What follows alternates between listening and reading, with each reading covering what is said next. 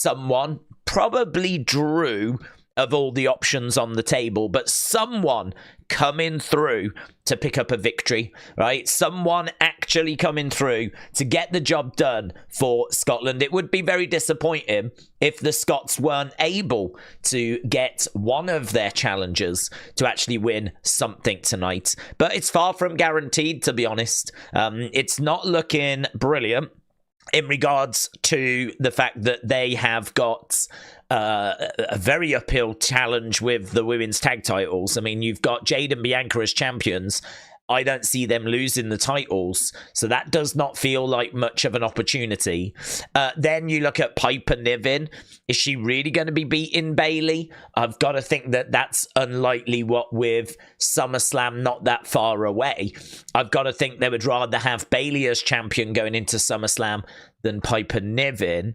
The one that really feels like it's got the biggest chance would be Drew McIntyre, and we did a poll yesterday, and I think it was around about 59% to 41% thought that Drew would beat Damian. I'm still leaning to Damian, leaving with the title. We know that CM Punk has been spotted. It doesn't mean that he's going to get involved, but it could mean that he could. And obviously we know that Judgment Day could. I mean, this just does not feel straightforward to me. This just does not feel like Drew's going to turn up, win, and that's it.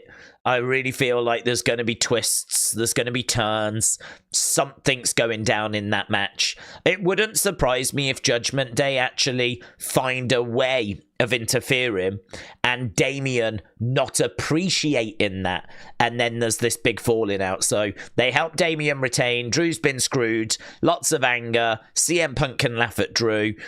Damian's upset with Finn and Judgment Day because they've interfered and he didn't want them to. I feel like that ticks quite a few boxes. That way you're building up towards and planting the seeds for Damian Finn feud. You're planting the seeds for Drew CM Punk feuds or match at SummerSlam. And we know that Gunther is waiting at SummerSlam for facing whoever leaves as champ. So yeah, there's quite a few things going on in that match. I think that's the most interesting match. I think tonight should have a fair few people joining us. It obviously doesn't feel like WrestleMania or SummerSlam or anything like that, but should be a good number of people around. And I think that the card looks okay. I think that it's obviously very Scottish heavy, which is fine because there's some great Scottish talent. I think the intrigue is with the Intercontinental match with Sammy and Chads.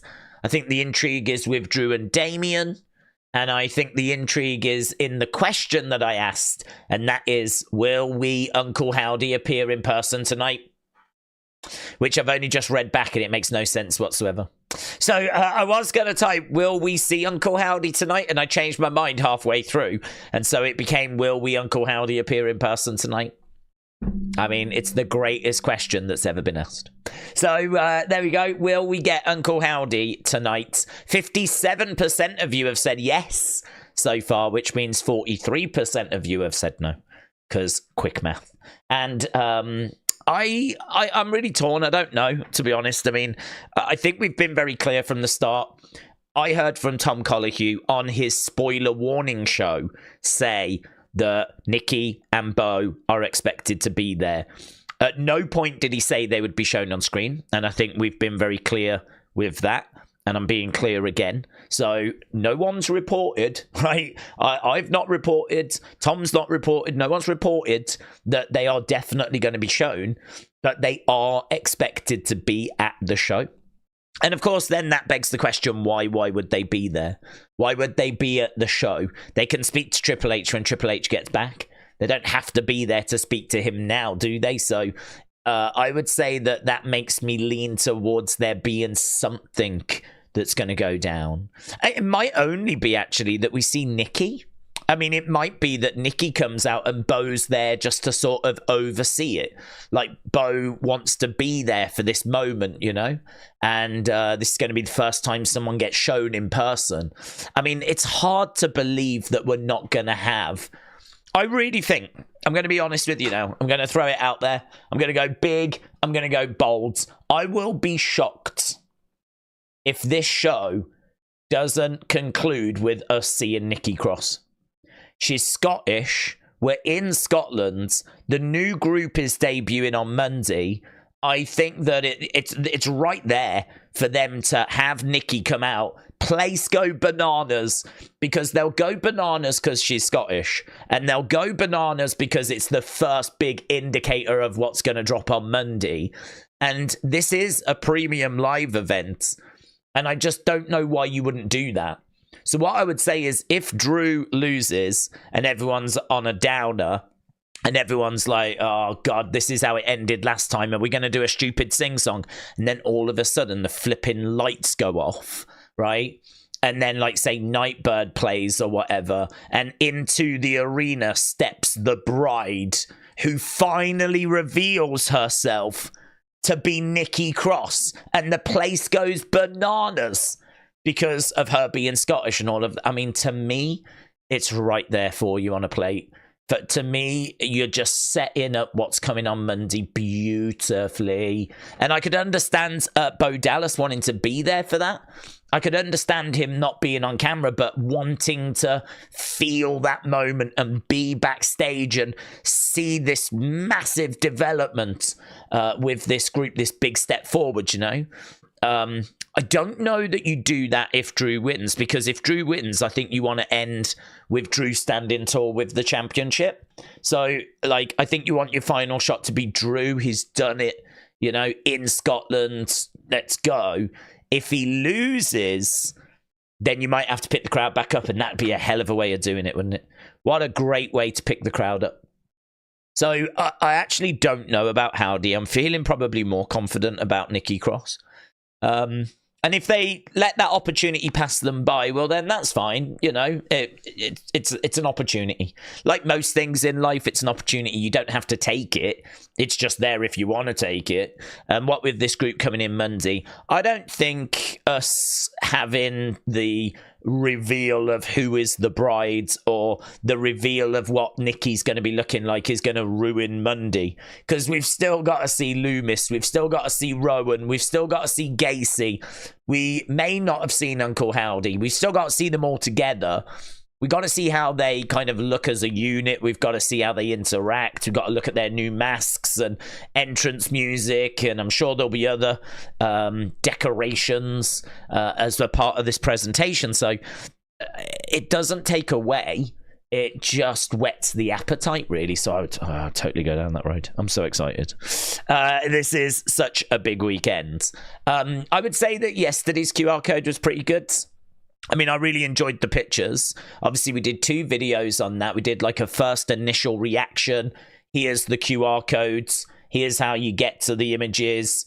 Can't really see anything else at this stage. We did that. And then obviously afterwards, I spent a good few hours going through people's thoughts, going through people's theories. And then we did like a follow-up video where we dug deeper. And I really enjoyed it. I thought it was a good way of doing it, actually. Because that way we did get 2 videos out. We got the Nightbird video out and we got an unseen out. So I was really pleased, actually, when I went to bed. I was like, that felt like the right way of doing it. So yeah, and I hope you saw both of those videos if you're into Nightbirds, because even the unseen video had, well, I'd say it was even better. I'd say it was better. I feel like the first video tells you what's happened, and the second one was the one I think people would have enjoyed more, which was the thoughts, the theories, and all of that stuff, you know. So obviously we don't know what we're getting today, but I certainly feel like it's going to be something. I certainly feel like we're getting something, and I don't know about you. I can't wait to find out what it's going to be. JP Ville said a QR code today is Uncle Howdy giving his rendition of Christina Aguilera's 2002 hit single Dirty, but with alternative lyrics. Well, I mean, I don't know where that's come from. I would love it if that's what he was doing, and certainly if he was going to wear the same outfit, because I remember her wearing chaps and like a little panty things, and she was like, oh, it was quite the video. I mean, honestly, I felt things I'd never felt before when I saw that video. Let's just say I might have it on Blu-ray, right?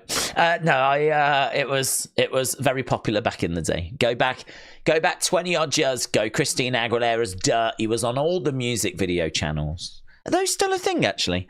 Do they still exist, music video channels? They probably don't, do they? It's probably just YouTube now.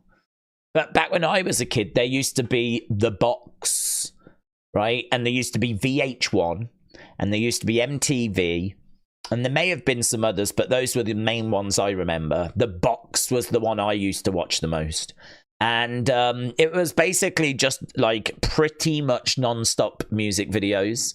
MTV, I think, would turn into programming later in the day, but The Box was just 24/7 music videos, one after the other, and then there would be ad breaks, but it was just that. And yeah, I remember Christina Aguilera being on heavy rotation, certainly in this house. But I don't know if that's what Uncle Howdy's doing, but I hope it is. Chaos Druid, shout out to you, my friends. I hope you are well. Shout out to you. And Words of Red said days, exclamation mark, times 10. LFG, exclamation mark, times 10. The terror soon begins. Hashtag clash. We've got cross swords. We've got a full circle. It is all kicking off in the Word of Red super chat. So shout out to you, my friends. I love that because I feel your excitement, and it's coming. It's radiating. I can feel the warmth of it. So yeah, I completely agree. I mean, it's one of those where I don't quite know what we get today. I'm obviously excited because it's going to be a QR code. I mean, there's no doubt about that. But it may be more. The QR code could drop and it could be see you tonight or something like that, you know, and you're like, see you later. Do you want to see something else? Do you want to see something new? I don't know, man. I just don't know what we're going to get. I don't know if it's going to be cryptic. I don't know if it's going to set up something for later. I don't know if we're going to be disappointed. I think the worst thing that would happen is if the QR code dropped and then the message said, haha, you thought we were debuting Monday? Lol. When I said the 17th of June, I actually meant the 17th of November. Lol. That would be awful. That would be awful. So let's hope it's not that, shall we? But yeah, Words of Red, shout out to you, my friends. Appreciate the support, and I'm right there with you. I don't know what to expect, but I'm excited for it. Justin said, what if Bo and Nikki helped Drew win by taking out Punk in some way? Because in Scotland, it pops huge. We've got clues with possibly involving Punk, said Justin. Well, you can't take anything off the table, but the only thing I would say is that's not really what they have been indicating. You know, they haven't really said anything about helping anyone. It's about get ready. There's a flipping massacre coming. They've told everyone to run and hide. The just and the unjust. Like, it's just, I think they're bringing everyone down. So I don't get the sense they want to come in and help Drew win the title. I don't get the sense that they're looking to help anyone out. I just get the impression they're coming to just raise hell and bring a massacre. So I've got to say that's not what I'm expecting. I'm really not expecting them to come in and help anyone, but I think you just never know, do you? I mean, the truth is you just never know. We're constantly having to, and it is that way with wrestling. You're just constantly having to make educated guesses, and that's really all we do on the channel. We just look at like things that have happened in the past. We just look at the evidence that's in front of us, and we just make the best educated guess that we can. We're not bad. I mean, we're there or thereabouts, I would say, quite often. Don't always get it right, of course, but we're there or thereabouts. So I think in regards to this group, I feel like Monday they'll arrive. I don't know that they're going to go straight after people, or if we just debut them.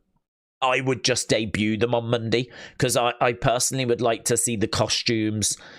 The other thing as well is everyone's waiting for this massacre. Everyone's waiting for this group to do something. And I sort of feel like Monday you could just bring them out right at the end of the show, which then is a cliffhanger for next week, because then it's like, oh my God, they're here. What are they going to do? And so you'll want to tune in next week to find out. And, you know, there's people saying, will we see them at the start of the show? And it's like, well, if you see them at the start of the show, That means that you're going to debut them, and you're probably going to need to do something with them during the show as well. I feel like you're giving a bit too much away on the first episode. I feel like you bring them in at the end, because that way people have watched the whole show, and you're after ratings, right? So you bring them in at the end, just like we did Bray at Extreme Rules. And then that sets up next week where we can start the massacre. So, you know, you're getting people to tune in. You're getting people to stick around. You're getting people to watch the show. You're getting people to come back. That's good booking. I mean, that's good booking. If you're getting people to tune in, stick around, and then come back the next week, I mean, what are there any other dubs than that? So I feel like from a booking point of view, you'd want to look to do it that way, rather than let's bring them in early and let's do the massacre, and do you know what I mean, all on the same episode. So I feel like I'm expecting it to be more towards the end of the show. Doesn't mean I'm right, just an educated guess. And then I'm expecting a massacre. In regards to tonight, as I said, I feel like the Nikki Cross thing is too big of an opportunity to miss, personally. I feel like Nikki Cross should be used on this show, because she's Scottish. She's going to get a pop. There's a lot of excitement for this group. It would be a moment. It would be a talking point. It would set up Monday. Tick, tick, tick, tick, tick. But I think I'd do it right at the end of the show. Right at the end. If you wanted to be a bit more cryptic than that, then you could have her in the background backstage. You could have her just sort of standing in the background, and maybe you don't quite notice it, or not everyone notices it, but someone will, and then it'll do the rounds on social media. It gets everyone talking. It becomes a whole thing, right? So you could do that. I think we are going to need to be very paying close attention, very observant tonight in regards to backgrounds, because if she's there and he's there, and we're building towards Monday, there is a chance that we do get some stuff in the background tonight. So puppets or anything like that, we need to keep an eye out tonight. I mean, we always do, but... So Justin, shout out to you, my friend. MLW Flash says, I am so ready, Days. Let's go. You are the GOAT. MLW Flash, shout out to you, my friends. Appreciate the kind words. Yeah, I'm right there with you. I think I'm going to stay chilled. I'm going to stay level-headed in the sense of, I don't know what to expect today. I'm just going to sit and watch, and I suppose in a way, today's a bit of a free hit, isn't it? It's weird because on the other premium live events, these kind of shows have meant a lot. These kind of shows have been quite important. You know, when we got to King and Queen of the Ring, we were thinking there's a chance we might see them. And so we got to that show and it's like, oh, what are we going to get? And then, you know, if it wasn't very good, you'd be disappointed. It doesn't really feel that way this time, because I'm fairly confident they're arriving on Monday. I'm fairly confident that Raw is the show. I mean, I don't know about you, but Raw feels bigger than this show. Sorry. Yeah, I mean, it does. Raw feels bigger than tonight. If you was to say you can only watch one show, right, this weekend, do you watch tonight or do you watch Raw on Monday? What are you going to do?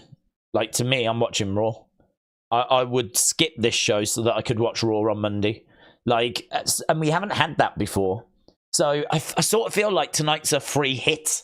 Tonight sort of feels like a freebie, like in Nightbird regards, right? I'm sure it's going to be a really good show, but I'm not expecting Cody to lose the belt. I'm not expecting Bayley to lose the belt. I don't know what's going to happen with the Intercontinental.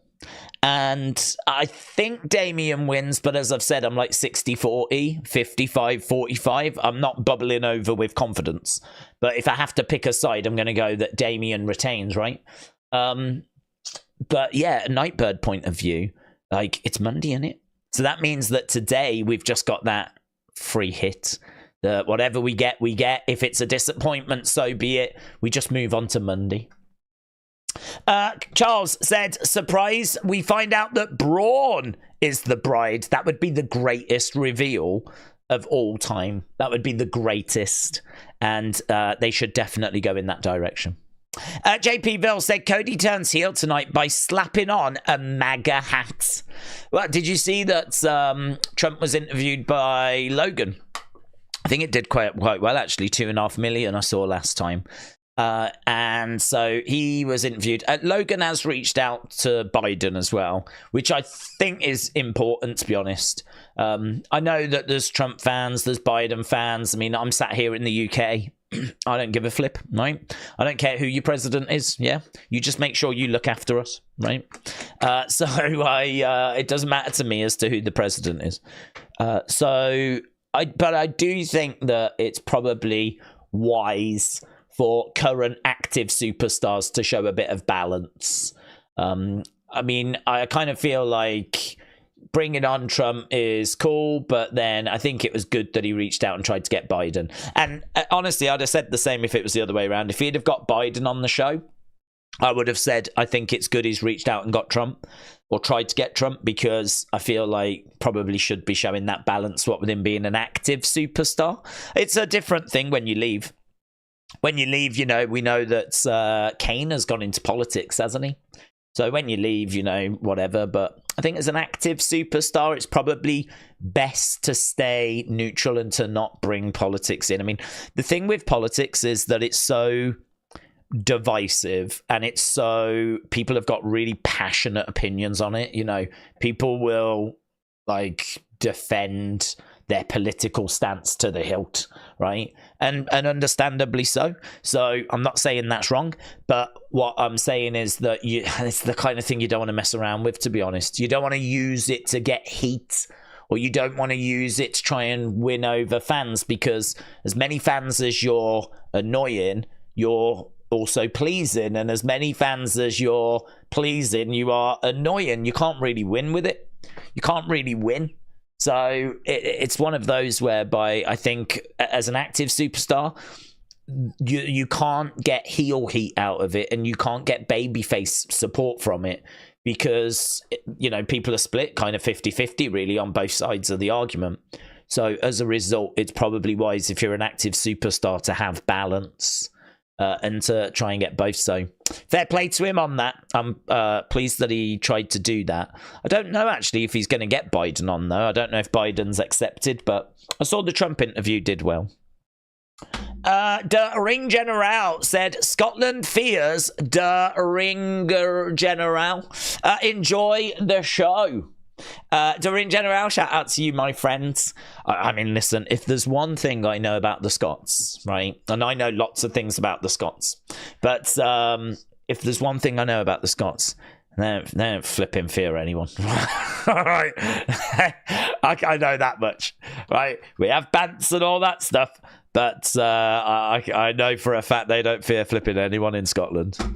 So be careful. They might be trying to make you think that they fear the Ring General just to lure you into a false sense of security. And then they'll strike. Yeah. They'll go Braveheart on your ass.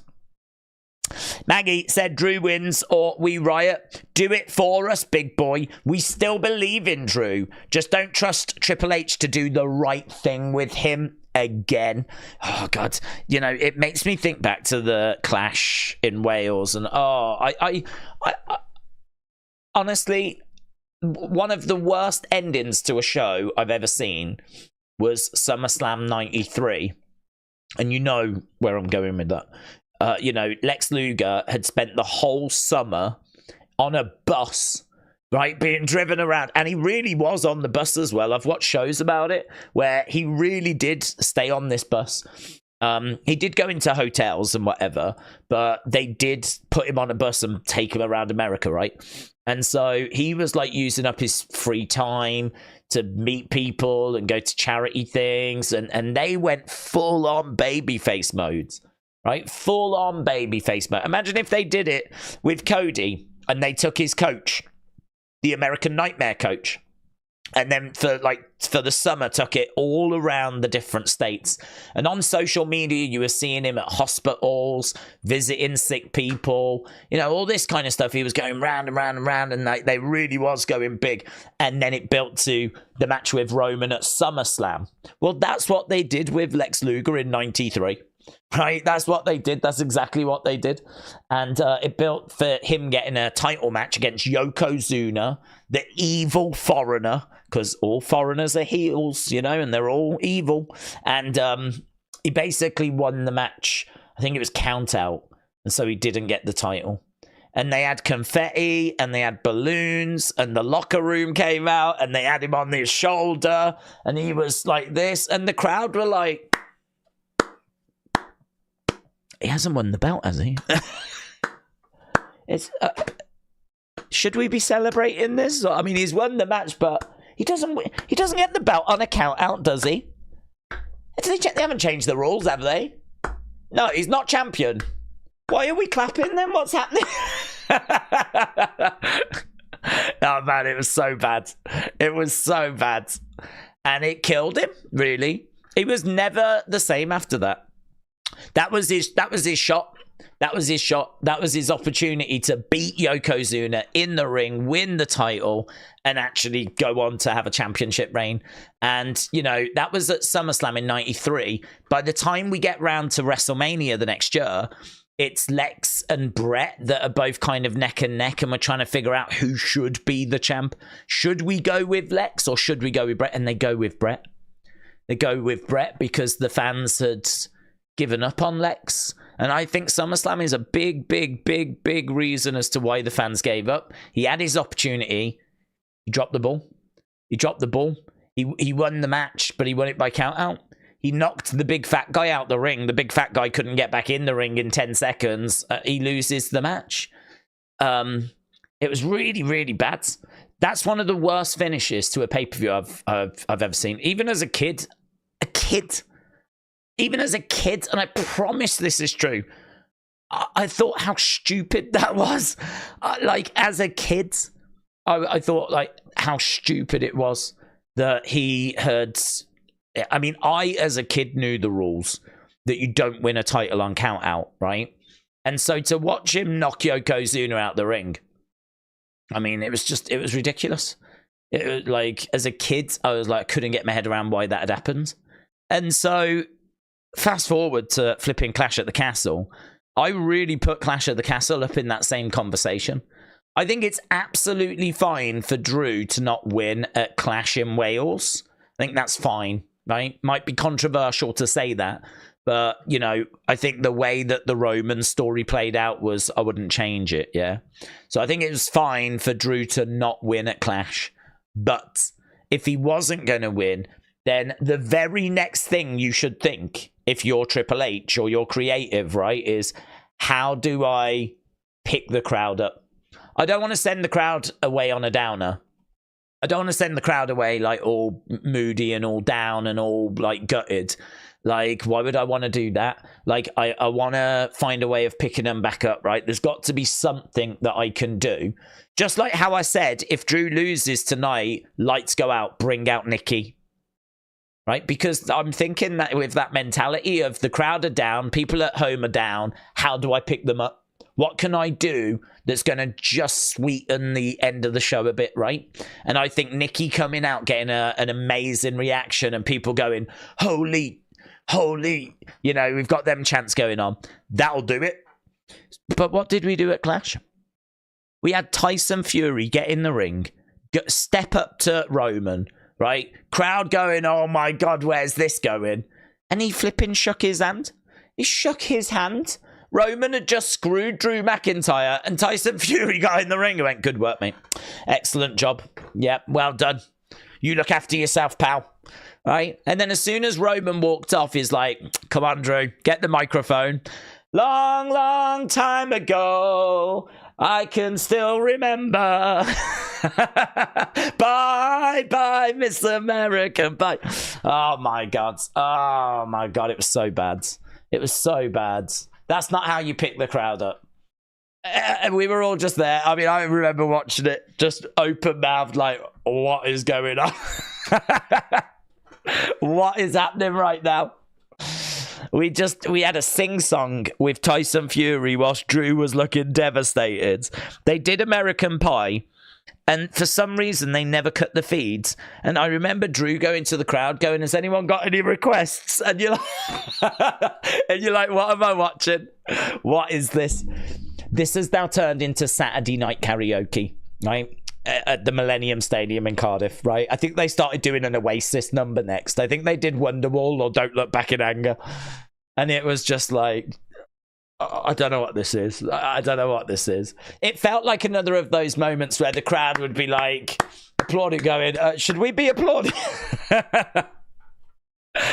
He didn't win the bout, did he? But I seem to be clapping right now. Are they singing? I think they're singing. Oh my God, it was so bad. It was so bad. It was so bad. It was really bad. And, I mean, from what I heard, it wasn't meant to go down that way. What was meant to happen was that I think Tyson Fury was meant to get in the ring. Roman, I think, was meant to just walk off. Fury was meant to get in there looking quite menacing. He was meant to help up Drew to his feet, raise his hands, show ends, right? So I don't think there was meant to be the handshake between Fury and Roman, right? I don't think that we was meant to get that moment. And we certainly was not meant to get the sing-song. The sing-song was only meant for the live crowds, right? It was just a moment for them. It was not something that was intended to get broadcast. But they didn't cut the feed. They just stayed with it, and I don't know why. I don't know why. So, I mean, all I can say is whatever happens tonight, I can't imagine that it gets that bad. I can't imagine that we're going to get to that level of cringe. Part of me wants to. I mean, part of me would love to have another example to put into my example folder. But, yeah. Let's see, shall we? Let's see what we end up getting, but...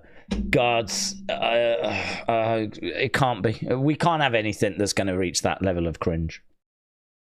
Delwyn said, Days, appreciate the support, buds. What are the expectations for tonight in Scotland compared to Cardiff, Wales? I had the privilege of attending my first WWE PLE in my hometown in Wales, and I am very grateful for that experience.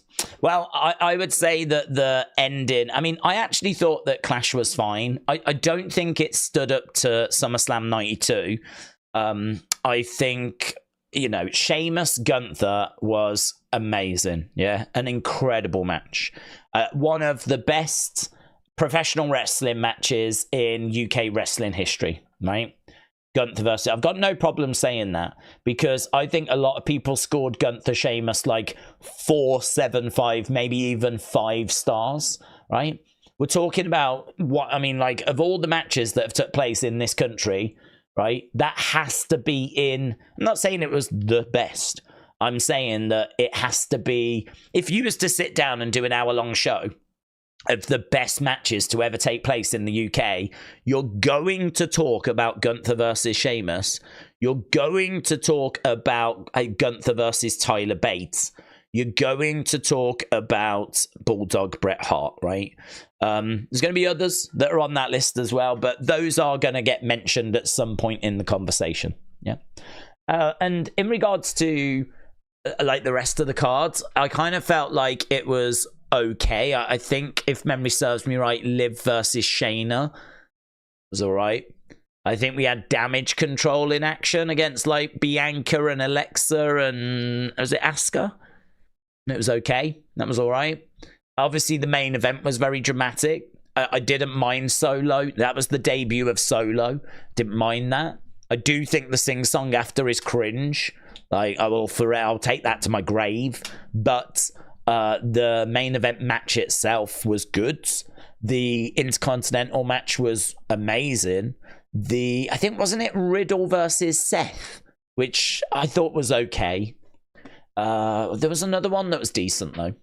Trying to think what it was. There was another one. It wasn't Liv Shayna. There was another match that was on that card that I thought was all right. I can't remember it now. But overall, I thought that it was a solid effort. I don't think that it reaches the historic value of SummerSlam 92. But to be honest with you, I think it's probably the closest that we came.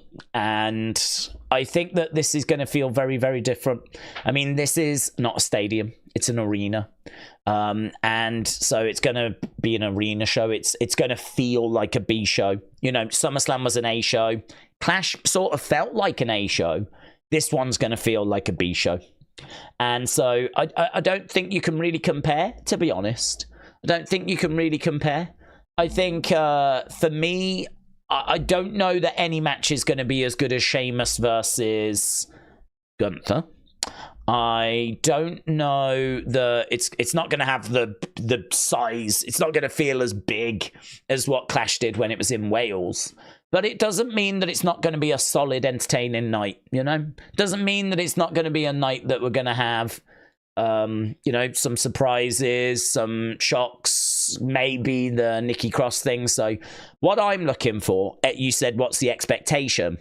What I'm looking for is a really solid show. I'm just looking for a solid show that's gonna, my expectations aren't that high. So I'm just looking for, I suppose, something like Backlash, really. You know, like how we came away from Backlash and we were like, yeah, that was pretty good. French crowd was amazing. AJ and Cody, absolutely stunning match. I think everyone was full of praise for that match. And so we came away from Backlash and we were like, that was not bad, you know. That was not bad. And it did the job and we moved on. And I'm looking for that, to be honest. I'm looking for that. I'm looking to do the job and move on. I mean, I don't have much expectation for Bayley Piper. I don't have much expectation for Cody AJ, although I am hoping it's going to bang. It's really all down to that Drew match and the Intercontinental match. I mean, the women's tag match, does anyone care? I don't know if anyone cares about the women's tag match, but the Intercontinental and the World Heavyweight Championship, I am interested in those. And of course, what are we going to get from these QR codes? So don't think we can compare. I feel like we're comparing an A show to a B show, so my expectations are much lower, but doesn't mean that it's not going to be as entertaining. It should still be a very solid offering. So Delwyn, appreciate the support, my friends, and I hope you enjoy the evening. Wow, 39 minutes already, you know. Colin said, if Drew loses, do we think Mel Gibson will show up on a horse and shout, Drew, they can take your belts, but they can never take our freedom? Well, that would do it, to be honest. If you want to send the crowd home happy, I think Mel Gibson at this stage in his life, walking out dressed full-blown Braveheart, that would do it. I think the place would go bananas. So we can only but hope that's what they've got up their sleeve. Dallas Cowboys fan said, I think someone from the Wyatt Six will show up and will warn people for Monday and get ignored. Oh, will warn people. Got you. So I thought, okay. So I thought you meant ignored by the crowd, but you mean by the locker room. So they will arrive. They will tell people, run and hide. The massacre's come in and the locker room will ignore them. I'm with you. I don't mind that. A flock of morons said, hopefully we get no QR codes. It's been months and the mystery is solved. It's not really about the mystery, to be honest. It's never been about the mystery. I think from the very first time we heard Nightbird, we knew this was going to be Uncle Howdy.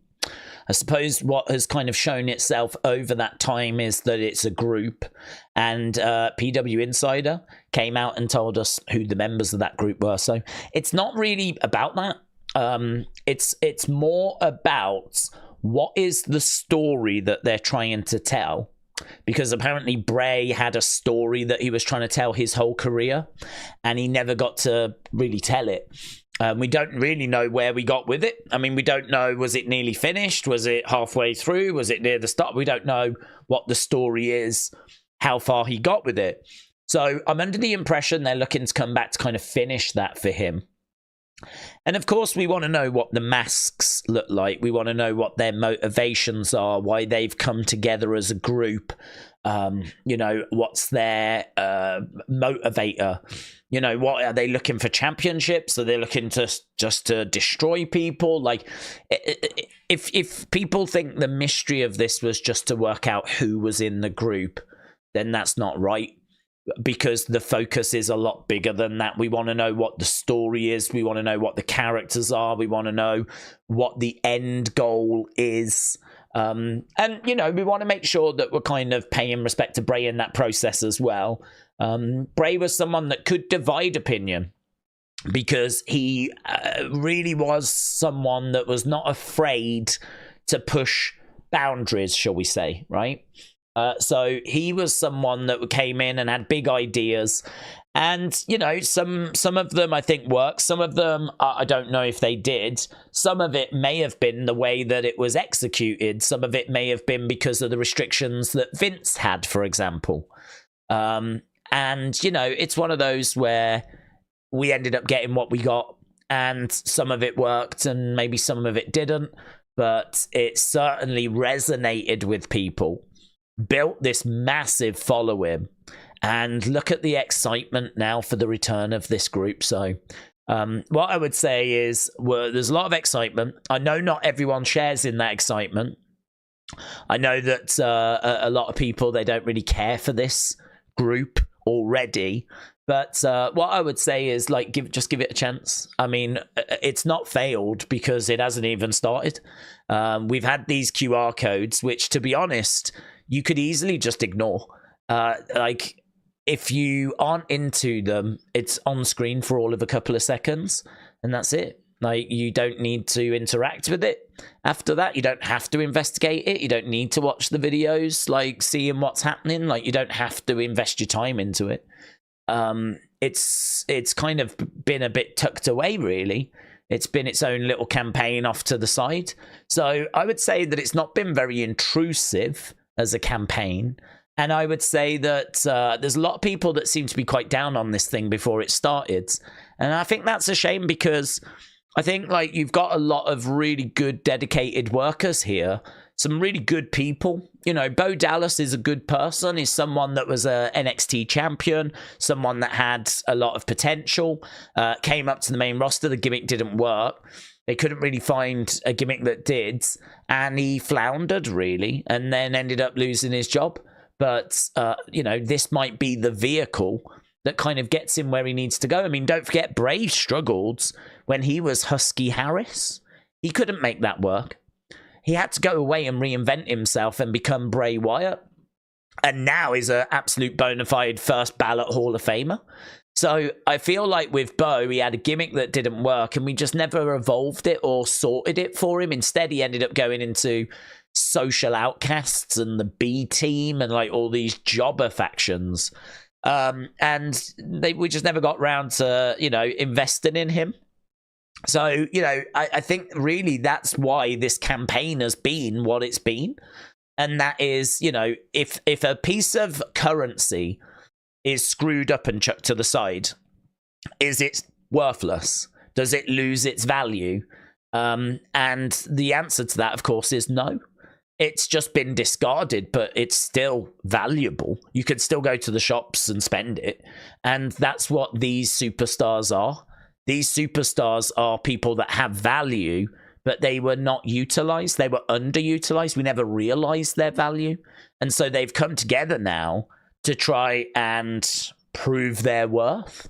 So it's ironic in a way that you do see so many people online giving up on this group, because that's the whole point of the group.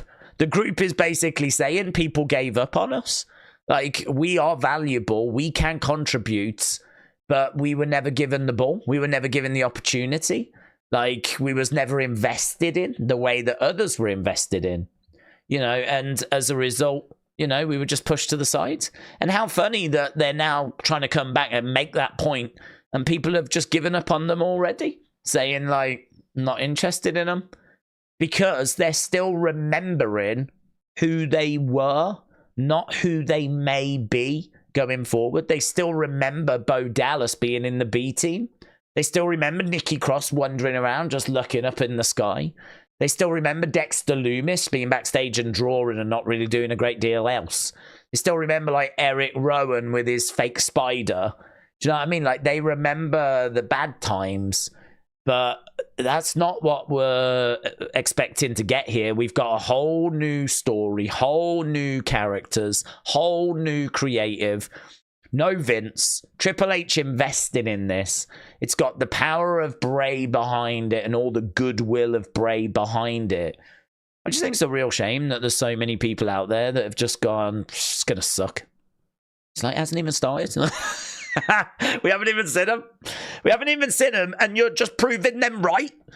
Because that's exactly what they've been saying, is they're going to bring a massacre because the system is broken, because they've been ignored, they've been discarded. Flipping all of the images for them was in a recycle bin last night in the QR code. If you scan the QR code, you had to click on the recycle bin to find the images, the new images, because we're going to recycle these wrestlers. We're going to recycle them into something valuable, something new, something better. Now, that doesn't mean that this will work, right? I like the message. I like what they're trying to achieve. Doesn't mean it's going to work, right? But I like the message. So, yeah, I mean, listen, I'm on board. You know I'm on board. And I think if you're not on board, that's fine. I think it's a shame. But, you know, you're gonna like what you like. You're gonna not like what you don't like. Simple as that. But I would just say I just don't see how it can be judged when it's not even started. So I am fully prepared, though, for, I think, people. Some have already made their minds up on this. And I think if you are into Nightbirds, I think you just got to accept that that's, you know, that's the world, isn't it? People have got opinions. And, you know, people have already kind of made their minds up. Some have. That this is going to absolutely suck. But, you know, that's the challenge. Can they win those people round? Eventually, can you get it so it is, you know, really cool? The dark, mysterious side of wrestling is very, very difficult. Because everyone's got their own sort of expectations. And everyone's got their own sort of parameters, if you will. Like, oh, I'll accept this, but I don't really want this. Or some people are like, anything goes, but there's a good chunk of people that don't share that mentality, right? So trying to get it to fit in with this wrestling world is a bit difficult. But I think a lot of people like horror. I think a lot of people are into horror films and enjoy Texas Chainsaw Massacre, Friday the 13th, Halloween, you know, all of these kind of dark, mysterious characters, and a hell of a lot of people like The Undertaker, right? So I feel like there is absolutely a reason to explore that darker, mysterious, spooky worlds. But it is a world that can be done badly. It is a world that it can very quickly fall apart.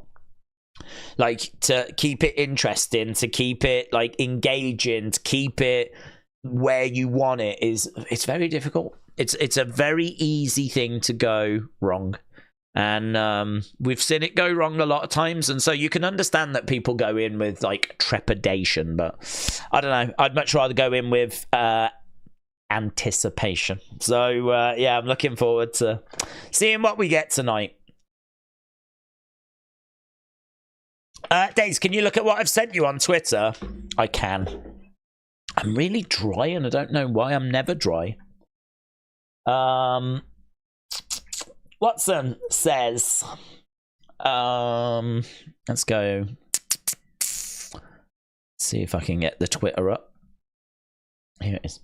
So, at the end of SmackDown, Solo threw something in the crowds. I picked it up. At first, I thought it was a piece of paper, but it was a little bit of hand tape. I may use it to spike someone. Oh, right, you got some of his... Like, he ripped some hand tape off, did he? And he chucked it in the crowd, and what? You got it? There we go. Look at that. You could say that's like having a bit of wrestling spit. It's like someone gets chopped and they spit and goes on you there, and you're like, if you got a little beaker, scoop it up, pop the little top on that. I've got authentic Solo Sikoa spit that I can now sell on eBay. So I feel like it's not quite that level, but yeah, that's pretty fun. I wonder if you could put that in a little picture frame. It's the little thing. Pretty fun. I mean, it's one of those, isn't it? I mean, I would have done the same. I would have picked it up. I mean, when I was a kid, oh god, the idea of having anything like that you could take home, anything, you know. I mean, there's only one lucky person that would get Bret Hart glasses, but like we've seen it loads of times where, like, you know, they'd throw gum in the crowd or whatever. People have gone like, I've got the gum, and then they go back with Dolph Ziggler's gum. Saying that, I'm telling you, if I had a little flipping picture frame, yeah, if I had a picture frame, and it was authentic Mr. Perfect gum, I would be the most popular person on the internet. Yeah, because Mr. Perfect was a goat, and he always used to knock it away, didn't he? The gum, some authentic Kurt Hennig gum. That would be pride of place, let me tell you. I'd probably rechew it. But the thing is, if Solo goes on to, like, you know, be a multiple-time world champion and everything, and you've got like an authentic bit of the hand tape, I'm telling you, that's not a bad little item to have for free, is it? Not a bad little item. So, Watson, you just keep on picking them dubs, mate. You keep picking up them dubs. Watson was at the show and had a great view of the entranceway. We covered it in our Unseen video. What the hell is that? What is that? Thank you, Days, for taking the time to respond and make these videos.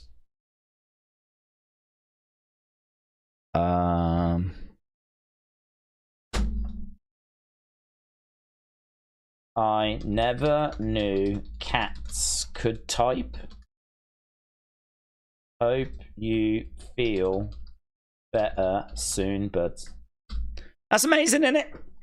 That is amazing. I never knew cats could type, and I hope you feel better soon, because that's unfortunate, isn't it? I mean, I don't even know if the cat can breathe. I mean, is that acceptable from like an animal welfare point of view? I don't know. Must be. It must be. I mean, I don't think we're going around just slapping cones on cats for no reason. Shouldn't there be a little breathe hole here, though? I feel like the cat's like... Someone's like forgot to pop a little hole here for it.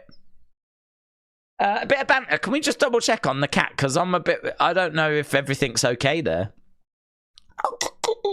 The poor thing's got plastic here. A bit of banter sat there going, she's smiling. The poor cat's there going, cut the hole in the plastic. So, yeah, a bit of banter. I don't know if you're watching, mate, but can we get an update? Everything all right? Thank you. Thanks, mate. Thank you. Right. Thunderman said, Days, I like the idea of the final shot of the show before Drew leaving through the crowd, winning the title, maybe blowing a kiss to like that, as if he is there. Well, that would be fun.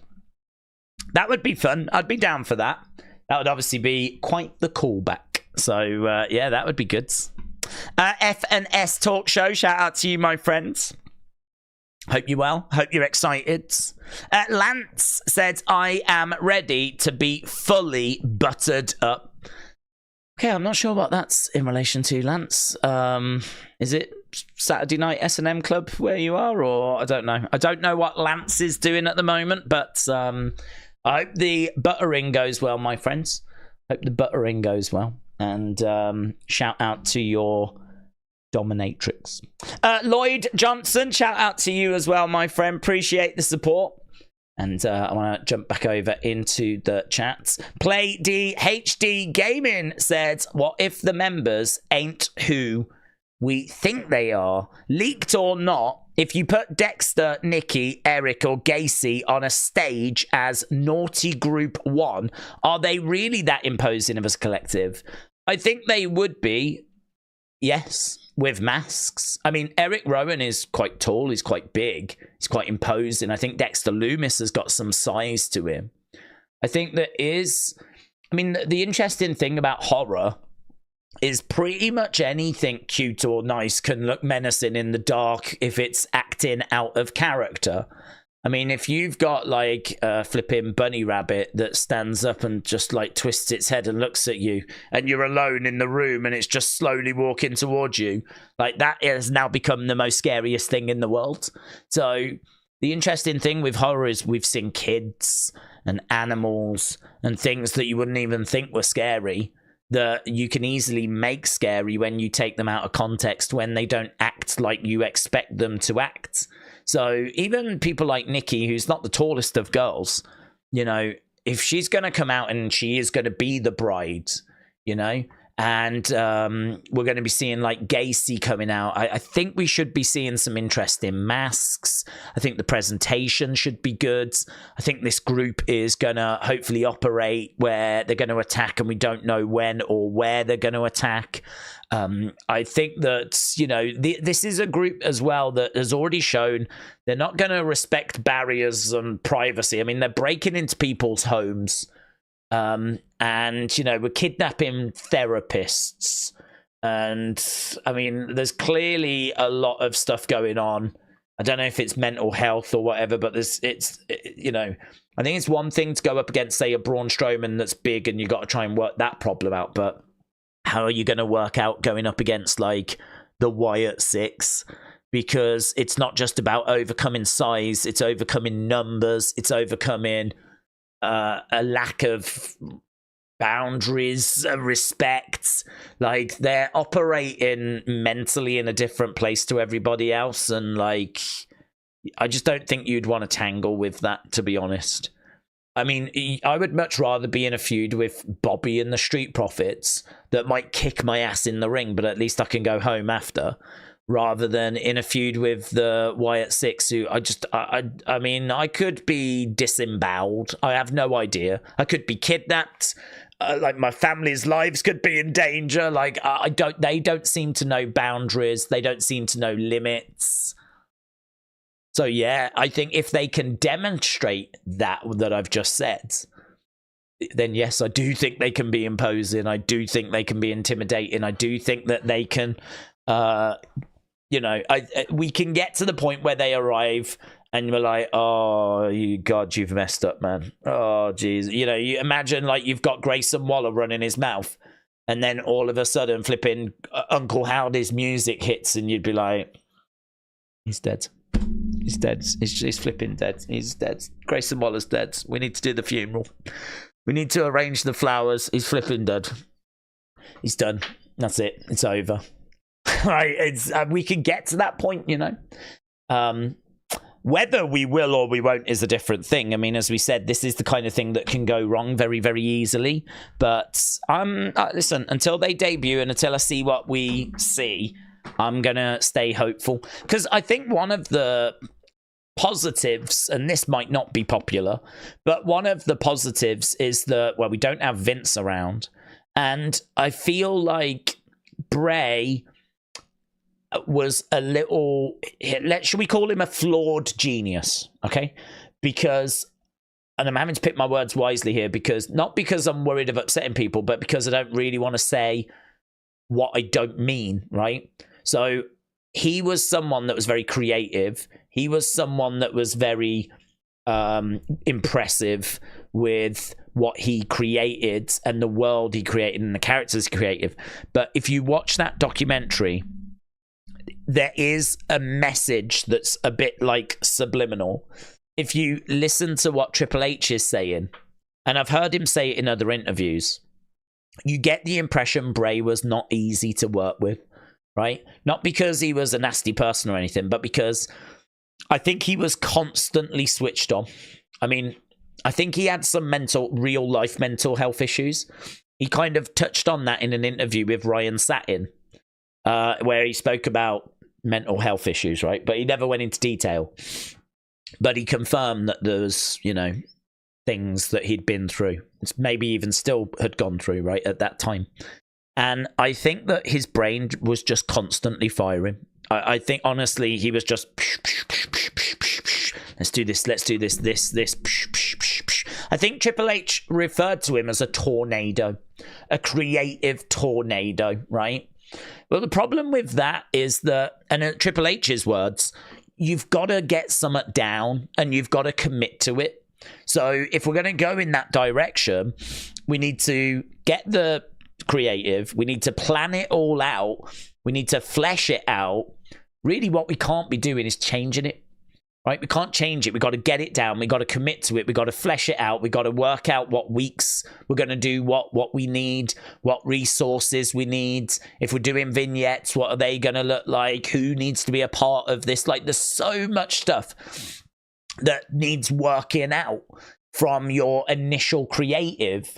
You can't really afford to keep changing it and tweaking it and adjusting it, and I just think that Bray's mind was just constantly going, right?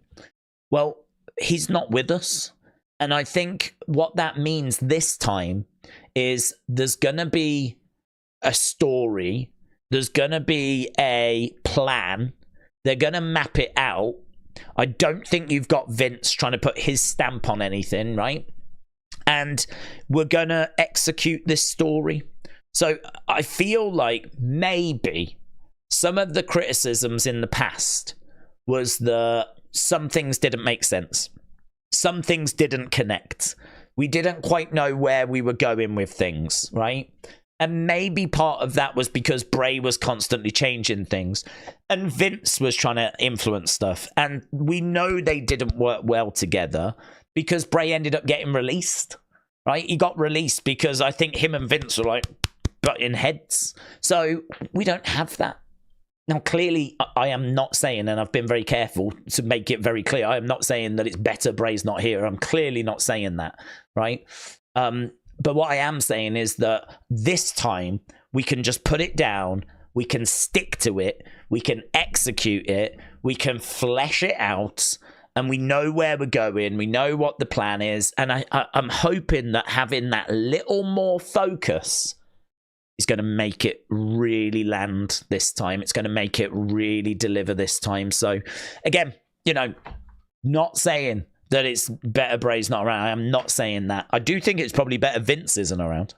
I am saying that, right? I would love for Bray to be here and Vince to not be here, right? So I am saying that. But I do think that this time there is a chance that this is going to be more focused and that this is actually going to maybe scratch that itch a little bit better, because I think we can, and I think Rob Fee has shown that he listens as well. He listens to what people are saying online, and I think he knows what people are looking for, and that's a great advantage because we can then make sure we're kind of ticking those boxes, you know? Don't book just to please the internet. But you want to make sure what you're delivering is landing. You don't want to be delivering something that's a million miles away, do you?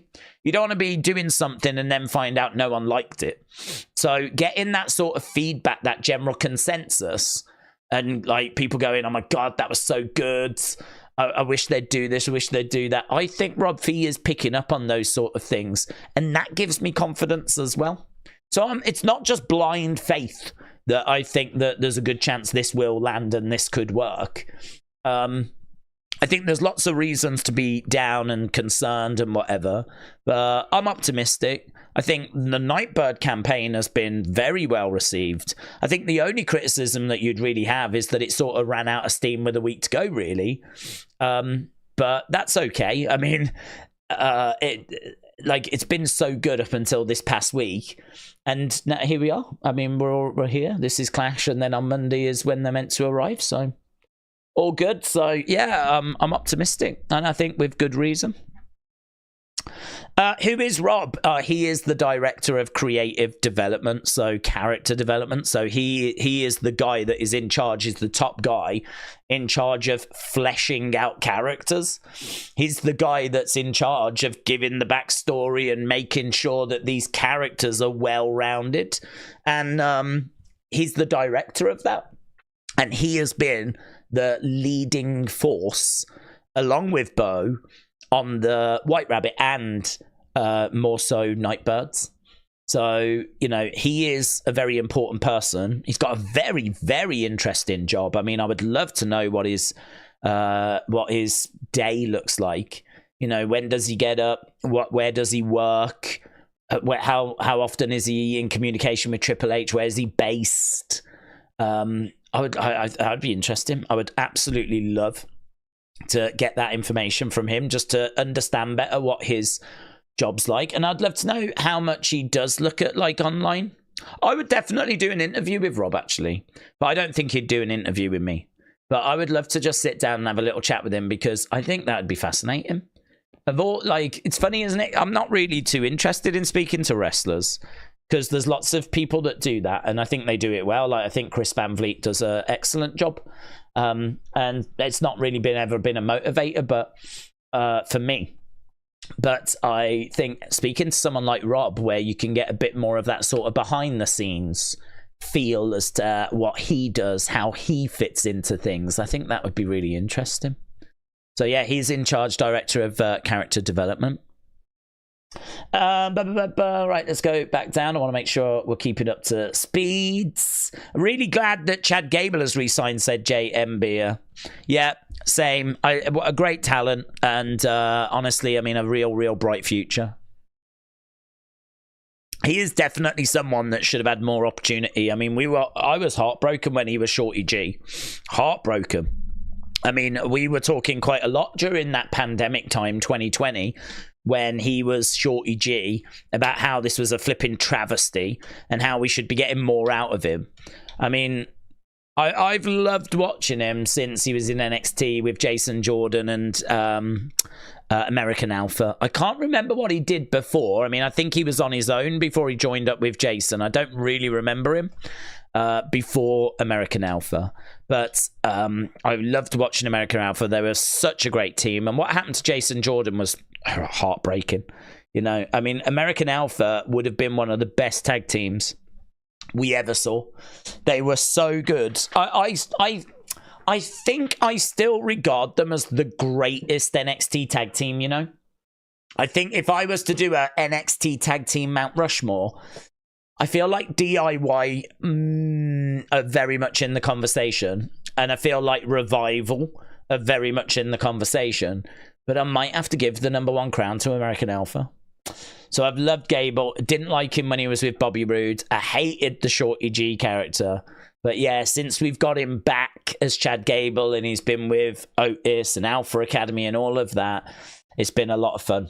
It's been a lot of fun. And this obviously has been the most exposure he's had since like this like heel turn.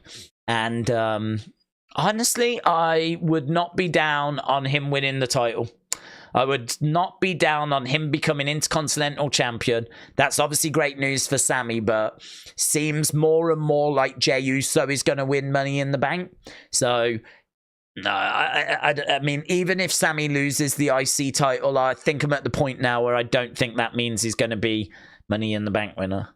But yeah, I agree. I'm a big fan of Chad Gable. I'm really pleased that he re-signed. Kian said, I hope you're doing well, having a good stream. Looking forward to the PLE. Can't wait for Cody to win. Punk will cost Drew. Do you think Joe Hendry will be there? I don't think Joe Hendry will be there. I think that the TNA deal with WWE is going to be at an NXT level. I don't know that we're looking to do anything at this level. I think that this is an arrangement that is good for TNA in the sense of they will get some good people. I know there was a bit of complaining because they got Tatum Paxley, and I don't think people were too thrilled at getting Tatum Paxley. I would say if people are expecting main roster stars to be going over, I think you might be a bit disappointed. I mean, TNA does views lower than NXT. Like, so if we're going to be realistic at what level TNA is at, it's at the NXT level, right?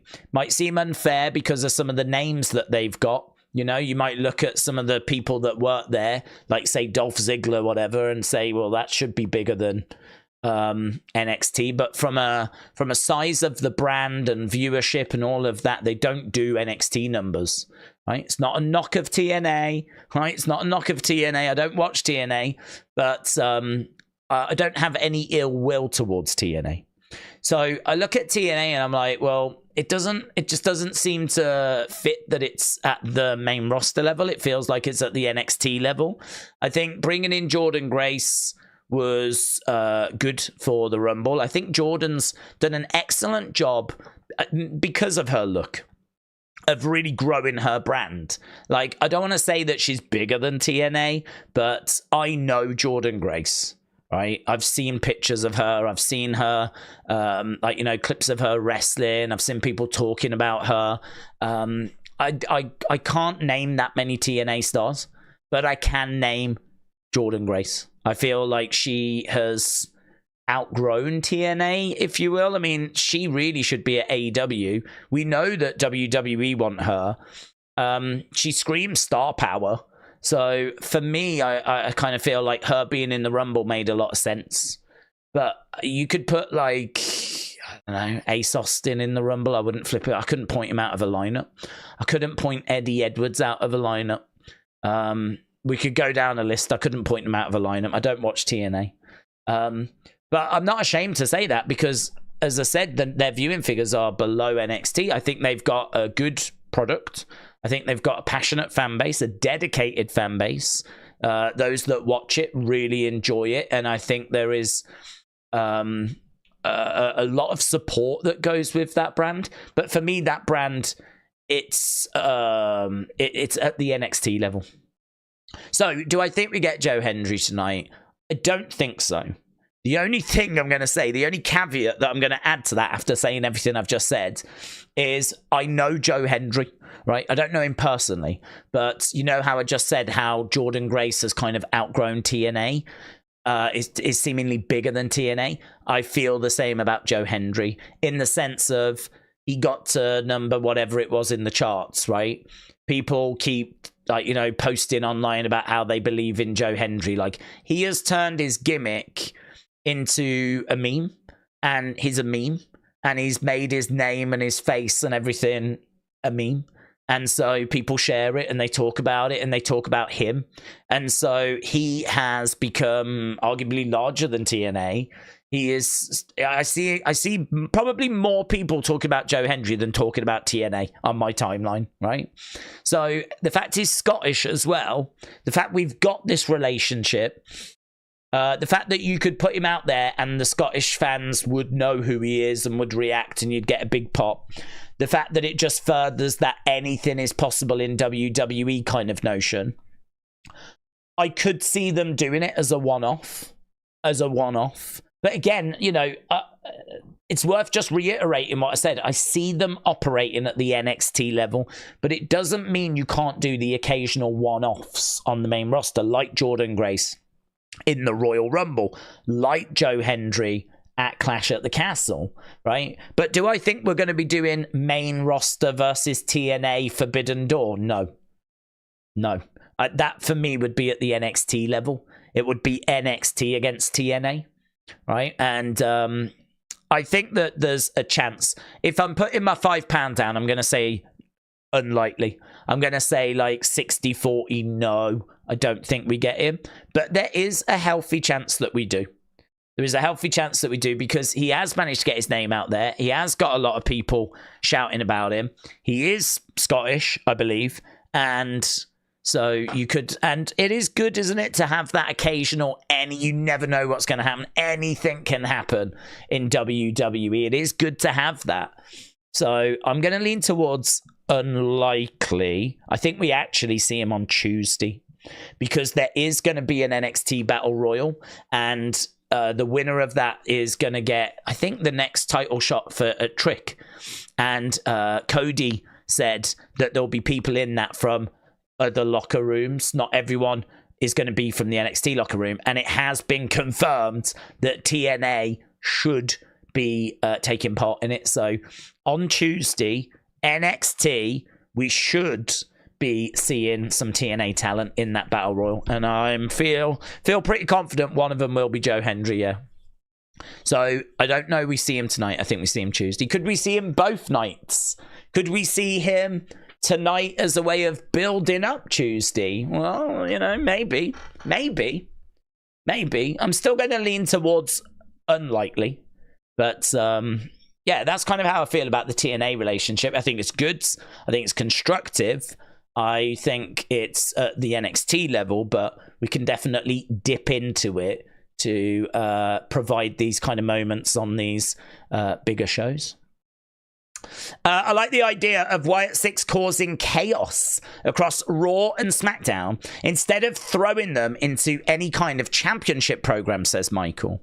Well, that's what they've said they're looking to do. They're looking to bring a massacre, and they are really looking to cause a lot of drama. They've told people to run and hide. So yeah, this is kind of where we think it's going. It should be very, very entertaining when it gets going. I don't know that that's Monday, but of course we are expecting to see them Monday. Right, Wrestling Russ, shout out to you. Lloyd Johnson, I think I said thank you, but I'm going to say thank you again.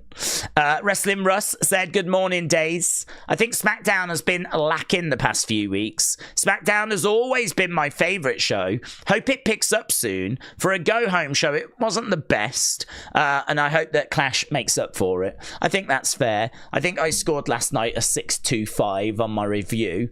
I always do a review on the second channel. I was going to try and do an opinions video, but to be honest, a bit too late, to be honest. It is always a bit of a challenge when we've got a premium live event the next day to do the SmackDown opinions, and certainly where we're starting as early as what we are starting. So we'll do an opinions video after tonight's show. And it is worth mentioning, we are going to be back tomorrow for a special live stream on this channel. We're actually going to do 2 hours on the Nightbird stuff, the Wyatt 6 stuff, because obviously we're expecting something big tonight, and we're expecting something huge on Monday, and we're just going to put everything into one stream. We can dig into all QR codes if people want to. We can answer questions, talk theories, whatever. Bring whatever you've got tomorrow, and we'll just go through it. So that should be fun tomorrow for a couple of hours. We'll do that stream. I think that's going to be about 5 Eastern. Might be a little later, 5:30, something like that Eastern, 10:30 UK time. England play tomorrow. They're playing their first game in the Euros against Serbia, and I ain't missing that. So I think that starts at 8. It should finish about 10. So that's why I'm thinking 10:15, 10:30, right? If I start the stream and I'm crying, that'll probably be because England lost. If I'm in good spirits, then you know things went well. So yeah, we've got that tomorrow as well. We're not doing a watch long for that. I'm just going to have a drink. I'm going to have a beer. I'm going to watch the game, cheer on England, and hope we can just win. I don't care about the score. I just hope we win. But yeah, in regards to the go home, I think I scored it a 6.25. I think that it was fine. I mean, it was not really spectacular. I enjoyed the Cody AJ segment. I enjoyed the QR codes. I enjoyed Naomi Chelsea was okay. I didn't hate on that. Randy coming out at the end was pretty fun. I continue to enjoy the bloodline stuff with Heyman, like, you know, Solo saying, if I lose, it's your fault. And Heyman is doing so well at kind of selling the drama of that. You know, he's sat there with his flipping head in his hands, can't believe like what's going on, you know. I mean, he really does look like someone that's missing his tribal chief, doesn't he? I mean, he was sat on those ring steps, head in his hands. He was just a broken man. He was just could not believe what was going on. So I kind of feel like you're right. I feel like it was so-so. I feel like it was fine. I don't know that anyone was really bubbling about the show. I thought the crowd were decent. It wasn't France levels, but I thought the crowd, you know, were there. I think the decibel reader showed that they got to about 95. France was 110. So it's all right, isn't it? It's not bad. It's not a flat crowd. So that was okay. Grayson Waller segment's all right. I mean, they're really teasing the Grayson Waller Austin Theory stuff, but I just think that, you know, at the moment there's nothing groundbreaking because we are pretty much at the premium live event. Obviously, we know next Money in the Bank might get some qualifiers for that, maybe. So, yeah, the show rumbles on, to be honest. I don't think things are going to really get to that sort of WrestleMania level until we get closer to SummerSlam.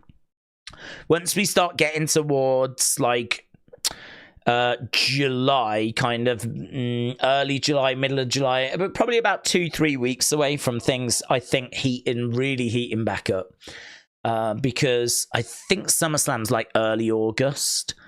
And it's a big show, innit? If you think about SummerSlam, it's a big show. So I feel like hopefully July is going to be a good month because I'm sure SummerSlam's like 5th, 6th of August, something like this.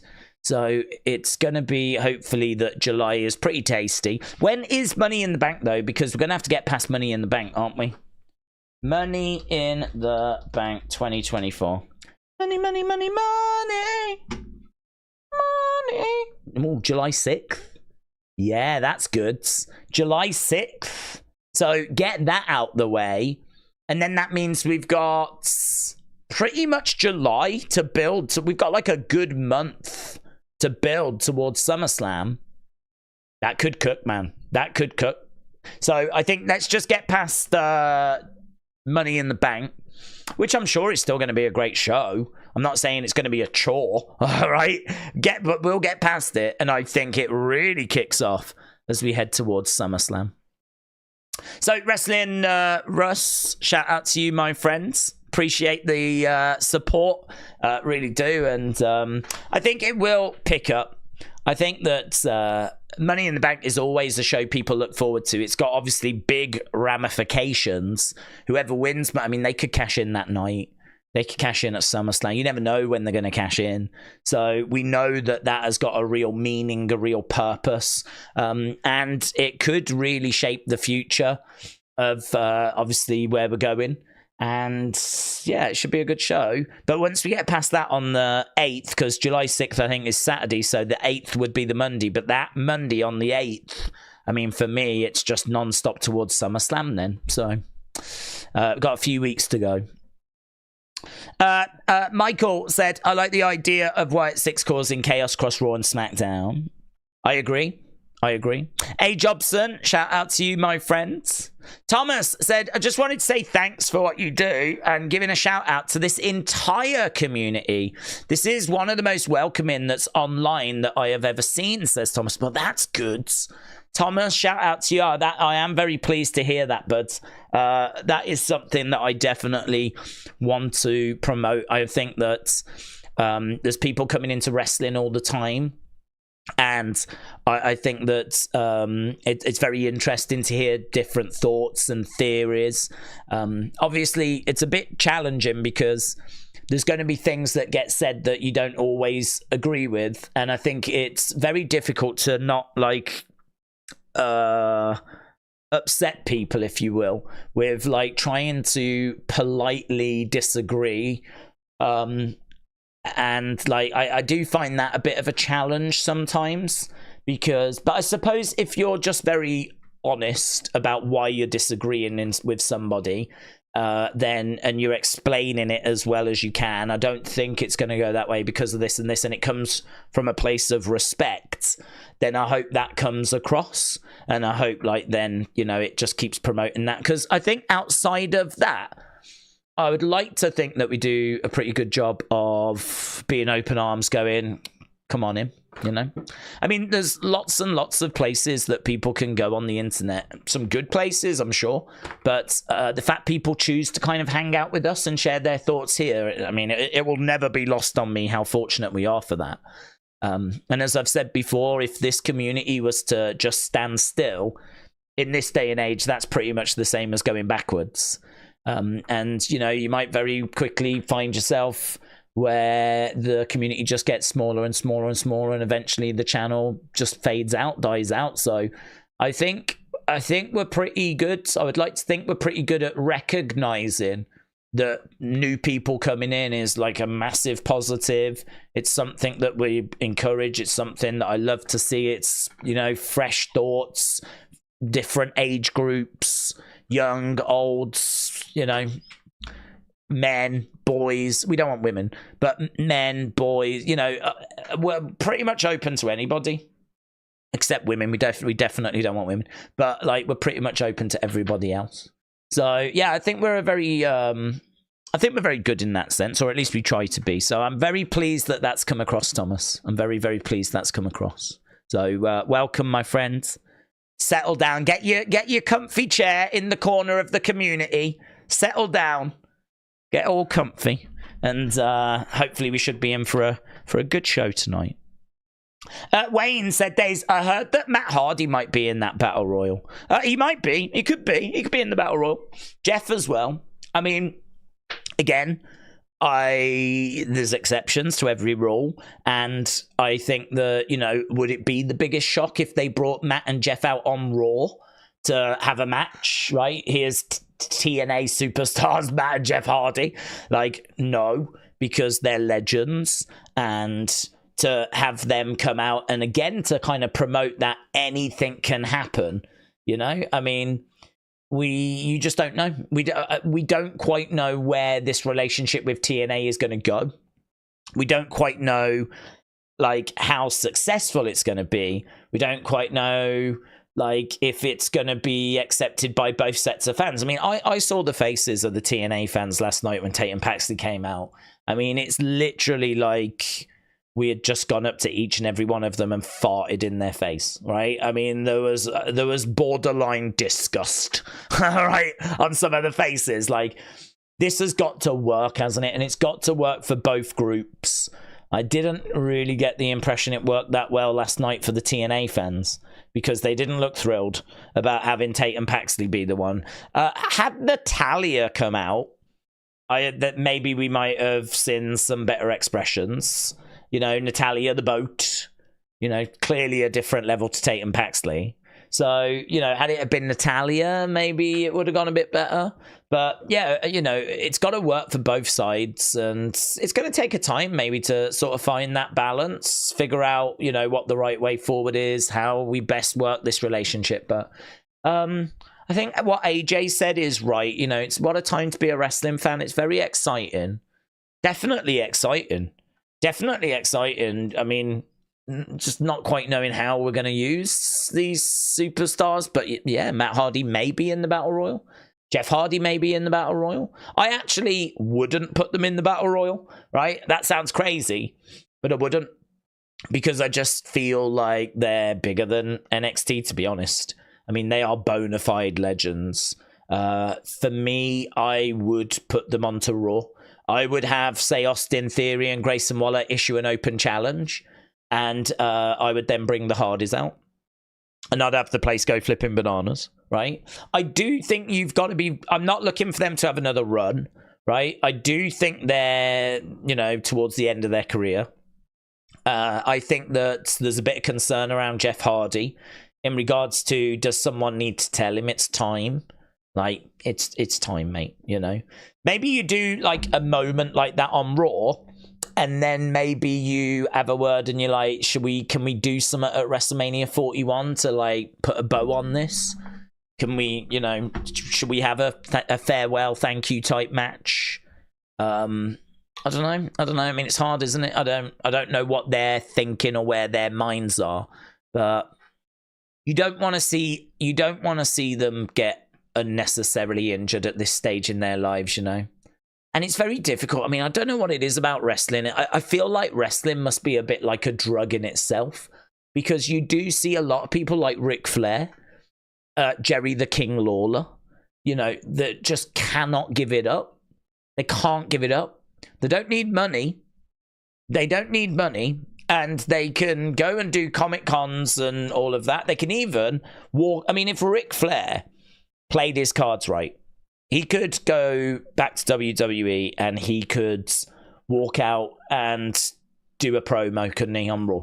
I mean, it's Ric Flair. So he could do that. So actually walking out in front of the fans, having your entrance music. I mean, Triple H does it. Triple H came out on the stage the other day. He got his entrance music. He came out. He talked to the fans. You know, if it's that feeling of like, I'm going to walk out in front of the fans. You can still have that. You don't have to wrestle. You can still have that. But there seems to be something about actually wrestling, competing, you know, putting the boots on, that seems to be quite addictive and very hard for certain people to let go. Like Jerry the King Lawler, like Terry Funk, you know, who wrestled till pretty much the day he died. I mean, these people just can't let it go. There's people that just can't let it go. And I feel like you don't want to see that happen really to Matt and Jeff. Don't want to see it happen to them, because they, you know, Jeff just doesn't know any flipping limits, does he? I mean, he'll push his body beyond, and none of us want to see him picking up. I mean, none of us wanted to see what happened to him with Sammy Guevara, you know? So, I don't know. I think I would be down for bringing them in as a lovely little surprise on Raw. I would do that rather than the Battle Royal. And then, you know, just maybe get a gauge as to where you at. What are you thinking? Are we looking at wrapping this up? You know, is it time? It feels like it's time. Maybe it was just a bad run in AEW, though. You know, I thought what Matt Hardy did in AEW was awful. I mean, I just don't know what he contributed. But then what was he allowed to contribute, you know? What was he allowed to do? Whatever I saw him doing just never seemed to work. It never seemed to work. So I don't know. Maybe they could get it together and have some good creative and have some good programs, and maybe dial down the risk taking a little bit, and maybe they could have a little run in TNA or something. I don't know. It'd be interesting to see where their heads were at, though, you know. But I wish them nothing but the best. Coach Co said, if I had a metaphor for what I have in store for 4 years of all quality, I would climb 4 floors, all on my 4-4s, stop full force, and finish this prophecy. Coach Co, I don't know what that was, but then I never know what your message is. Do you know, it's really weird, because Coach Co sends in the most cryptic messages, but then sends in the most delightful animal videos. Like, every time I read a Coach Co message, it just leaves my head spinning. And then I'll go on to like X, and there'll be a flipping panda that's stuck in some playground bit of equipment with its legs like kicking out, and that will have come in from Coach Co. It seems like Coach Co loves animal videos and riddles. I mean, maybe we should all live life that way. Perhaps we should all just be like super cryptic. And then in our downtime, we just laugh at goats. I don't know. Or camels or something. I don't know. You're quite the conundrum, Coach Co. We will never be able to work you out. And to be honest, I hope we never do. I hope we never do. So, Coach Co, shout out to you, my friends. I hope you are excited and ready for Clash at the Castle. Wayne Garland said, Days, could Roman be back for SummerSlam? He could be. I mean, he could be. He was off doing a film, and the streets were saying that he is expected to be back sooner rather than later. So I think Roman coming back at SummerSlam feels like a very good possibility. I don't know about before SummerSlam, but I think him coming back at SummerSlam feels like there's a good chance. The streets, again, are saying Cody solo, aren't they? I mean, right now, I was thinking Cody versus The Rock for SummerSlam. Then that seemed unlikely, and I wasn't sure what we were going to do. Maybe Roman would be back and we'd do the rematch. Now I think I've resigned myself to the fact it's actually going to be Cody versus Solo Sikoa. It just doesn't feel as good, does it? Doesn't feel as good, to be honest. I mean, that is quite the job to try and build that match, you know, for SummerSlam. So, yeah, that's not what I've been waiting for, really. So, I don't know. We'll have to wait and see. I mean, if Roman does come back before we end up doing the rematch, I think that would probably be the best thing to do. Cody against Roman, the rematch. With Roman still being heel, but knowing something's not right. I mean, first of all, Tama Tonga Loa here. And he could be like, you know, it could all be like lots of looks, lots of nervousness, lots of stares, lots of Roman giving orders. Tama Tonga like looking at Solo, nodding, like, do it. He doesn't know, but yeah, just do it. Make him think he's in charge. You know, that kind of a... Do it. Go on. It could all be that. He might not come back as face. He might come back as heel. And we might have, like, a bit of time where it's all looks and nods and all, like, you know...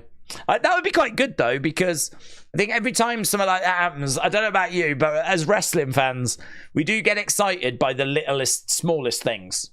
So, do you know what I mean? Like, there'll be a little nod from, oh, man, they'll be like, did you see what Solo just did? Did you see what he just did? Oh, my God. He just nodded. He just nodded. I don't know if you saw, but, like, Roman just looked over at Tama, and in the background, Solo went,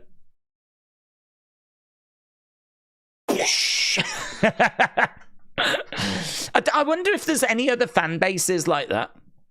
I wonder if there's any other fan bases where the smallest thing happens and they all go, did you see? Oh my God. What does it mean? What does it mean? And then, like, we do, like, an emergency unseen video. Or, like, we do an emergency Solo just nodded video. Where we tear it down. And we look back to see, has he nodded before? Can we find any example? Has he nodded before? Let's go back through our notes. He's never nodded. In fact, no, he has. He last nodded back in April of 2022. Oh, it's been over 2 years since he last nodded. That's why wrestling's the best, yeah? Because we focus on the detail, yeah? It's not always about the big picture, is it? It's not always about... Sometimes it's just about the little things. Sometimes it's just about the nuts. Tame Impasta, shout out to you, my friends. Tame said, Days, I hope you are well. I'm very emotionally strong, thank you. I'm curious about how WWE is going to weigh in the stars to send to other promotions. Unlike TNA, Marigold got EO, and she is legit main roster. Yeah, that's really interesting. You make a really good point there, Tame, because they did get EO, but EO has got a history with Rossi Gower. So, you know, I think that AJ has kind of teased that he would be interested in going back to TNA. So I think we would agree that AJ Styles is a big star, yeah? And I think there's a really good chance he's going to go back to TNA. So I think that TNA will get stars, big stars, but they may be stars that have that sort of connection, because that's what EO is. You know, EO has got a very strong connection with Rossi Ogawa. He, I believe, played a part in EO joining WWE, as he did with Kairi Sane and as he has with Julia. So, you know, there is obviously that bond that's already there. There's that respect that's already there. I think they want to go over there. And that's another thing as well. That's another thing is, if you work in North America, there's not much reason to want to go to TNA, right? If you work in WWE. If you're Bayley, right? Let's use Bayley as an example, and you'll see why in a sec. But if you're Bayley, why do you want to go to TNA? What benefit is there to going to TNA? If you want to fight Jordan Grace, you could probably do that one-off match in WWE, right? Jordan Grace is someone that's come into WWE a few times. I'm sure we can find a way of making that work, right? But why would you want to go to TNA? I'm not disrespecting TNA, but you're already in North America, right? It's not a different culture. There are different female wrestlers there that you could compete against, but it's American fans. It's in America. It's the same country. Do you know what I mean? But Bayley has expressed an interest in going to Marigold, right? And the reason being is because it's Japan. It's a whole different culture. Like, the style of wrestling is going to be different in Japan. Like, the training methods are going to be different. Training and the style of wrestling and the culture, and, you know, it's I mean, it's a different country. It's over a different side of the world. It's just like a voyage of discovery. You're not getting that if you go to TNA. But Bayley has said she'd be interested in going to Marigold. She's never competed in Japan. for any other company apart from WWE. She said she got almost got the chance to go, but then she signed with WWE.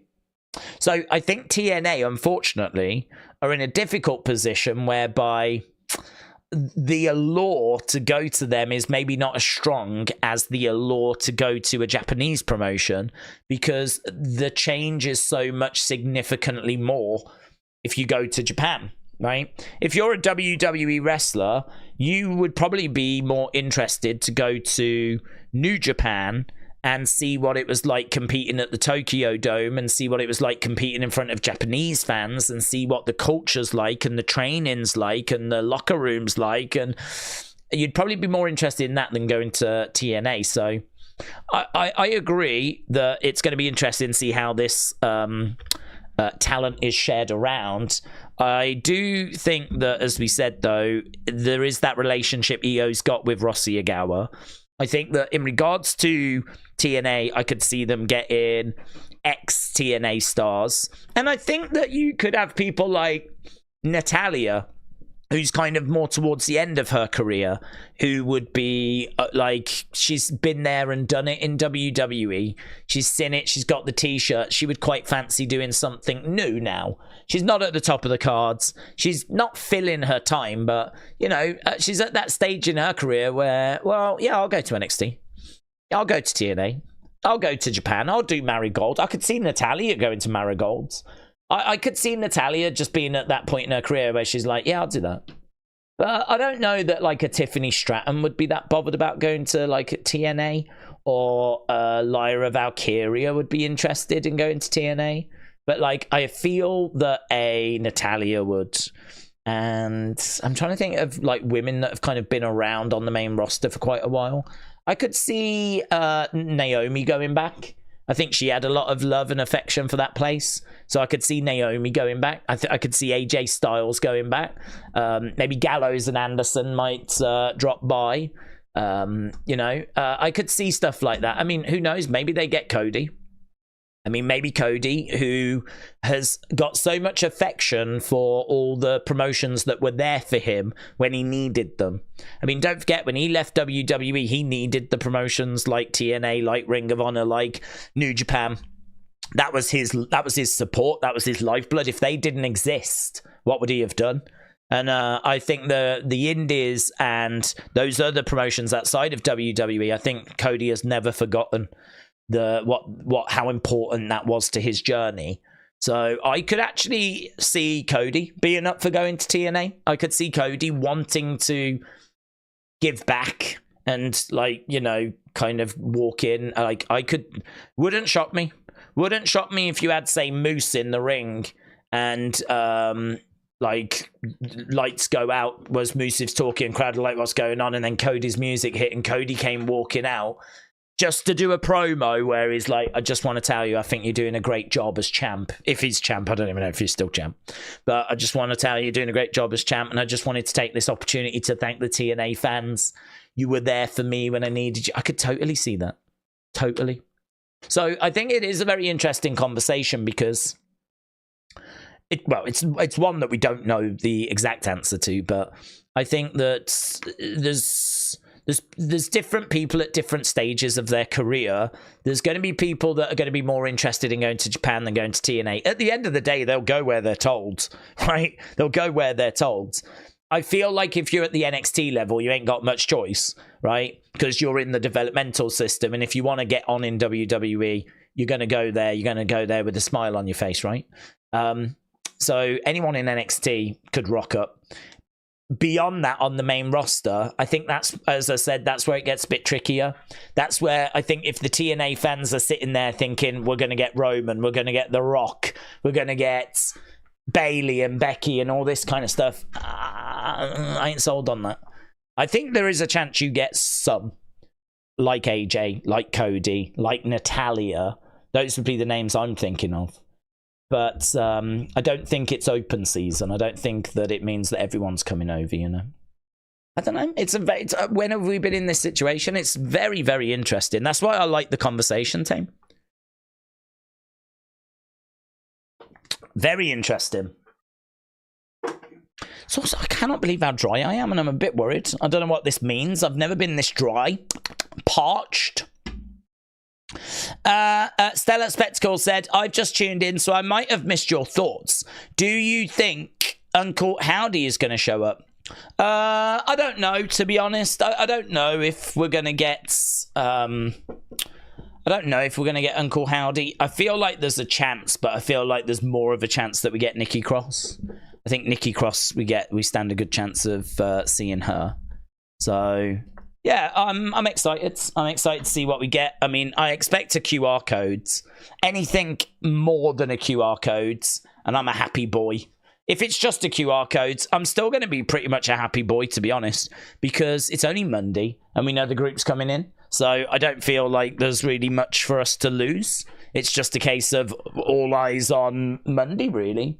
But yeah, I think Nikki Cross I'm looking at tonight to see if we get a moment. And as I said earlier, keep your eyes peeled backstage. Keep your eyes out backstage, because there may be, you know, if she was stood there with a veil in the background with her head down and like this, I could totally see something like that tonight as well. Because you know that'll go all over the internet. That'll go all over the internet. Harvey Kent said, get the beers in. Get the beers in. Beers tomorrow, buds. It's all about the beers tomorrow when England play. Let's go. All about England picking up that win tomorrow. There's going to be a major announcement from NOAH and WWE that's going to be made at our Yokohama Buntel event. A message from a certain wrestler will also be released. 3 p.m. English commentary, Wrestle Universe Live. So there we go. There is going to be an announcement from Pro Wrestling NOAH. A major announcement. NOAH and WWE will be made. I don't know what this is, by the way. I don't know what this is, but it's going to be interesting. It's 3 p.m. Japanese time. I don't know what time that is. 3 p.m. Japanese time. What's that? What's that in the UK? If it's 3 p.m. in Japan, what time is it here? 3 p.m. in Japan in UK time. I don't even know if I've worded that very well. It would be 7 in the morning. What? 7 in the morning? Yippity-doo-dah.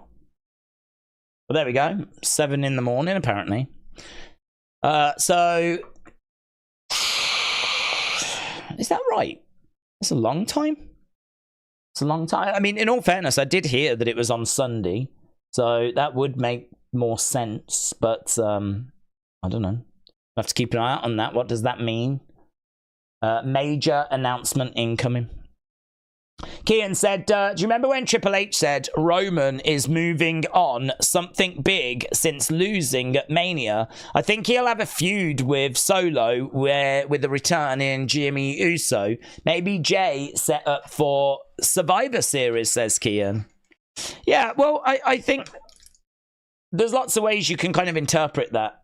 I mean, him not being champion anymore is him moving on to the next stage, because no longer is he champion. He's now got more freedom to go and do what he wants, really. So I feel like he is now moving on to the next chapter. How that chapter plays out, what this next phase looks like, not sure. It could be what you've just explained, but honestly, I don't know. I feel like Roman losing the belts is obviously very interesting, because we've not seen Roman not as champion since, when was it? 2020 he won? Roman's been champ since 2020. So it's mind-blowing, isn't it? Like, it's mind-blowing to think that when we see him next, there ain't going to be no belts. I mean, it's going to be crazy. So he is moving on to the next phase. Not sure how that's going to show itself, but hopefully we're not going to have to wait too long to find out. Right, let's take this off. Bayley has been looking mighty tasty. Bayley looking mighty tasty. Why is this not moving? Let's see if we can get that. There it is. Right, if we don't get a prolonged calf crusher with Cody streaming blood down his face in this match in agony, then it's a missed opportunity for a moment that will carry on through history. Well, I've asked you the question, are we going to get Uncle Howdy tonight? 53% of you have said yes. 47% of you have said no. So very close to 50-50. Very close.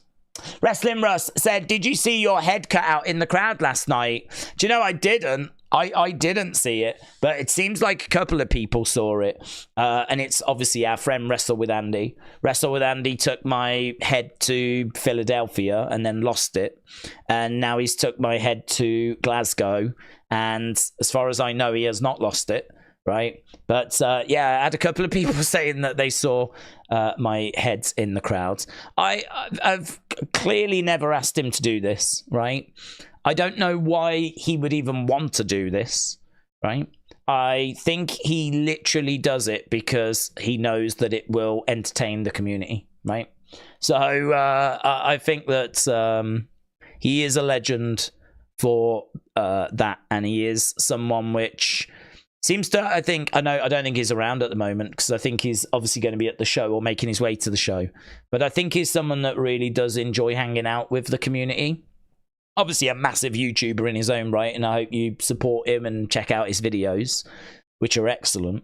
But yeah, well, just what a top guy, and you know, a really great member of the community as well. Someone that joins us for most streams, doesn't he? I mean, he's around quite a bit, so yeah, he's gone and done that as a way, I think, of like popping the community. So I didn't see it though, to be honest. I didn't see it, but I did get a couple of people saying they'd spotted my severed head floating around in the crowd. Leon T. Williams, shout out to you, my friends. Leon T. Williams, so good you went twice with it. So shout out to you. Alex or Sion Smith said, is Jey Uso coming to Scotland? I don't think so. I don't think we're getting him. I mean, he was on the poster, but the thing with the posters is I think they kind of compile those. They may get given a few specifics, like don't bother putting Roman on, for example. Like, here's a list of names we want you to like choose from. But you know how sort of plans change. They might have had something in mind for him, and maybe it just fell through, or maybe they never actually had anything in mind and they thought, well, he's one of our top stars, we'll see if we can get him on, and we never did get him on, right? So the thing with posters is it ain't set in stone, is it? It's literally a selection of the top current active superstars, and we just take it from that. So I don't think posters get read into that much. I don't really, you know, when the Clash at the Castle poster comes out, I might get tagged in it once or twice, like, have you seen the new poster? But it's funny, actually, for a fan base that's so detail-orientated, for a fan base that's so interested in looking at the detail, I think most people are pretty much on board with not, like, really reading into the posters too much. And I think part of that is because kind of got shown, hasn't it, a few times that you can't really do that, and there's plenty of occasions where the posters have not lived up to, you know, what we thought they were going to be. So yeah, Jay is one that's on the poster. He's not on this show. I'm not expecting him tonight, but yeah, you can never rule it out. Jeremy said Triple H and Summers will be 2026 nights in Minnesota. What? Hang on, I don't understand. So, what? You saw Triple H in Ann Summers, and you are going to be working there till 2026, and you live in Minnesota? Is that what you're saying? That's what I've taken from this message, Jeremy, is that you saw Triple H in Ann Summers in Minnesota, and you work there, probably as a model, and you've got a job till 2026 there. That's what I've took from your message. Please respond. Please tell me if I'm correct or not. And I just need you to know that whatever you reply, I will tell everyone that you said I was correct. Wicked Dust said, even though the crowd was pretty loud during the Cody AJ promo, did it seem to you that the production crew was turning down AJ's mic to make it seem like the crowd was even louder? Yeah, to be honest, I didn't notice that, but I could absolutely believe that. I mean, you can hear it sometimes where the crowd are chanting, and then like all of a sudden it just gets like they get louder, right? And it's not that the crowd all of a sudden just start like getting louder. It's because they turn the crowd mics up. So we know they turn the mics down on Dominik's mic, yeah? So these kind of levels are being looked at and adjusted on a regular basis. So for them to turn AJ's mic down so that it seems like the crowd are drowning him out with booze and what, yeah, I mean, all of that is just production trickery, isn't it? So absolutely could have been happening. Miss Clown said, we're probably going to get Uncle Fester. Well, I hope so. That's the only reason I'm here. I need cocaine to understand that super chat, says James. Well, I mean, I believe you've got quite the supply, haven't you? Are you not like one of the local dealers in your area, James? That's what I heard, that you've got an army of 8-year-olds that you send out dealing cocaine in the local area. I don't know if that's true or not, James, but I like to... that in my mind, you are pretty much the modern day Fagin from Oliver, where you live in a house with a load of 8-year-olds. I mean, I've heard reports that there's like 38-year-olds that live with you, and I don't know how I feel about that. But you send them out, basically, in the local area, down the shops and whatever, to sell cocaine for you. Listen, I don't know if that's true. That's just what I read in the Discords, right? That's just what other community members were saying in the Discords. I mean, I don't know if there's any truth to it. The picture was concerning that I saw, but yeah, I don't know. I don't know. I told you that in secret, says Jay. Alkaline saying it's Father's Day and I'll get as little as I want to. Father's Day? Oh my god, yeah, that's tomorrow, isn't it? Oh god, I should probably buy something. And I think it's my dad's birthday as well on Monday. It's always my dad's birthday around Father's Day. I think that's Monday. I haven't got anything. Ugh. James, can you send round one of your 8-year-olds with some cocaine? I might have to just go with that. Happy Father's Day. Nah, he's got some. James, shout out to you, buds. James can take the bants. That's why we always have fun with James, because he can take the bants. And he gives it back as well. Don't go feeling sorry for him. He gives it back. He prods away with the stick in return. William said, Days, just give your dad a shout out during the stream. Oh my god, he'd love that, wouldn't he? I mean, he never watches or even acknowledges me, but he would love that. Your father's birthday and also an Uncle Howdy appearance. Well, Duff man, I know what's more important. And it sucks to be my dad. Mr. B said, Days, tell your dad that Monday is a massacre. Imagine if I did and didn't explain what I meant. He'd be freaked out, wouldn't he? Easy99 said Spain 3-0. James said that's what she said. It's gonna be a B show, Days. Clash is gonna be beep. Days said Clash is gonna. Days didn't say that. Days said it was gonna be a B show. I don't know that you can make an argument it's going to be an A show if there's only 11,000 people there, right? So, and our main event is... Well, our main event will be Drew, won't it? But the biggest title is basically a rematch, and we know that Cody's going to win. So, and the women's title is Bayley against Piper, and I don't think anyone's expecting Piper to win. So, I don't know that the card suggests anything other than B show either, but I didn't say it was going to be a beep, did I? You know me. I'm Captain Optimist. I'm captain of the optimistic ship. So, I'm sure it's going to live up to expectations. I'm sure it's going to exceed expectations, actually.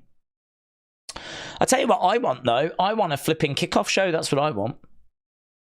It says that there are 2 things live right now, but there it is. Watch live. Oh, hello. What's going on? Has the kickoff show been on for an hour? 5 till 7 countdown. Have I been missing the kickoff show? I've been sat here thinking it was on for an hour before. A 2-hour kickoff show. 2-hour kickoff show. No, shut up. Has it been on for an hour already? Yeah. No! I thought it was about to start. 2-hour kickoff show. I did wonder why about an hour ago, like, a chunk of people had left. I was like, I mustn't have been very entertaining. I mustn't have been very informative. Well, I don't know. I can't remember what we were talking about, but I was like, oh, well, need to do better tonight. Turns out it's because the kickoff show started and they went off to watch that. I never knew. What? 2 hours for a B show? How long are we going to do the one for WrestleMania? Then we're going to do like 7-hour kickoff show. Can't believe it. I can't believe it. Straight. I can't believe it. That's my Scottish accent. That's really good. La la la la la la la. Lovely. Right, Days. Roman's return will be out of this world. I am salivating thinking about it. Well, have I missed anything from this kickoff show? That's what I'm dialed in with. Have I missed anything? Answers on. I can't. No one's told me of anything, so I don't think I have. And there's no matches on it, is there? So. Big Time said, I don't watch TNA, but I was disappointed that WWE had sent Tatum. TNA gave them Jordan. Roxanne pinned their champion, and in return, they got Tatum. For me, I just want both sides to have good trades. Dude, that is so the wrong way of looking at it. That is, we're a little bit off there. We're a little bit off there. The fact that TNA have been mentioned, like, on the Clash of the Castle kickoff show, the fact that they have been mentioned by WWE fans, that Jordan appeared on NXT with the TNA Women's Championship. Like, all of this is exposure for TNA. I mean, if you're only looking at a talent exchange, I think you've completely missed it. I think you've completely missed it. There's one company that gets like 200,000 views. There's another company that's pushing over 700,000 views. And TNA managed to get one of their wrestlers onto the NXT show, right? They managed to get one of their wrestlers onto the show that gets, triple? Over triple views what they're getting with their show, I think. And then, like, we gave them an NXT start. Granted, not one of the biggest names. Like, we could have gone with someone a bit bigger. But then saying that at the NXT level, who are you going to send? What girl are you going to send? I mean, you could have sent Natalya, right? The 2 names I thought was Natalya and Tatum. Because Natalya had been making some gestures online about thinking of going over and like manifesting this dream match, right? And then the other one was, if you watched NXT, you will have seen that Tatum was like, she grabbed the belt at Battleground and she went to run away with it. And Ash by Elegance had to stop her. And also backstage, Tatum kind of was stroking the belt, was interested in the women's belt. So to me, there was only 2 options that were going to be on the table for who it was. And actually, funnily enough, I mentioned both names during the Unseen video last night. I mentioned, like, for me, it's either going to be Tatum Paxton or it's going to be Natalya. And I didn't know which one they'd go with. They ended up going with Tatum. And I saw that the crowd reacted like we had just, you know, said some nasty things about their mothers. I don't think they were thrilled at it. But again, I think they've completely missed the ship here. I mean, how about we don't talk about them? How about we don't work with them? How about we don't bring Jordan Grace on? How about we don't mention TNA? And they don't get any of that free promotion. They don't get any of that kind of being mentioned, you know? gotta be worth its weight in gold, man. And who knows where it's going as well. I mean, eventually we may be working our way towards TNA versus NXT and doing some sort of Forbidden Door massive show. This is just the start of the relationship. I mean, I can't for a second think that anyone that works at TNA is disappointed with what's happened so far. So, no, listen, if the fans are a bit down about it, I'm sure they'll get over it soon enough. And if they actually think logically about it, I think they'll stop being down about it, to be honest. Unless they're like anti-WWE and they just don't want to work with WWE. But, yeah, I think that that's not quite the way I'm looking at it. Do we think Ricochet should have pulled Gail Kim and left? Do we think Ricochet should have pulled Gail Kim and left, says Inside Out and Again. Well, he has left. He has left. I think that, do you mean like just not done that job on the way out? I think Ricochet, the thing is, I think Ricochet carries himself with dignity. He does the right thing. He's, you know, he's someone that you can rely on. He's someone that's a man of his word. He's a good person. And I think that, you know, that's a good impression to give, isn't it? That's a good impression to give. So I think that for him to do that, it holds him in good stead. You know, if you bring him in, you're getting a honest to God, like, good person there that's going to do a job for you, you know? Right, we've got, let's get over to here. I've already missed an hour. We've got Kevin Owens and we've got Big E. We are up and running with, I've got no sound. Always does that.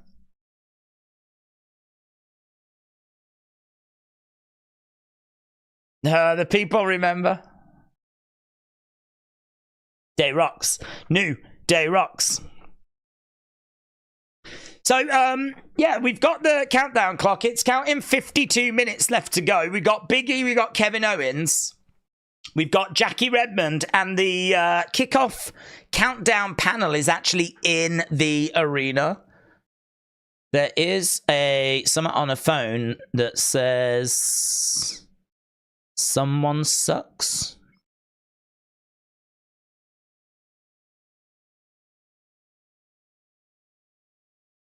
Kevin Owens says, we don't go to the UK as much, so every time we come over here, it's just that little bit more special.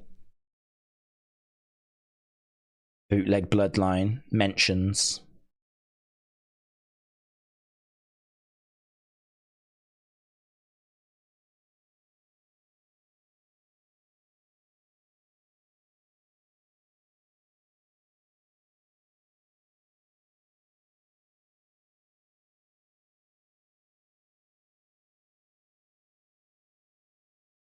So, Big E's talking about how he was dressed as Braveheart delivering a speech. And he said he absolutely got a great reaction and he loves the people of Glasgow. So, they're just chatting away at the moment. There's no matches on the kickoff show. So, we may get some interviews or something. Probably just going to be a lot of video packages. They're just talking about the I Quit match that's coming up. Cody, AJ, I Quit, undisputed WWE Championship. Let's go. Big Time said TNA has got 3 weeks exposure in ratings, but they've been below 100,000 on Access.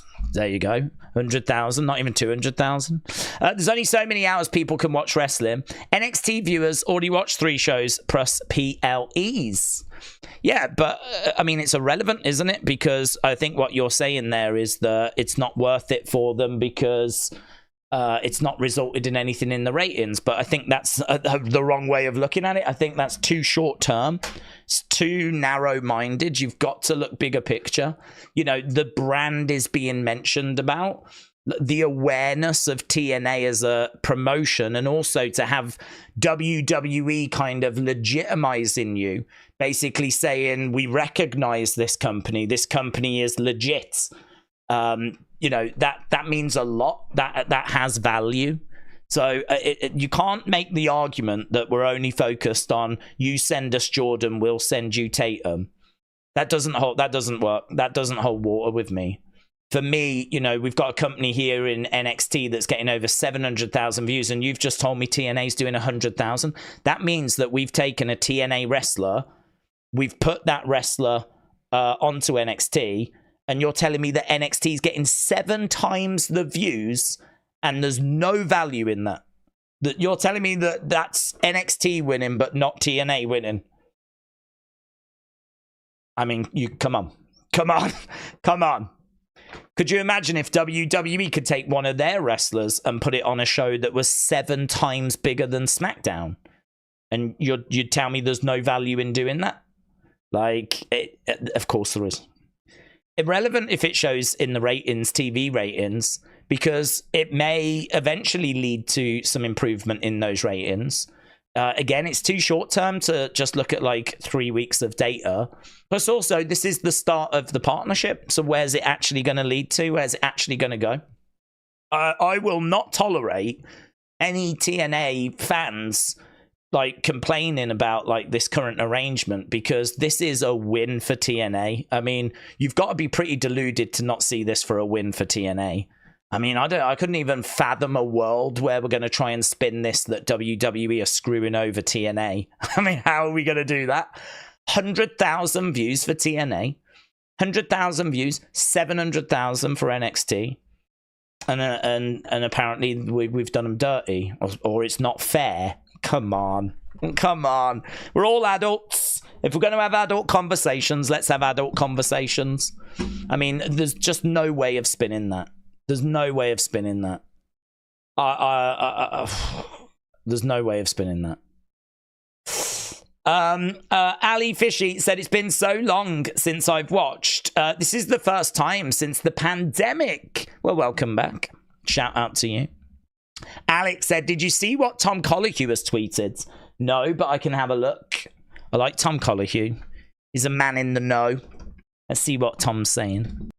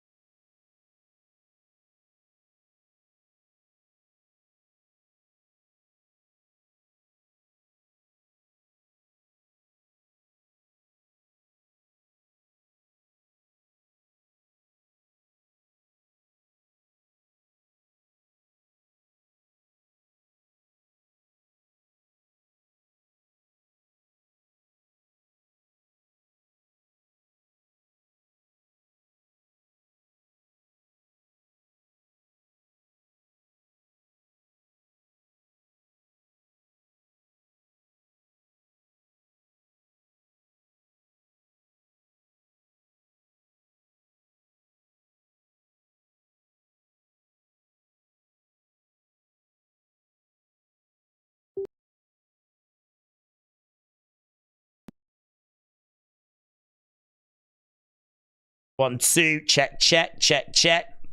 Flipping hate this microphone. I think it's a faulty cable. Anyway, let's go back. Yeah, he said Nikki Cross has been missed by WWE. And the point that I just made was no shot at Tom Colohue, because I really like Tom Colohue, but I do find that these kind of news outlets, they put these sort of cryptic messages out there, right? They put these cryptic tweets out there, and I think they do it so that like they're implying something. So if it comes off, they can be like, told ya. But if it doesn't come off, then they're protected. Do you know what I mean? Like, you'll see Zero News putting these eyes emojis, like, and people are like, oh my God, what do you know? And they're like, oh, you'll find out. And then if something happens, they're like, see, told you, keep an eye out. But then if nothing happens, they're like, well, you know, there was, I knew that match was going to end the way it did, or whatever it might be, you know? So, I don't know, this one where he's like, Nikki Cross has been missed by WWE. I mean, I look at that and I'm like, yeah, well, okay, she has. She has. I mean, we've got other talent, so I mean, you know, it's been fine. But yeah, it would have been nice to have seen her. I'm guessing he's implying that she's going to be on the show, but I don't know. I just wish that I wish there was a different way of sort of delivering the news. Perhaps it would be better if it was like what Fightful do, and they're like, we've got some news on Nikki Cross, jump over to Fightful Select, and then they just tell you what the news is, and you live and die by the sword, basically, rather than this kind of eyes emoji, super cryptic, you know, all that kind of stuff, you know. Interesting. Summit says, hi Lays, hi for now, it's been long and I hope you've been great. I'm good, thank you, I hope you are well. Will Brock Lesnar be at Clash? No, I don't believe so. Who said that? That was Mohammed's. Ian said, where the professional journalists with pictures with Liv straddling him? Well, yes, I did retweet that, and that is probably the best picture I've ever seen. What did Joe say? Who's Joe? What did Joe say? Who's Joe? Breaking news, Drew will win the championship. There's no CM Punk, said Van Man. John said Brock can stay away. Spartan said, Days, how's your day going? It's going all right. It's quite early. I'm still not quite used to this. I mean, we started the stream at 4, and can I just say this kickoff show's rubbish. It's normally pretty rubbish, but yeah, we started it at 4, which is like super early for me. I normally get up at like 7, so it's kind of a bit weird to be streaming at this time.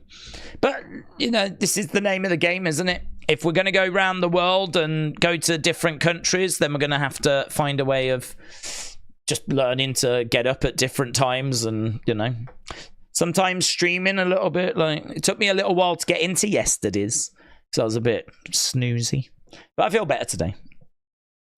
What did Joe Gacy say? I don't know. Has he said something?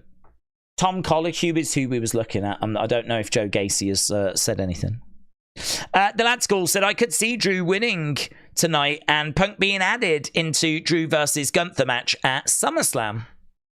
Metal Mama said CM Punk won't need to. Carlito will be the chaos, as he is just a prospect for the Judgment Day, isn't banned. Interesting.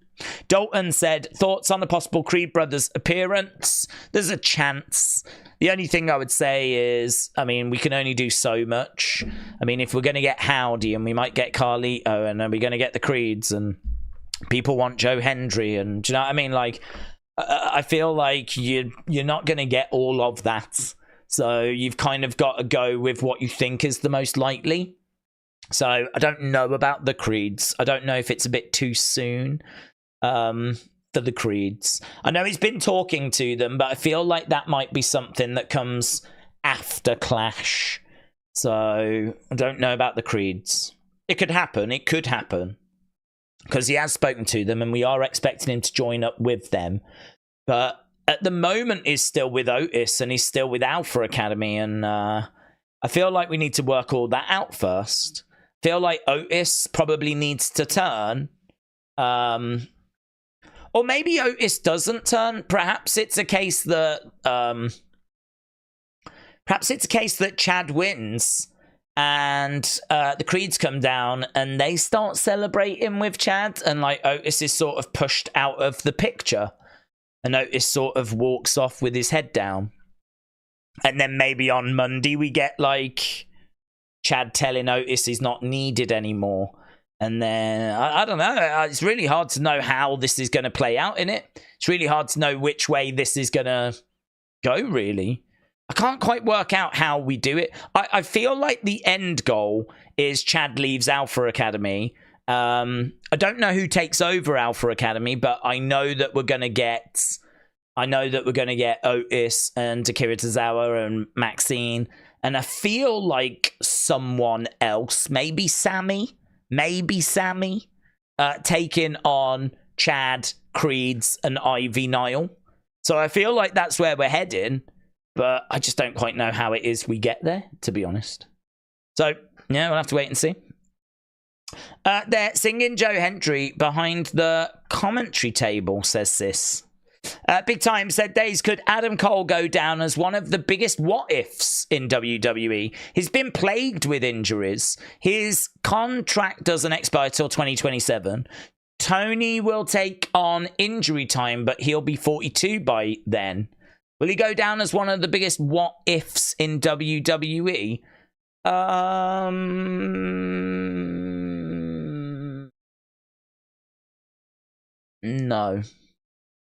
No. I mean, for me, what if would surely be like, what if, I don't know, I mean, how unrealistic a what if would you have? I mean, what if the NWO left WCW and joined WWE in like 97? Like, it never happened. It was never close to happening. But, you know, are we talking that kind of scale? Are we talking like anything's on the table? Or is it that it was people that were on the books? Because even, you know, Adam Cole, I mean, he was big in NXT developmental, but I mean, he never got going on the main roster. And we know the main roster. I mean, Johnny Gargano was huge. I mean, I reckon if you're doing a Mount Rushmore of NXT, I think Johnny Gargano is going to be on that Mount Rushmore. You know, DIY, his feud with Tommaso. I think he's had more 5-star matches than anyone else in NXT history. But look at how he's been on the main roster. Like, it's not. It is. You can be a big fish in NXT, and you can then just get absolutely lost. I mean, Karrion Kross was a champion NXT, and he has really struggled on the main roster. Johnny Gargano has struggled on the main roster. Shinsuke. Not, you know, he's won the Rumble, whatever, but I think we can agree that Shinsuke hasn't reached the heights we hoped for. I think we can agree that Finn Balor didn't reach the heights we hoped for. I think we can agree that Samoa Joe didn't reach the heights that we had hoped for. I feel like there's a good healthy line of people that have come out of NXT that have gone to the main roster that have then struggled. And we just don't know how Adam Cole would have done. We just don't know. So I kind of look at that and I'm like, no.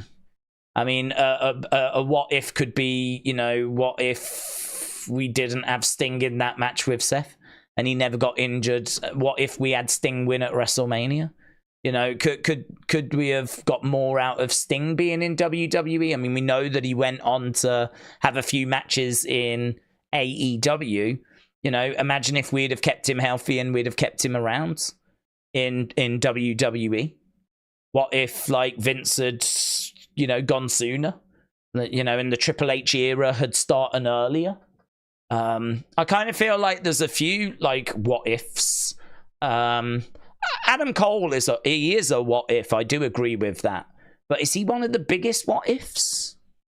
I don't think so. I mean, look at him in AEW. I mean, he hasn't.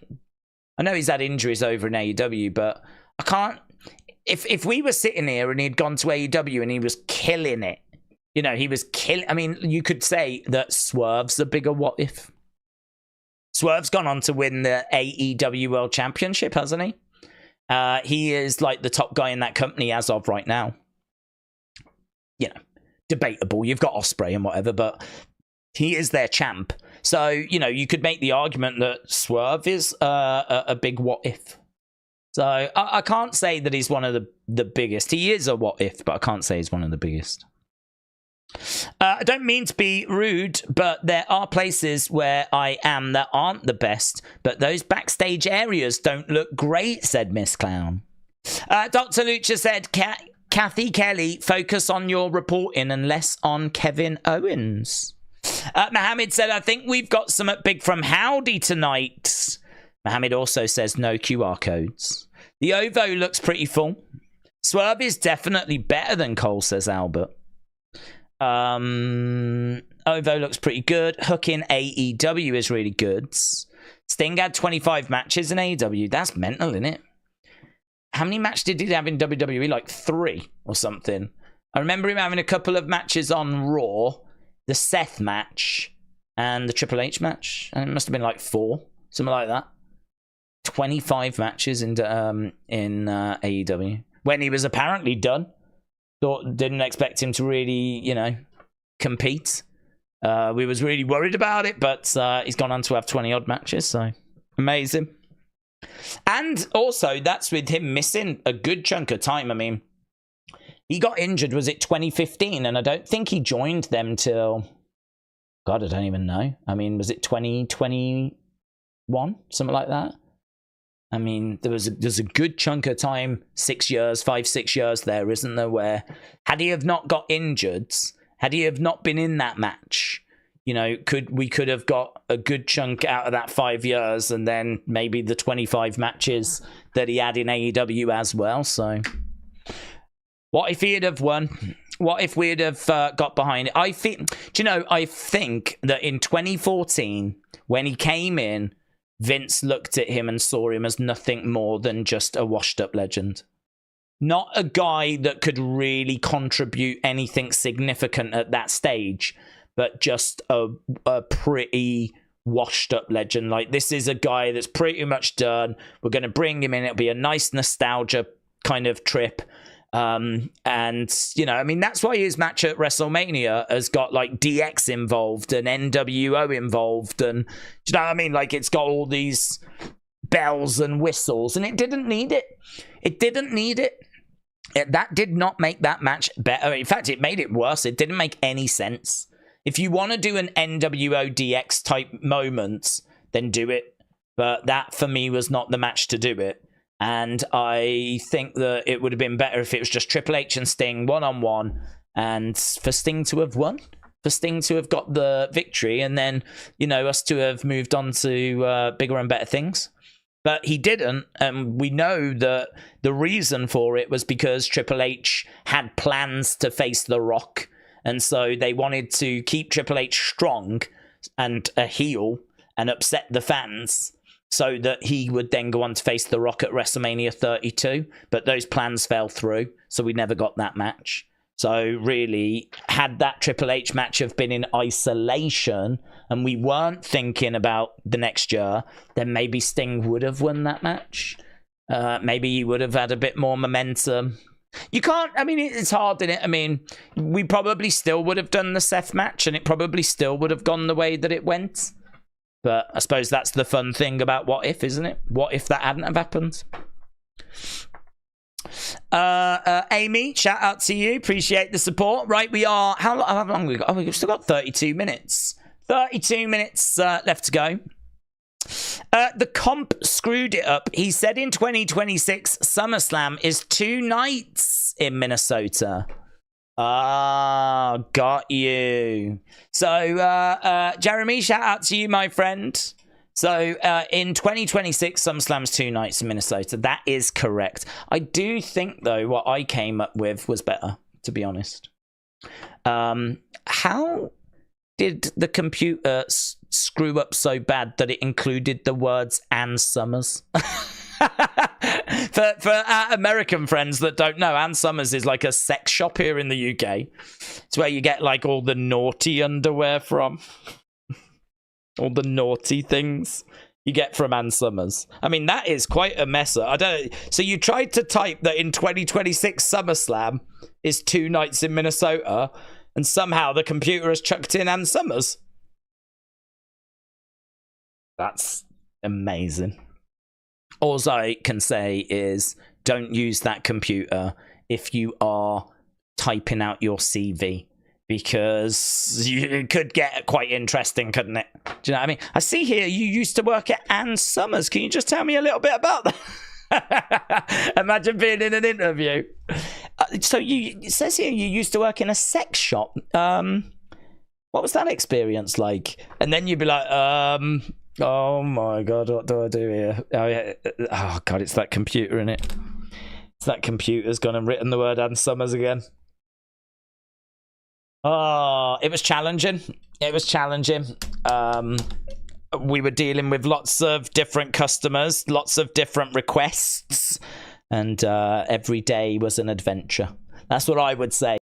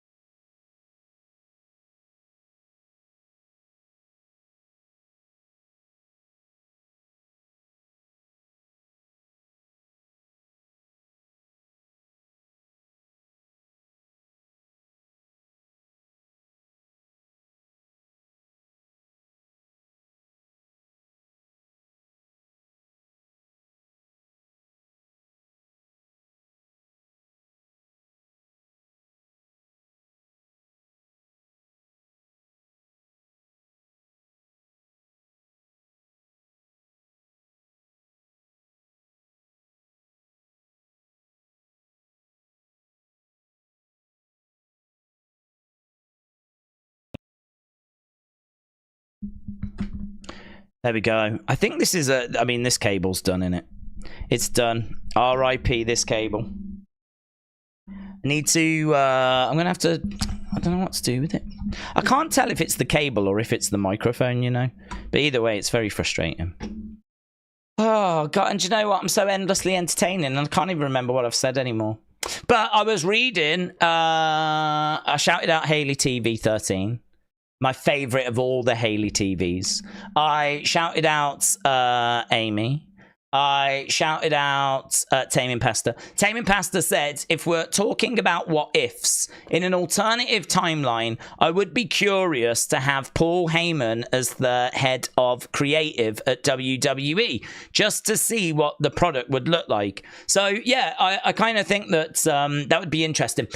Obviously, Paul Heyman's endlessly fascinating because he does know his business, right? He does know, like, he's very good at looking at trends, and he's very good at looking at different situations. And I think he knows that you wouldn't get away with doing the ECW stuff like past Attitude Era. I feel like you would have to tailor it. You know, the world is a very different place now. And I don't think that that style of wrestling would have carried on much longer. And, you know, tastes change, things evolve, and it would be very interesting to see what he would come up with. I mean, when he was in charge with SmackDown, you know, we got an incredible time, didn't we? We had, like, loads of great matches, and obviously we had, like, Rey Mysterio, and we had, like... all those kind of guys going over there, Edge and whatnot, and it was a really great time. I think he is someone that's capable of booking really great stories, and I think he's also someone that when he needs to, he can kind of lean into that sort of extreme. I think he's very clever. He is very, very clever at what he does. I think he does really understand like the creative side of the business. So I agree with you. I think that it would have been fascinating to have seen what he could have conjured up and what he could have come up with. But I think there'd be a misconception to think that it would just be like all extreme stuff, yeah? So I agree, that would be a very interesting what if. Carlin 1985 Gareth says, I hope you have a great stream. Well, I will if this flipping cable holds out.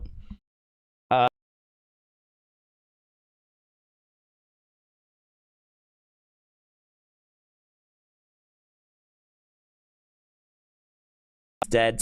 It's over. It's done. I don't have a replacement. I would change the cable, but I don't have a replacement. The cable's dead, guys. It's done. It's over. We need to move on. We need to just accept that this thing is probably gonna fail many times tonight. I think it'll probably fail just at the exact moment that Uncle Howdy comes out. I could imagine it being a case that this cable is gonna go just at the absolute moment where Uncle Howdy finally appears. And I'll be like,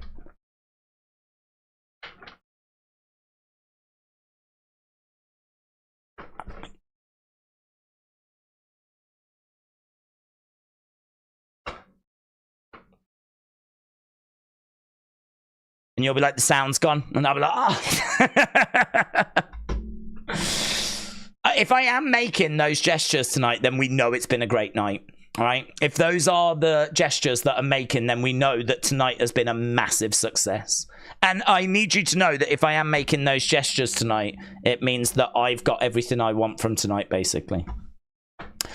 Do you have a tan filter on? No. I don't know what you're on about, mate. I'm naturally tanned. You know me. Naturally tanned, mate. And tan filters. Do you know what? I saw something that was really quite scary. I went on TikTok, right? Because I've started to put some stuff up on TikTok again. And I was on TikTok and there was this woman and she was like, you can download this app that will obviously fix your photos, right? And it had like this girl that was like looking down and she was looking all sad. And this filter went over and her face was lifted and she was smiling. And it was like, I think it's one thing to, like, you know, if your eyes are closed, make it look like your eyes are open, yeah? Or it's another thing to, you know, be able to just Photoshop. So this was just completely changing.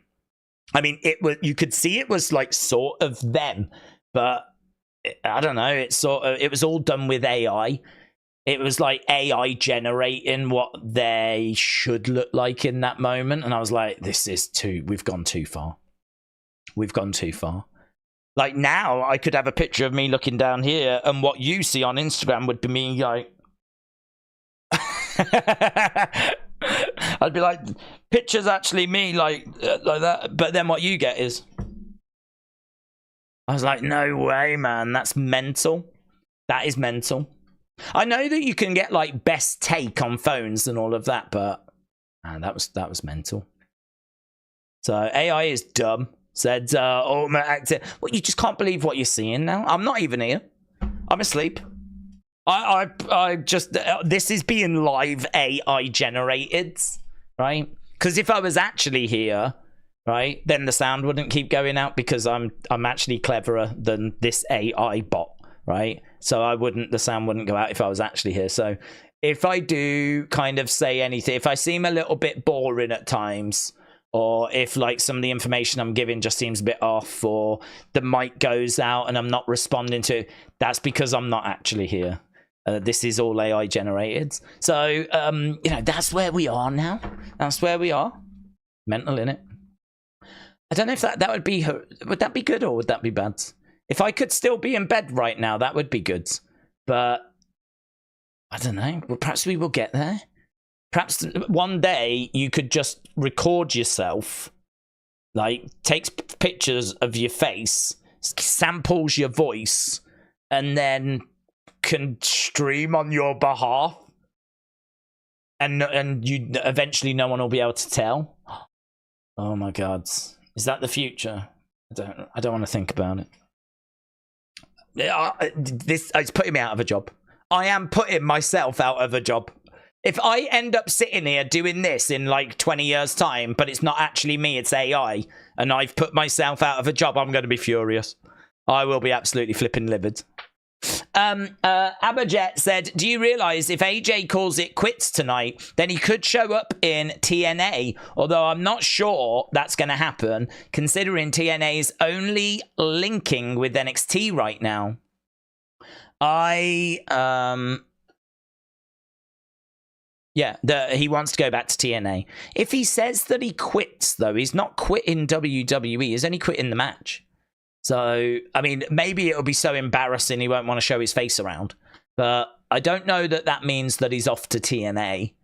He does want to go back to TNA, but I don't know that... Do you know what I mean? Saying I quit and actually quitting two different things. I can't believe Chad Cable is kept going heel, said Smurfy Tunes. The kind of thing could easily be used for shady reasons, says that's what she says. Yeah, I agree. Wayne Garfield said, Days, is there a kickoff show tonight? No, buds. No, we're just going to go straight into the event. So that'll be in 19 minutes. Also, I am lying, and it did start an hour and 40 minutes ago. Trent said, some people do that now, playing video games. It's probably a bit harder with a live reaction. Some people do that now. What do you mean? Like, there is a fake person on stream, like, playing the game? What do you mean? We haven't reached that level, have we yet? We're not already there, are we? Where we've got that happening. Right, the crowd are getting amped up. We've got 18 minutes to go. We will be underway with this very soon. I think I speak for everyone when I say Roman should be on this show as your undisputed WWE champion. Brony. Controversial. I do my weekly shopping at Ann Summers, says Miss Clown. I know. Last time I met up with Miss Clown, he showed me what he bought. It was good. There's Trinidad Flag Guy. He modelled it and everything. It's the best night of my life. Big Time said, did you see Rishi Sunak getting himself trending over not having Sky when he was a kid? I did see that.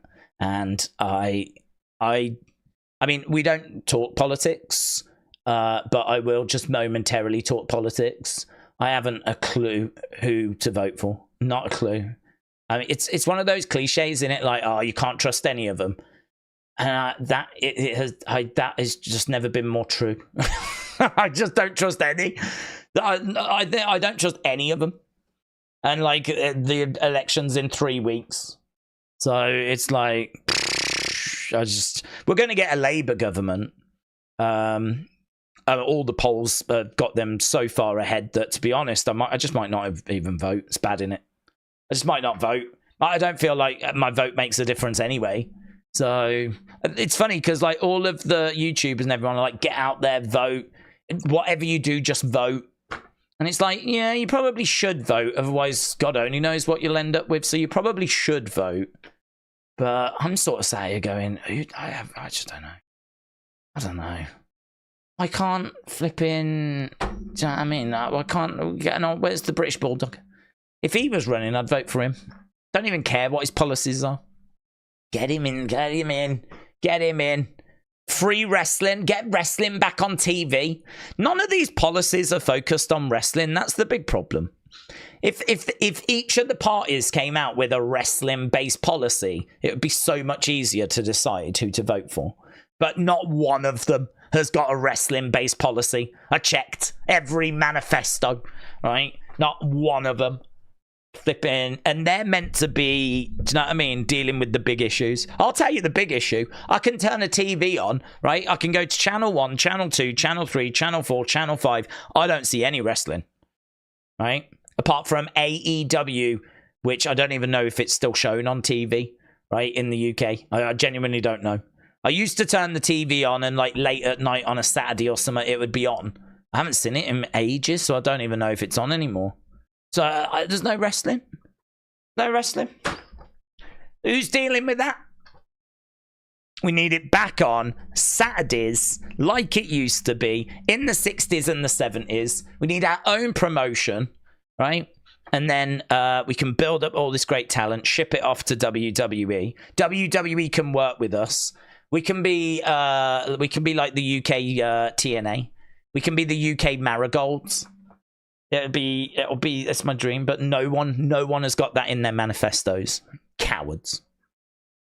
Danny said, I've tagged you with a picture. I hope that you like it. Thank you, Danny. I will have a quick look, but... Oh, no, yeah, good. I'm getting lanterns ready to set up. Danny's going full boards.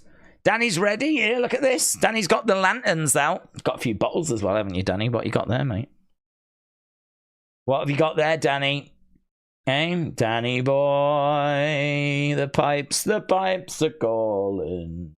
They look like margarita bottles. Hey, you got some bottles of margarita down there. Nice. And some he's got the lanterns ready. And some really scary leather looking item. I don't know what that is. Have you been in Ann Summers? So yeah, I don't know what that is, and I don't know why you've got like a black dong on your wall as well in the background.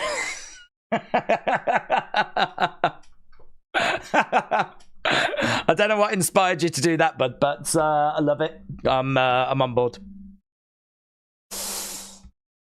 So Danny, I've liked it, buds. And you know what? I'm going to type the words. Yowie, wowie. There we go. That's the name of both of your lanterns. One's called Yowie and the other's called Wowie.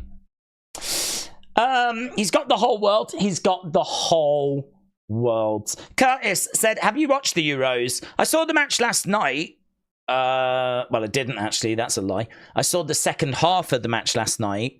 And I think it was done, weren't it? Scotland were already dead. So it was done. I haven't had a chance to see anything today. I know Hungary were losing to Switzerland, which I was surprised at.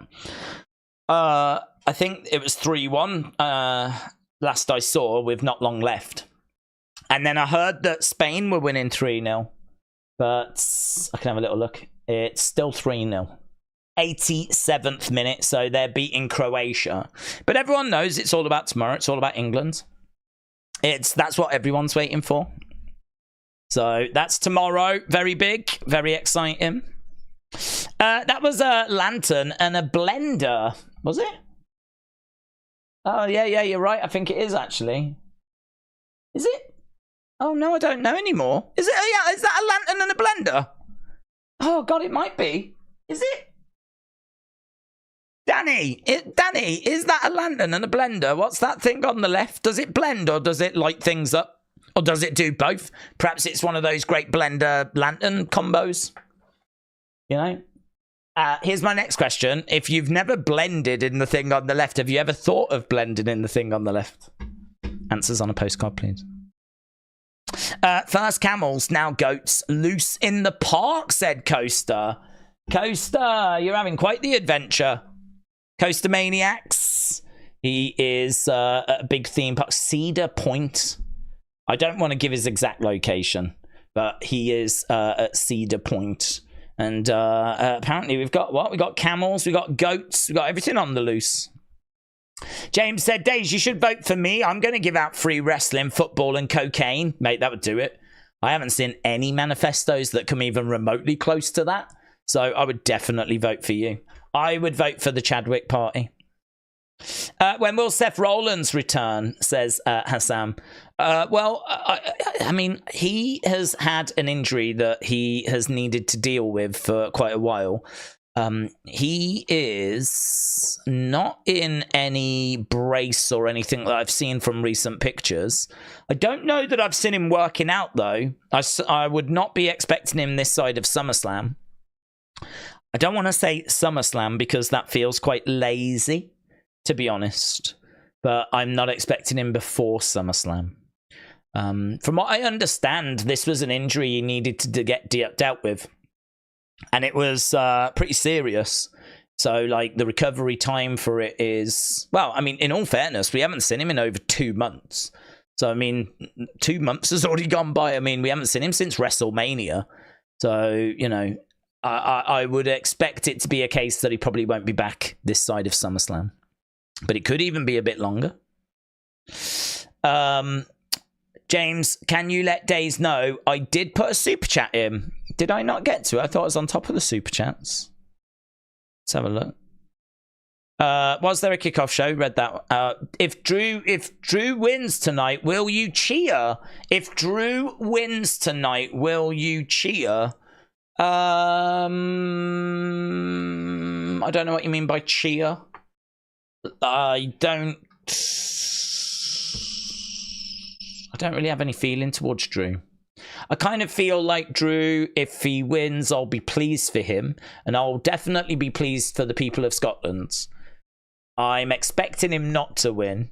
So if he wins, I'll be pleased for him, but I won't cheer. He's not someone that I find myself rooting for. I've said before, I mean, Drew to me is someone that is British, but he feels like he identifies more so as Scottish rather than being British. I mean, I don't even know if he really identifies as being British. So, I don't know. I kind of feel like he's Scotland's.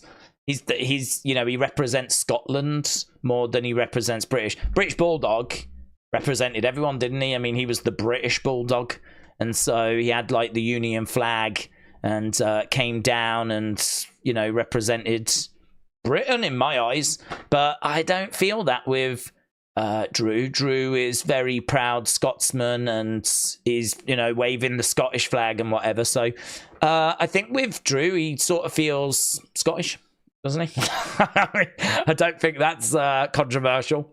Do you know one thing about Drew? He feels very Scottish.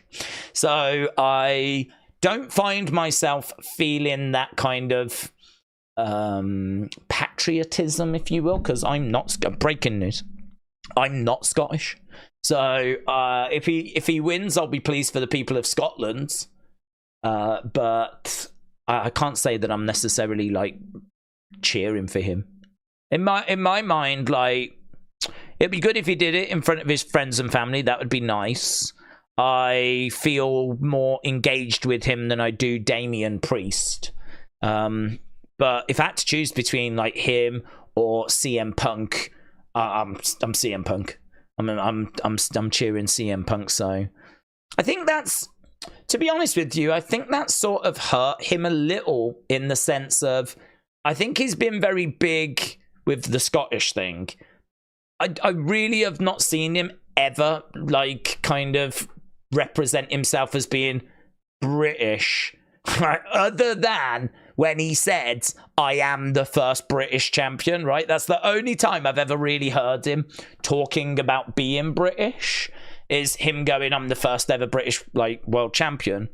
And as a result, I'm just like, yeah, nah. In my eyes, you're the first Scottish champion. And yeah, you are the first British champion. Like, that is correct. But I don't feel the same way for Drew that I would for British Bulldog, you know? And it's nothing to do with him being Scottish. It really isn't. I always used to cheer for Andy Murray. But I feel like you've got to make a bit of an effort to go, I'm here for Wales, I'm here for England, I'm here for Northern Ireland, I'm here for Scotland. If he was representative of all of those, like, I'm here for Britain, you know, that's different, man. Then I can get behind him then. Throw me a bone. Do you know what I mean? Give me something. But he's a very proud Scotsman. I don't blame him for that. He's obviously one of the most successful people to come from, you know, Britain, if you will. And I wish him all the best. I don't have any ill will towards him, but yeah, I'd be lying if I was to make out that I felt like this real connection with him or anything. I don't. He ain't no British Bulldog in my eyes. So, yeah. I can't wait until Punk comes back from his injury. His segments are always enjoyable. MTTRDDN. Andy Murray said he was not British. He was Scottish, though. Well, I never heard him say that. I always used to see him speak about, like, you know, representing the Great British Davis Cup team. And, like, you know, he was always spoken at Wimbledon. I've never heard him say that. Well, if he has said that, then I regret supporting him. I've got a question. Why no Scotland background, said Simulation 54. I'm not really looking to change the backgrounds anymore. That's the real reason. We did have a little look at some of the different backgrounds the other day, but to be honest, I wanted to not really have to worry about doing that. So maybe we'll do it for like a SummerSlam and a WrestleMania, but I'm not really looking for doing it for like all the B shows. D said, I had my reservations about Punk at first, but I am loving him so far. Haley said Punk in Glasgow this morning. LS Dub said they've done a tremendous job of building up this rematch. I genuinely can't wait for the I Quit match. Do you miss Otis? Says Corey. We never really got Otis, did we?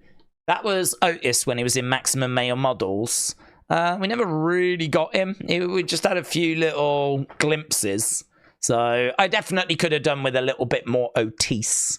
But I can't say that I miss him. Right, we got 4 minutes. I'm going to get another bottle of water. I need more water. We are literally 4 minutes from the show.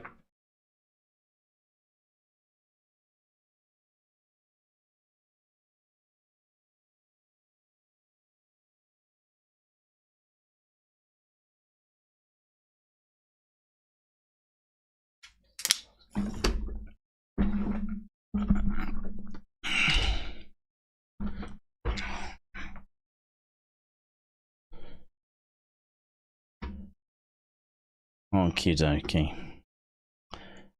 Right. We need to make sure we're all set up because it's not far off now. 3 minutes is all we've got. So we've got that. We've got that.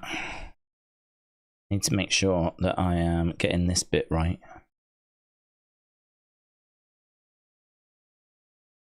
Yeah, baby. Right. Days. They're British when they win. They're Scottish when they lose, said James. Yeah. Yeah. I mean, that is the joke, but I didn't even feel that way.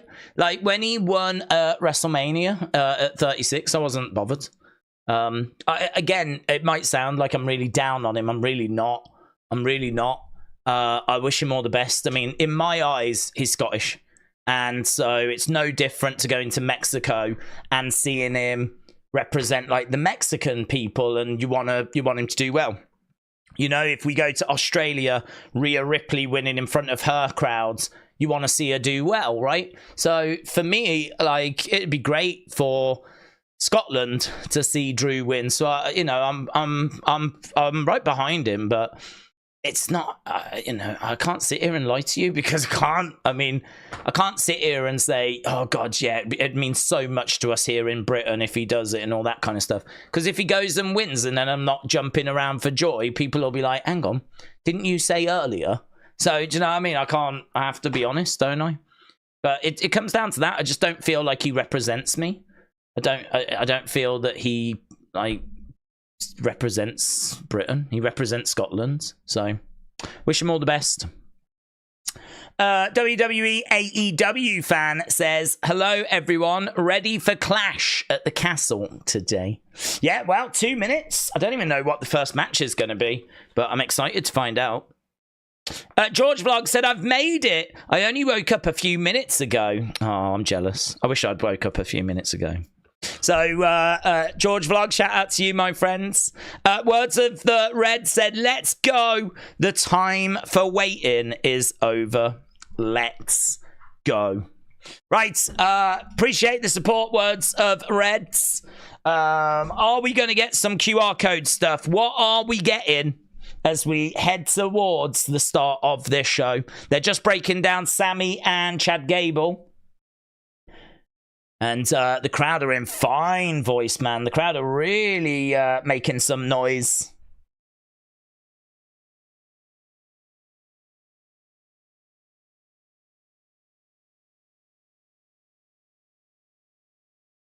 I think we've got CM Punk chants, you know. CM Punk, CM Punk.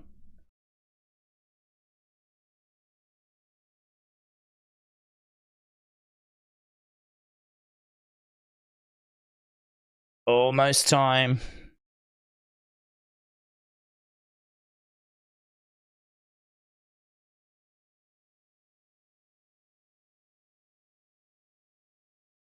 What? We're kicking off with Cody? Cody AJ first match. No way, man. Cody AJ is kicking off the show. What the flip? No way. Cody AJ first match. Wow. Was not expecting that. I mean, I think we knew that it was not going to be a case of it being... I think we knew that it wasn't going to be a case that it would be Drew. I think we knew Drew was going to close the show, but... Wow, I wasn't expecting this. Cody versus AJ Styles. I quit. I mean, look, if there was any doubt, we're not going to crown a new undisputed WWE champion at the end of the first match, are we? Then, now, forever together. Bum, bum, bum. So, yeah, words of red. Shout out to you, George Vlogs, WWE, AEW fan. Shout out to everyone that's joining us. We have just got some shots of Scotland. That's nice. The Hydro looks lovely, man. I really rate it. It looked great yesterday, actually. We're just seeing Cody Rhodes arriving.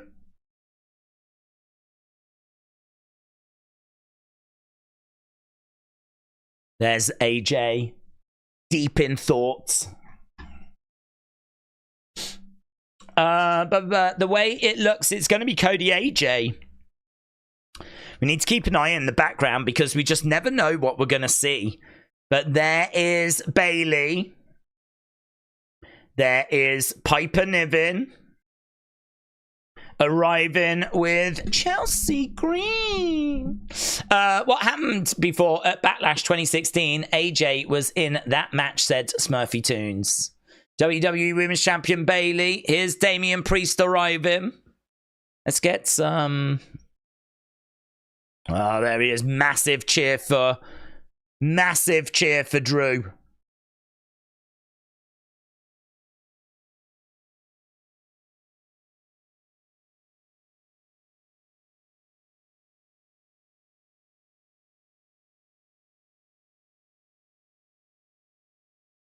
Okay, so we have got the official theme of Clash at the Castle was just playing. Crowds erupting, and now we're getting the intro. It's big, man. Big for Scotland, this. The eyes of the wrestling... Big for Drew as well. The eyes of the wrestling world descending on Glasgow.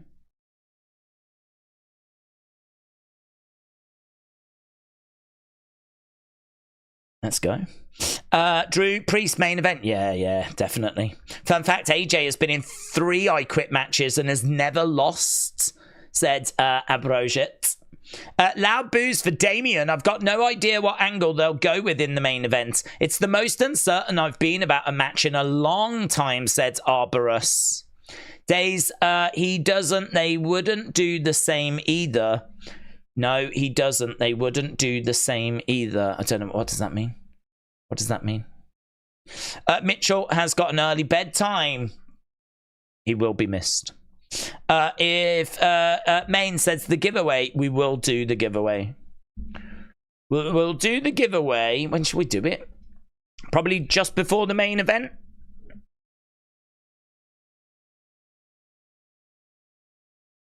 I'll make a note.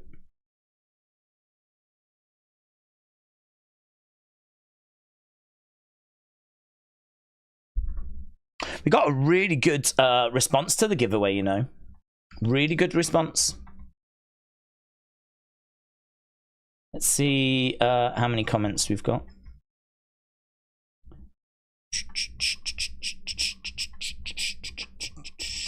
God, we tweet a lot, don't we? No. 549 comments. And I'm sure people commented more than once on that post. So, yeah, we will do that a little bit later. Okay, but the intro is done. And we will be going over to our first match. AJ. Maggle Cole fan sign. AJ versus Cody.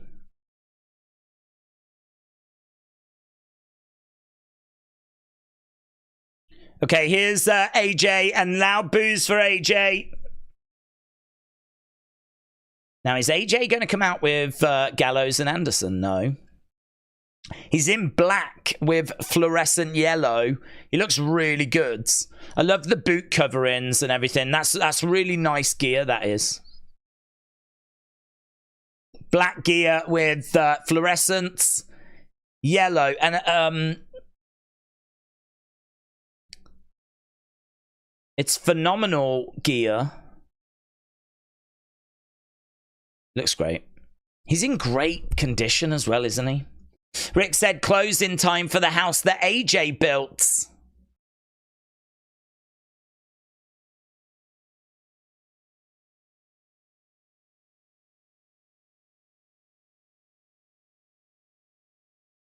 So he's making his way down to the ring. God, this music's atrocious, isn't it? Since that you said in one of your videos that Bo was going to Scotland, does that mean that he shows up, says Dylan? Well, we don't know, is the honest answer. We don't know. We did say that he was going to be going, but we was very clear about the fact that that doesn't mean that he is definitely on the show. We got Wade Barrett, we got Michael Cole, we've got Corey Graves.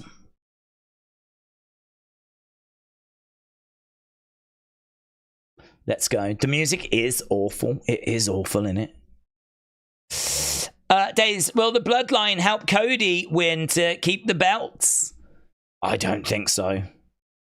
I wouldn't be expecting that. I'm not really expecting Bloodline at all tonight, to be honest.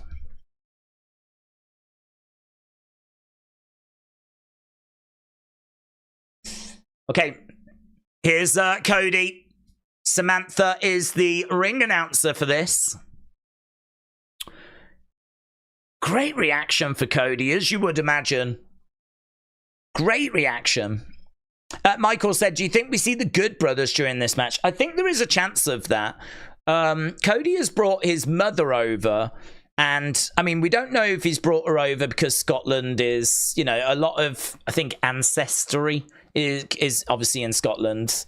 I think a lot of people in America can trace their roots back to Ireland and Scotland and to Europe, of course. So I don't know if he's brought her over because it's like one of those places that people, I think, would always like to visit. It's a beautiful place. So I don't know if like they've if he's done it for that or if she's going to play a part in this match. I mean, there was a bit of a theory that, you know, you're not going to make Cody quit unless you put a family member in danger. If you do something that endangers Cody's mom, I mean, he will quit, won't he? He won't quit for him, but he'll say that he quits for her. So, yeah, could she actually play a part? And could the Good Brothers play a part? How can you hate on Samantha, says James. K-pop lover said, Mama Rhodes is the face of the company. Is Dustin's contract up yet?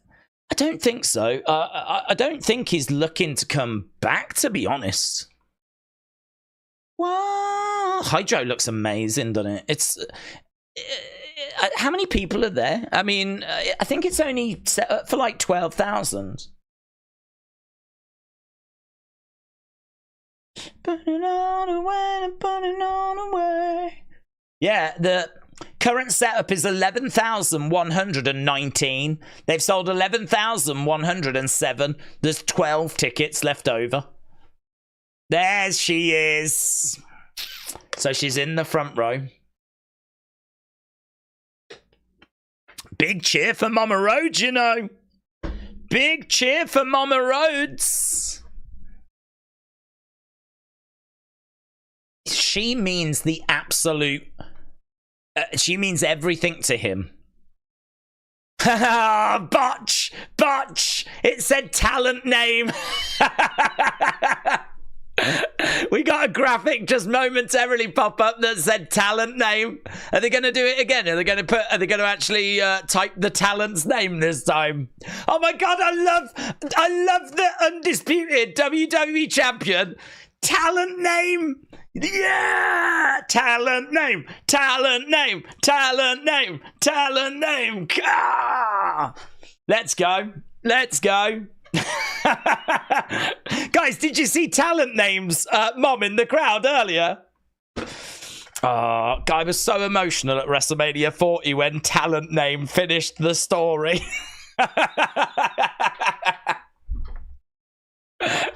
So good. So good. Right, we've got Samantha Irvin. Right, the crowd are chanting Challenger. Please be talent. Ah, AJ Styles. Ah, ruined. Please be talent name. Please be talent name again. Please be talent name. Crowd are chanting Cody. Cody Rhodes. Cody Rhodes.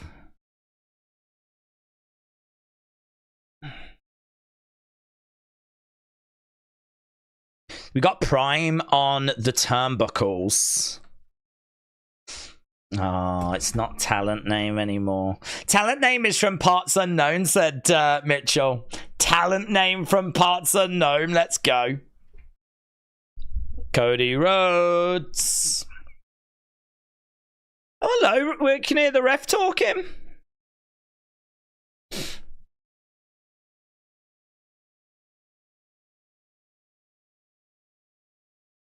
So you can hear the ref giving instructions. Oh, they're loud, man. I feel like this crowd might have had a little look back at how they came across on TV. And they were like, nah, we need to be a bit louder now. Cody Rhodes. Cody Rhodes. I mean, it's not the greatest chant in the world, but, you know. Talent name. Talent name. Talent name. Talent name. We do have the Prime bottle in the ring. We do have the Prime bottle on the turnbuckle pads. AJ gets hurt. Oh my God, AJ. Face first into that middle turnbuckle. This match is going to get a little bit of time in it, and I'm quite pleased about that because these two are going to cook, man. Lovely right hand there by Cody. Look at that dude, man. There's a dude. They're up for this. They are so up for this. They're chanting away, Cody Rhodes. They're applauding away. They're making noise. There's people that keeps getting up and they're like, come on, everyone. We've got to beat the French. Oh, gets caught, scouted. Lovely chop there by AJ. And again,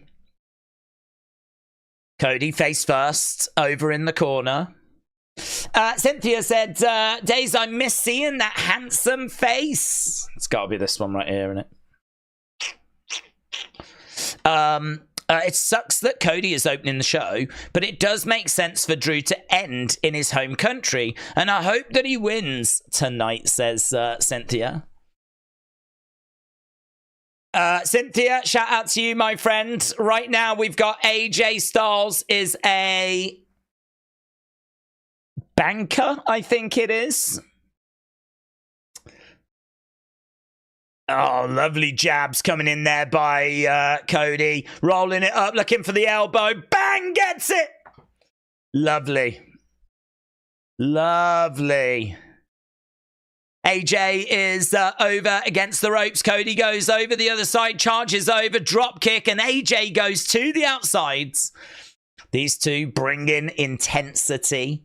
They mesh so well together. Oh, hello, referee was straight in there. Do you give up? Do you quit? Oh, we're going to have loads of that, are we?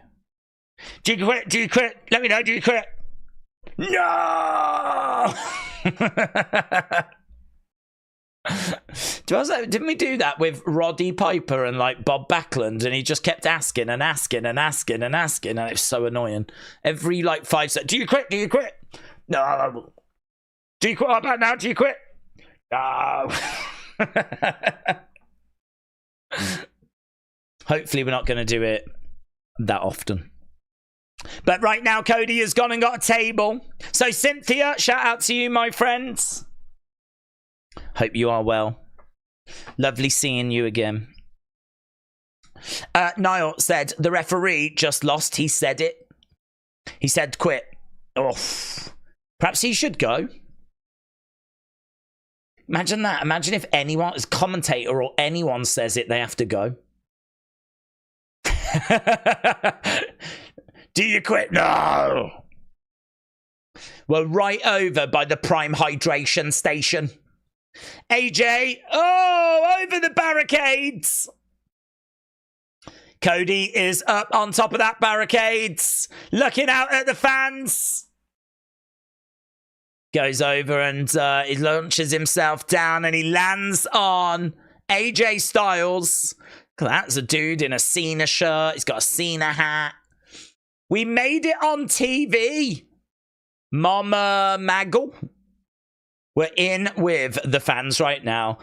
We can see some Scotland 316 shirts. Glasgow 316 shirts. Cody and AJ battling away in the crowds. Oh, used a drink. Let's go, man. Let's go. That's cool. That dude's got a Cody Rhodes logo, but it's all done in like the Scottish flag kind of effect. It looks really good. We're over by the fire escape, and Cody goes into the side of the stand. Kick coming in there by AJ. It's always fun, man, when they fight in the crowds. Oh, he's going over by the door into the fire exit. Oh my God, we're going into the bowels of the building. They might stumble across Mankind or the Loch Ness Monster. Look at this. They're fighting back in like the corridor areas now. Another big shot there.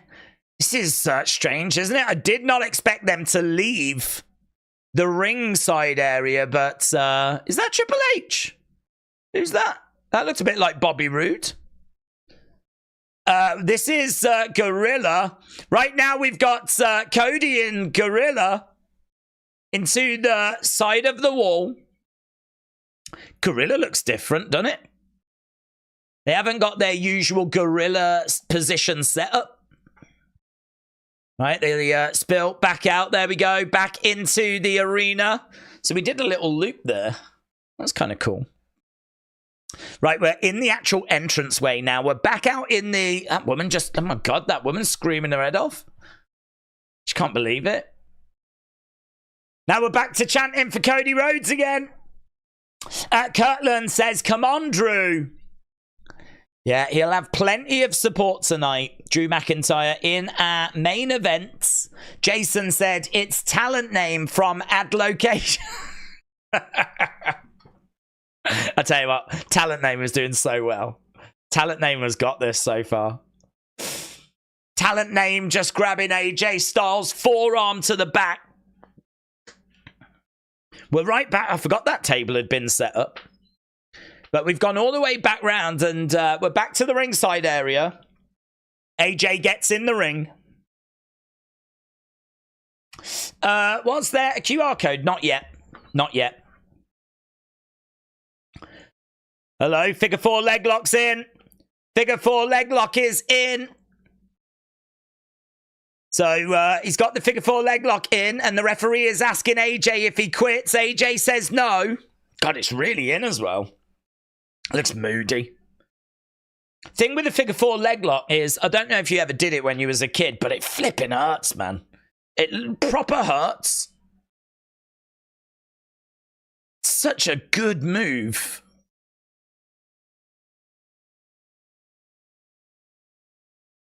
He's trying to drag over, and yeah, Michael Cole says that the ropes in an I Quit match don't result in a break of the holds. So AJ having to use those ropes to try and pull himself pretty much out the ring. But AJ on the outsides. Could you imagine if aliens came down and saw this? They would love it. They would be hooked. They would want to take all the DVDs back. They would want the network, wouldn't they? On their ship. Cynthia said, let's go. Talent name. Talent name. Talent name. Talent name. He's doing really well. He is doing really well. Right now, he's trying to get AJ up, and he's got him up, but AJ goes back down onto his feet. He picks up Cody. Cody, oh, to the outsides. Wow, man. Both go over the top to the outsides. Crazy spot. Dangerous spot as well, you know.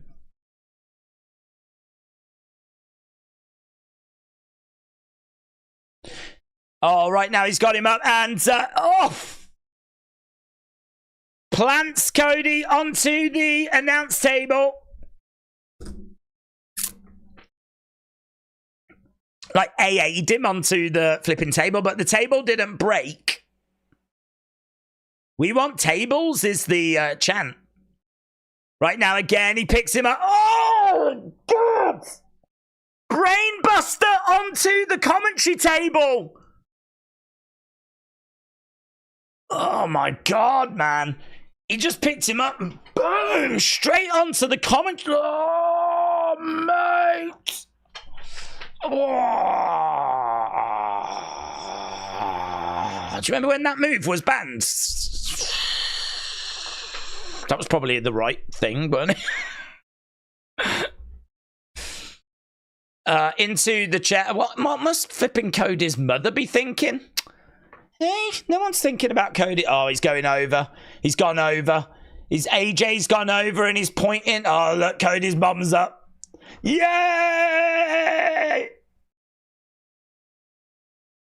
Asshole! She ain't taking no trash, man. Talent name's mom is having none of this. Carl and Dawn said, will Uncle Howdy get involved? I don't think so. I'm not expecting that. In fact, if we're going to see them, I think it'll only be very brief way of kind of promoting Monday. But there's bloods. There's bloods. We've got bloods. Oh my God, there's bloods. There's bloods. And you know, that happened when we were focused on AJ and talent name's mom. Oh, shots to the midsection. If I was a cynical man, I would say that whilst that was happening, Cody might have. Do you know what I mean?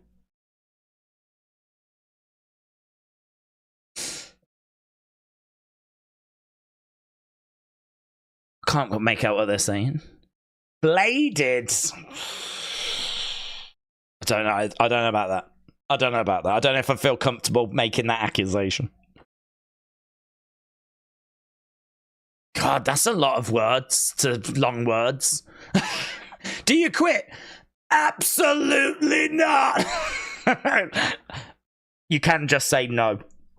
If you want to save your energy, you can just say no next time. Imagine if he goes, do you want to quit? And he goes, well, I don't think so. I'm going to have to weigh it up, but at the moment I'm leaning towards probably not at the moment, but thank you for asking. Yeah, next time, just say no. That would be fine. Shot to the midsection by Cody. Absolutely, I do. I think so, actually. Yeah, I think so. I think that is definitely how I'm feeling at the moment. I think I might. Did they have to say, I quit, don't they? What if he just, like, kept saying that? What if he actually just kept saying stuff and the referee didn't quite understand what he was saying and he used that as a way to kind of recover? Imagine trying to ask Kojiko if Kojiko quits. Oh, my God. The referee would be getting all these cryptic riddles and he'd be like, hang on, I'm sorry, what did you say about the duck? The duck crossed the road to see the geese. I don't understand. Are you quitting? What's happening? F-U-A-J chants. Oh, look at Trinidad Flag Guy. Trinidad Flag Guy was like, AJ, no, no way. He's not having it. He's not having it. No, look at Trinidad Flag. He's like, no, no, don't do it. Oh, my God. Oh, there we go. Big back body drop. Oh, God. I hope that Trinidad Flag Guy's all right. He did not want to see AJ doing that to Cody. But thankfully, Cody reversed it. They're back chanting to the Cody Road. It's a great crowd, man. It's a great crowd. 21 Connor said, not PG from this crowd. No, this is them on a good day, in all fairness. Kojiko said, never realizing that the real waste is letting your worries about your waste waste all your precious time.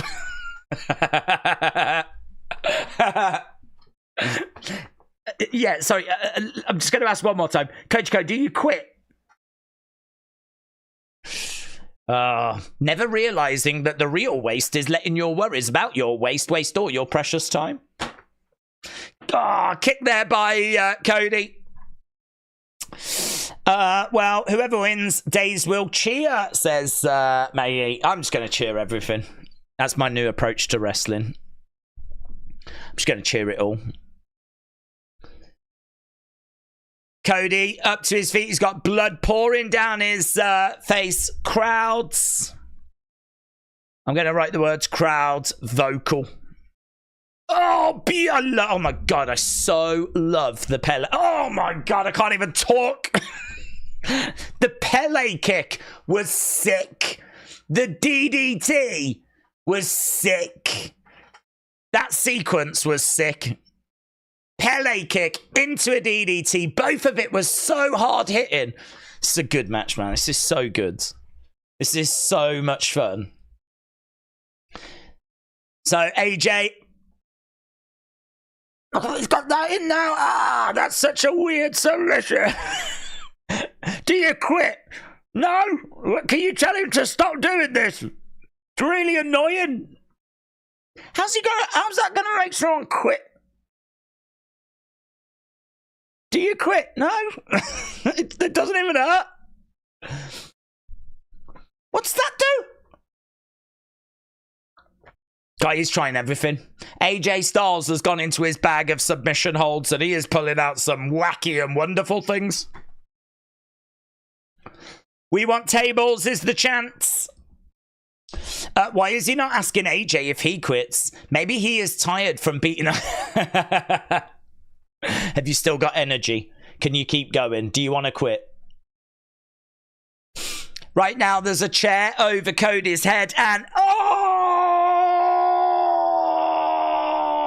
God!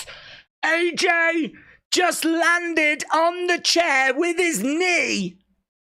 Oh, my God. Cody doesn't quit, though. Cody doesn't quit. He doesn't know how to quit. And that's going to be a problem if he doesn't know how to quit. Perhaps he wanted to quit about half an hour ago. He just doesn't know how you meant to do it. Oh, my God. Oh, God. That has probably broken his voice box.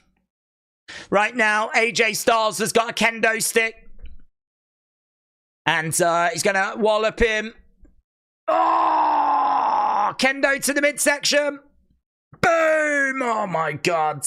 We saw a brutal Singapore cane match on NXT. It was so good between Dante Chen and Lexis King. Oh, my God. This is hard to watch, guys. This is hard to watch. I don't enjoy this side of... Hit him again! Oh, make him bleed. Make him bleed. It's just... it must be so therapeutic. Yeah! Mess him up, AJ. Mess him up. He's finished his story now, so it don't matter, does it? Let you see. You look at your mother, you tell your mother you quit. Say it. Oh, no! I think that was yes. No.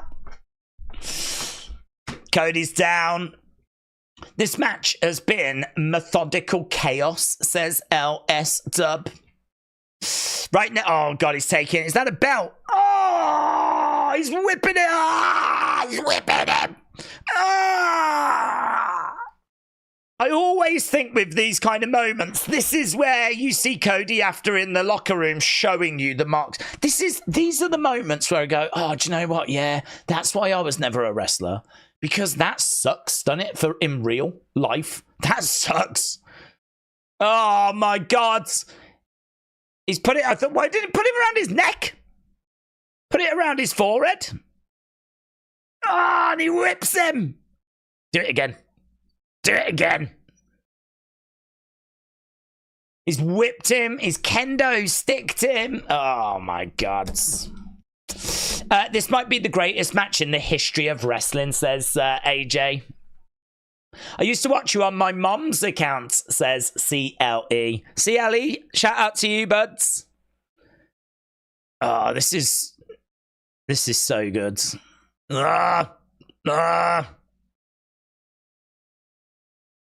He's getting battered, man. He is getting battered. Crowd are right behind this match. Kendos, belts, blood, chairs, moms. Cody's fading, man. Cody's down in the ring. But the crowd are chanting away. Well, no, he's got to say that he quits. He's out. He's got to say, I quit. AJ said, look, he's out. He's out. The referee's explaining that Cody's got to say, I quit. AJ jumps out the ring. What's he going for? He's grabbing some water. Look at that. He's gone and grabbed raw water rather than Prime. And we're saying that AJ's a heel. I don't think so. That's the most babyface thing I've ever seen. He's jumped out the ring and gone and grabbed a bottle of water that was hidden rather than anything from the Prime station. AJ Styles is a face. Oh, he's gone under the ring and he's got a sack. Oh my God. That's probably like a really tiny snake like Jake the Snakehead. Oh my God. What is it? Handcuffs. No. Someone's been to Ann Summers. AJ Styles has gone and got some handcuffs. Let's go, man. Oh my God. If Big Boss Man comes down, I am going to freak out. If Big Boss Man comes down. Kinky. They're chanting kinky. B words. And it is kinky. It is kinky. Cody Rhodes is handcuffed and he is getting caned.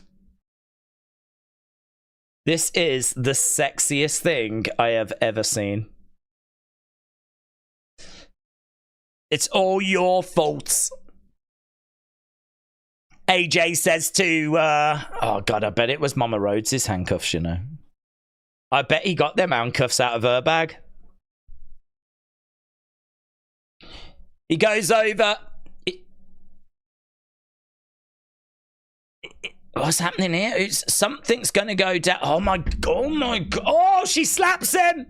He was doing that. Oh, she slaps him twice. 3 times.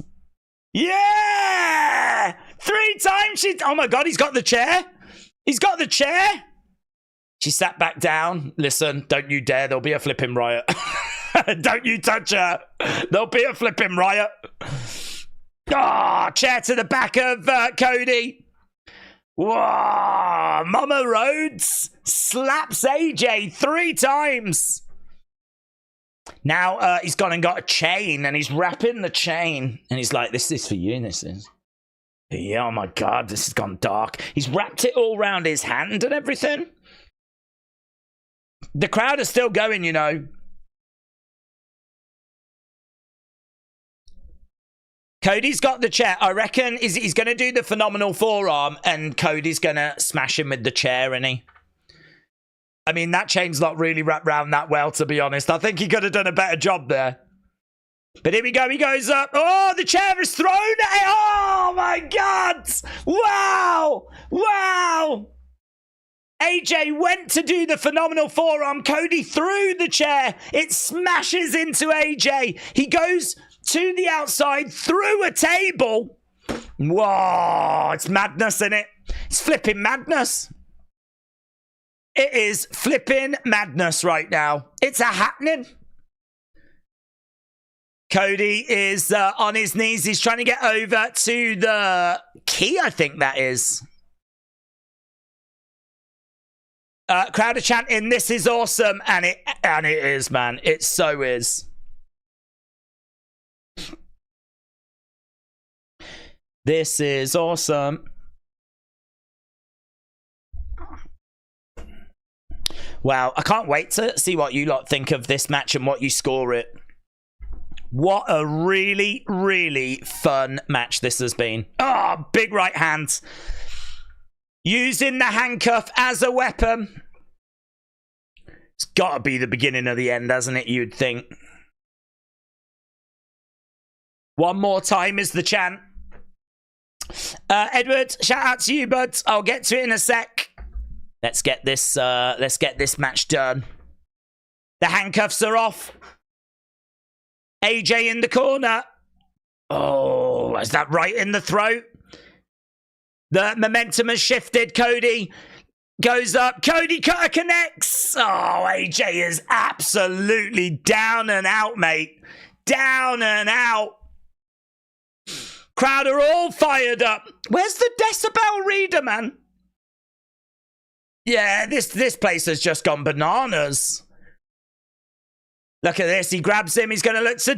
Boom! Crossroads! Crossroads! One more time is the chant. What's Cody looking at? Cody's looking at something. Cody picking up... AJ is going to hit another one. Boom! Yeah. One more time and he's looking out at the fans. One more? You want one more? And they're like, yes, please. I think we would enjoy that, yes. AJ's busted, said Daniel. Here we go. Chair in the middle of the ring. Boom! Planted! But he's got to make him quit. He's got to make him quit. You deserve it. You deserve it. Crowd are back to chanting for Cody.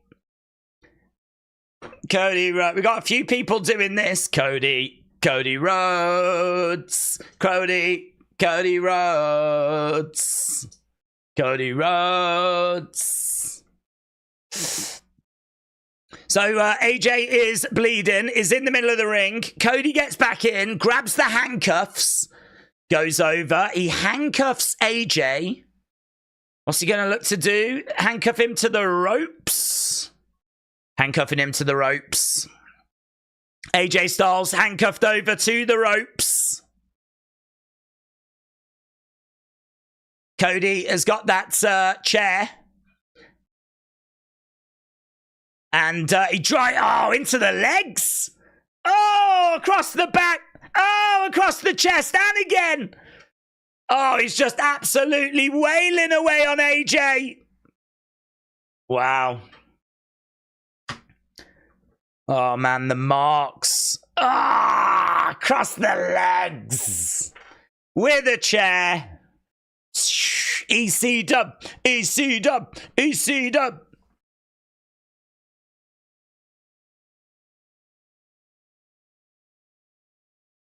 Screw you, Cody Rhodes. He says, screw you, Cody Rhodes. Oh, to the midsection there by Cody. Wow, what more can they do? What more can they do? What a match, says Scott.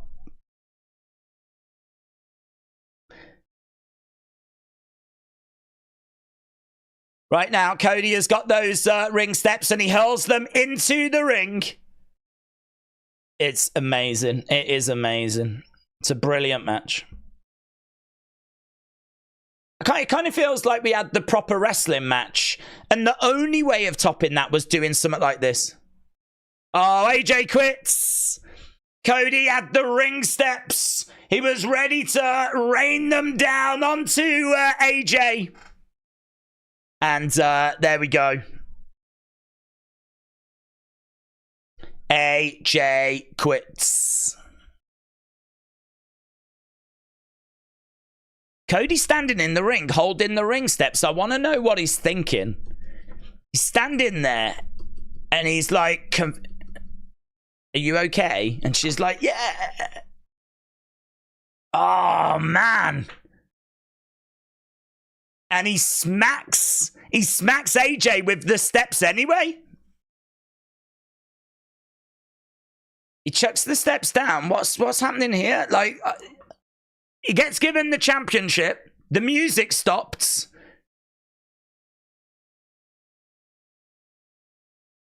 And there we go. Holds up the championship. Cody Rhodes wins. Yeah, shocked at himself. Yeah, there was a moment there where he kind of stopped. And I was thinking to myself, is he enjoying this? There felt like there was just a moment there, and then he still hit him with the steps. I mean, that's not a very babyface thing to do, is it?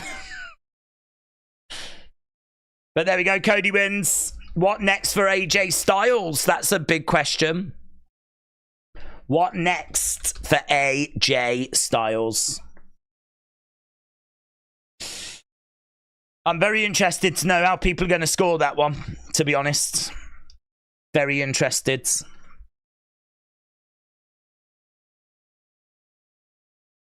Brilliant crowds. Brilliant, brilliant crowds.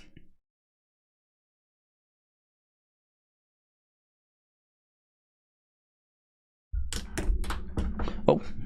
I've lost my pen. Cody Rhodes. I'm going to hear that when I go to sleep. Cody Rhodes. Taming Pastor said, is it just me, or did it look like Cody is gradually turning? I don't know that he's gradually turning, but there is a moment at the end of the match where he's holding those steps and he looks like he's really, I'd love to know what he's thinking in that moment. If he is going to turn, we could definitely use that moment where he's there and he's like, he could say that was the moment that it dawned on him how much he loved this violence.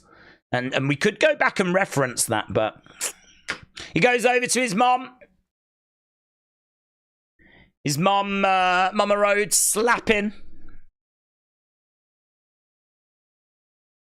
Mama 3 slaps Rhodes.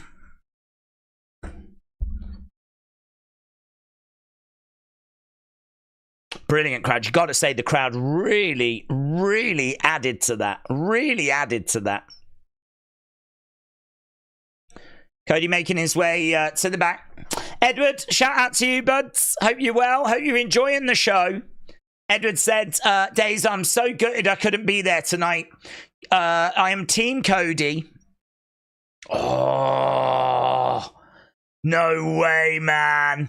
Solo Sikoa has come walking out. Solo steps up to Cody. Solo Sikoa. Oh no, he's getting attacked. Bloodline! Bloodline! Tamatonga, Tonga Loa are attacking Cody after the match. Tamatonga, Tonga Loa. Who's making the save? Randy and Kevin Owens. Randy Orton, Kevin Owens come down and make the save, but a big, big moment. That moment where Solo was stood next to Cody like applauding, and then they turned and faced each other. Oh my God. Well, you can probably forget Uncle Howdy going after the bloodline. There's Cody after hellacious match. So Solo confronts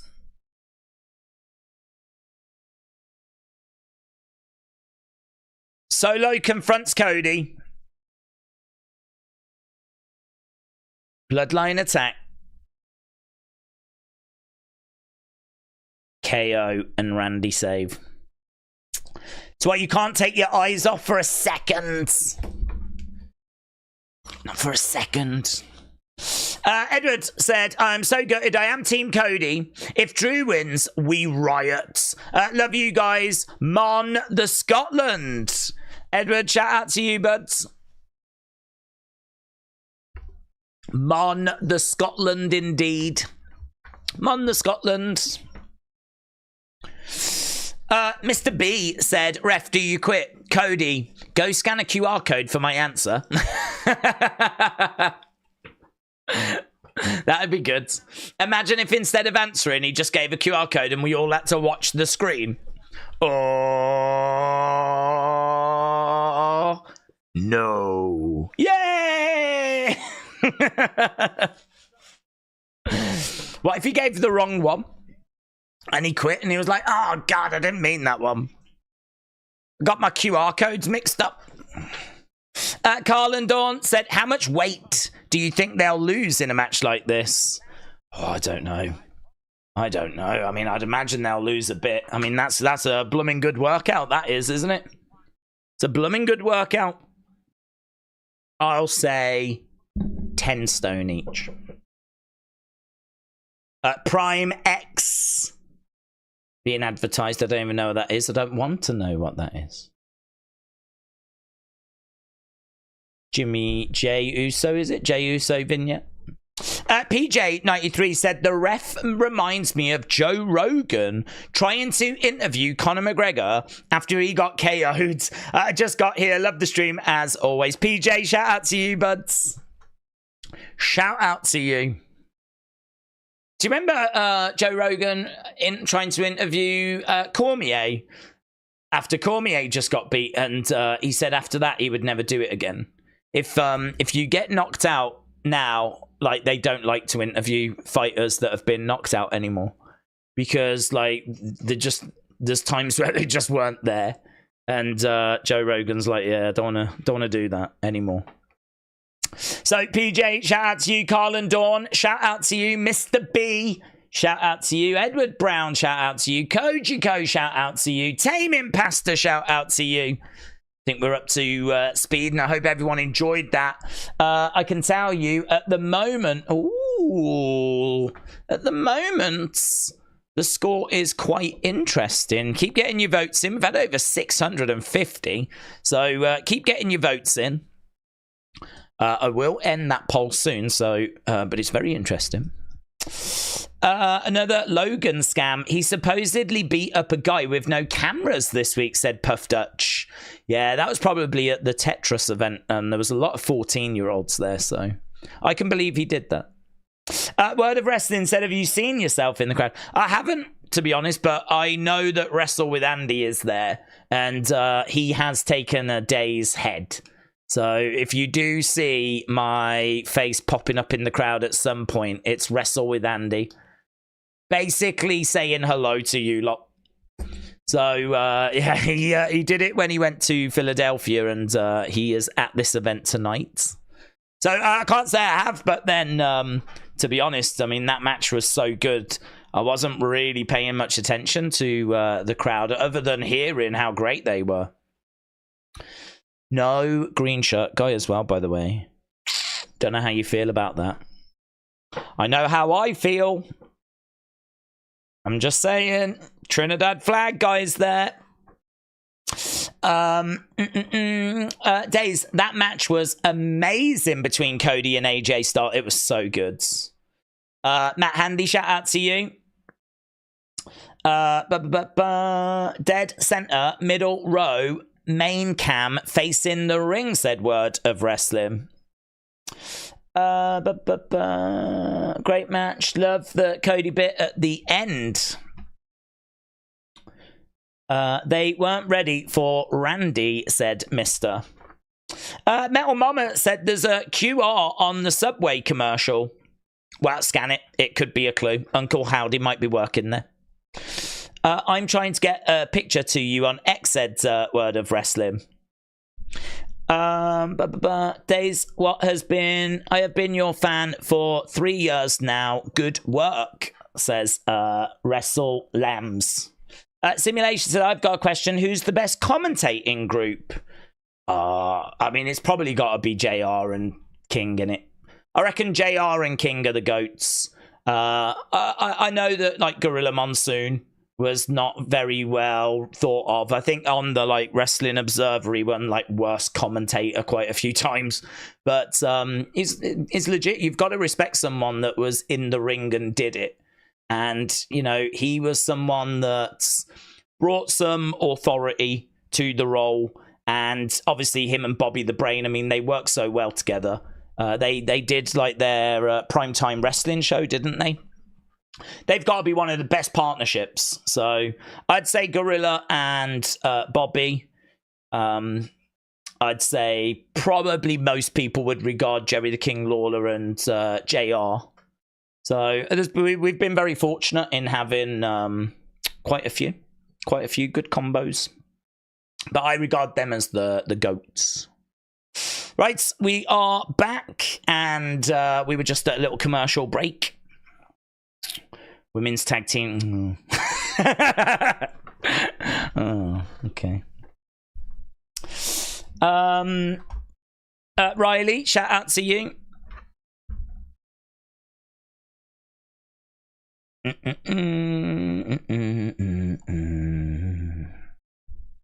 So, women's tag match. This is probably the match that I was like least hyped for. I mean, you know, it'll be interesting to see if Albert and Isla can do it. There might be a moment in the match where it looks like they're going to get the victory, you know? But I can't see them doing it. I think it'll be Jade and Bianca that leave with the win. Women's Tag Team Championship being defended next. 1 to 10, how hyped are you for Bo Howdy return? Oh, I'm hyped. I don't expect it tonight. I think there's a chance we see Nikki tonight. But I don't know that we see Uncle Howdy tonight. Okay, great. 47%. All-time 37. Good 11. Bad 3. That means that got a great... Oof, what is that? That is a great 84. Let's have a little look. So that's going to be 54. That's going to be 84. Great 84%. I mean, it does put it right up there, but it didn't get into that all-time category, you know? That might probably translate at something like a 4.25, 4.5. I think it sort of puts it that range. 4.25, about 4.25, maybe 4.5. That's the sort of range I think that puts it. I don't know, is that a bit too light? Was it better than that? I don't know. Okay, Isla and Albert have made their way down to the ring. Interesting. Okay, Isla and Alba. Shayna and Zoe.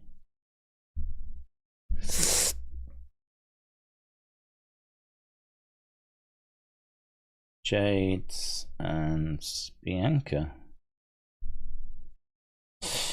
Okay, they're making their way down. We're just waiting for the champs. Shayna and Zoe have made their way down to the ring.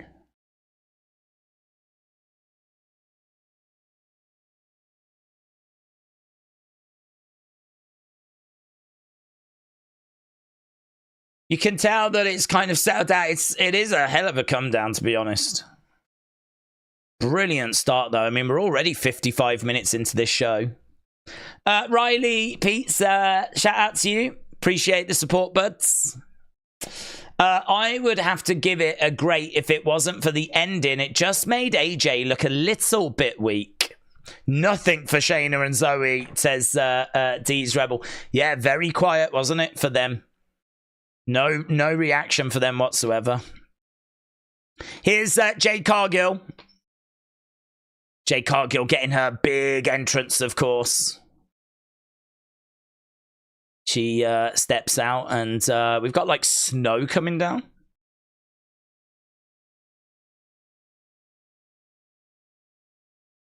Wow, she looks pretty cool, doesn't she? She's got, like face paint kind of all around her eyes and everything. Here's Bianca. It's better than before. I never needed you at all.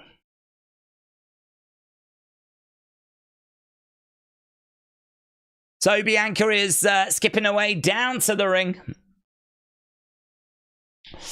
Bianca might have to carry this one. Joey said, am I the only one that thinks Jade and Bianca should not be champs this long? Oh, I think they're going to be champs for quite a while longer, to be honest, buds. I never needed you at all. Dun, dun, dun, dun, dun. So there we go. We've got Jade. We've got Bianca. In the ring, we've got Isla and Alba. If we're gonna do like Bianca Jade at SummerSlam, which I don't think we are, there is a chance that Isla and Alba get the belts here. I don't think it's gonna happen. Jessica Carr, the referee for this one. Don't forget, we've still got that Intercontinental Championship match coming up. Obviously, Drew's going to be our main event. But we're almost an hour into this show, so I can't see this thing going longer than 3 hours. I can't see this going longer than 3 hours at all, so I think that this match might not go all that long. Isla to the outside. Shayna Baszler comes in. She kicks Bianca. Bianca goes up. Lovely. Backflip. Charging over. Shoulder tackle to the midsection. Driving Shayna into the corner. Bianca climbing up. We've got Call of Duty Mobile being promoted all around the arena. But it's not being promoted around ringside because we don't have the LED screens. But it is like all the way around the arena, Call of Duty Mobile. Looking to pick up. She lands on her feet. In the corner goes Shayna. Roll up there by Bianca. Just a 2 count. Bianca goes up. Taunting away. Can't wait for Roman. Wouldn't care if I ever saw a Jade match. Geezer said, am I the only one that thinks it's interesting that Bianca's entrance music talks about doing things on her own, but she is pretty much only doing tag team stuff lately, says Geezer. I don't know. I mean, like, she's had that music so long, I don't really think there's anything to read into. I mean, I fully expect these two to split at some point, you know? I fully expect them to split at some point, but it's just when, really. I think Jade Bianca honestly feels like next year's WrestleMania. Kicks coming in there by Alba and Zoe, who are working together. Andy said AJ should have targeted Cody Rhodes' leg. That is how to win. Justin Credible says, Tom just confirmed Bo and Nikki are there. Did he? He said that they are there. Do you know what? I mean,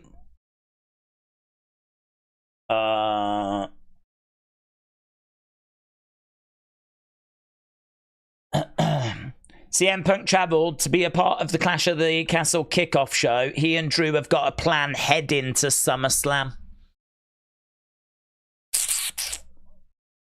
That's interesting. I mean, it doesn't mean that they're having a match at SummerSlam, but there's a plan heading to SummerSlam.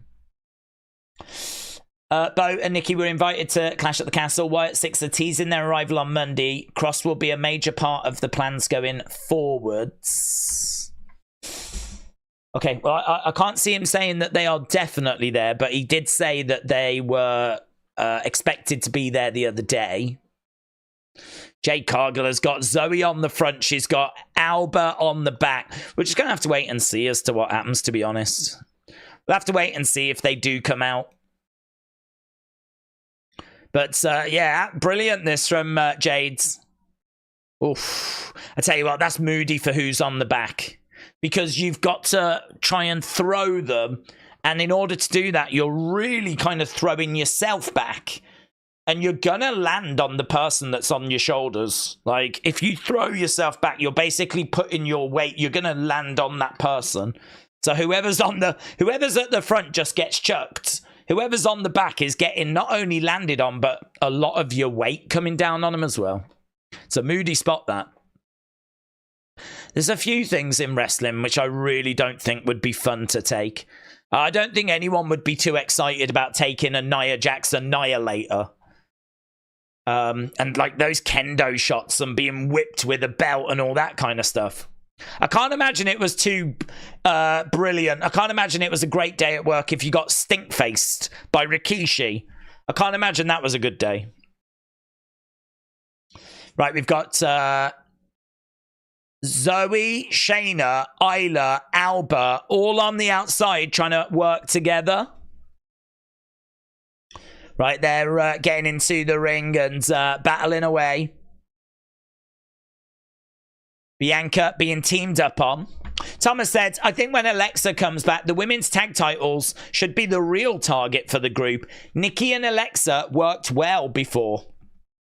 That would be good, I agree. I agree. Oh, suicide dive there by Alba Fire. Nice, good suplex. Jade Cargill goes down. Isla, double knees. Jade Cargill goes down.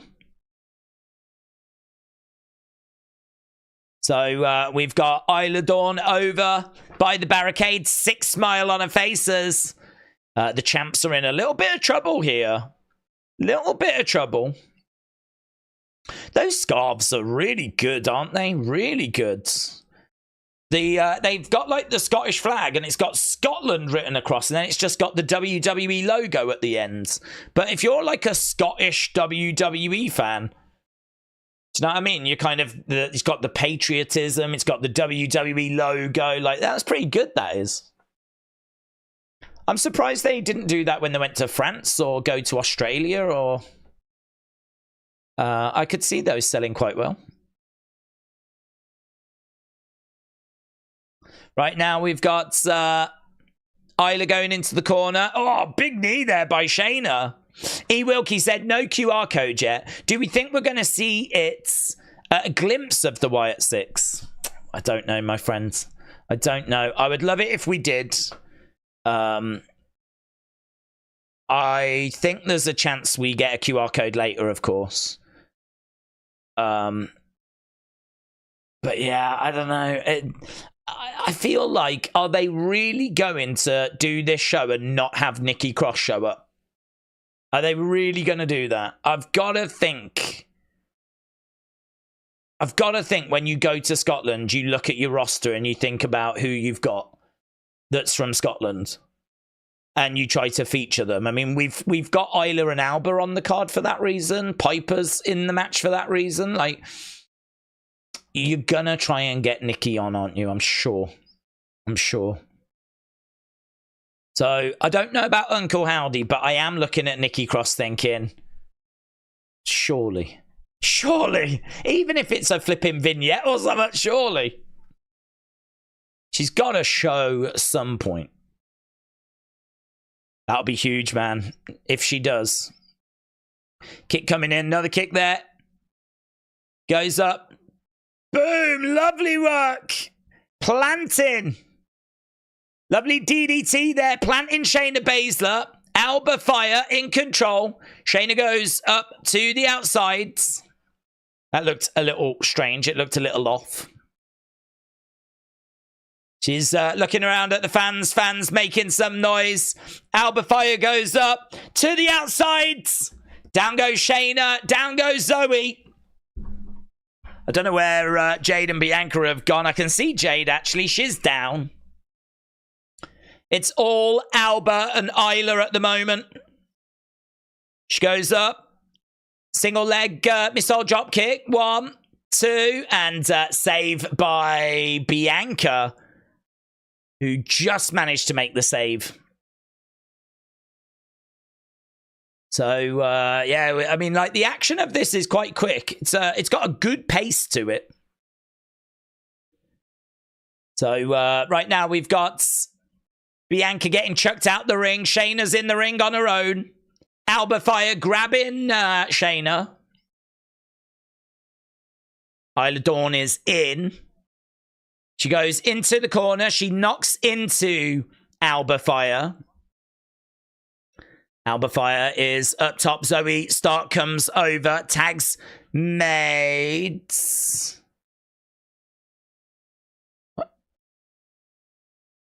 Don't know what they're chanting. Shayna something. Right, they're battling away. Do we see Otis turning on Chad? I think that's really hard, to be honest, Connor. It's difficult to know how that's going to play out because the big. Man, that was a multi-person spot. Power bomb into suplex. So Isla Dawn is down, and she seems to have lost a bit of feeling in her arm. She's grabbing her arm. She seems to be in quite a bit of pain, you know. So Isla is down. Has she, like, legitimately hurt herself? Yeah, look, she's holding... I don't know if she's selling or if she's actually, like, hurt herself, but she's down. She's holding her arm. I was watching her as they were doing some work in the corner, and Isla was, like, properly, like, seemed to... It's not just a case of, like, selling it. She was proper, like, inspecting. Oh, she botches! Oh, no! Jade Cargill lost her footing. Oh, it happens. Yeah, Michael Cole said she recovered beautifully. High risk. High risk. Jade Cargill trying to come off the rope. Oh, my God, that was sick. She actually kicked out at Shayna, sort of lost her footing, but delivered a sit-down powerbomb in the process. But, that, you know that's going to sting. You know that's one she's going to be like, oh, damn it.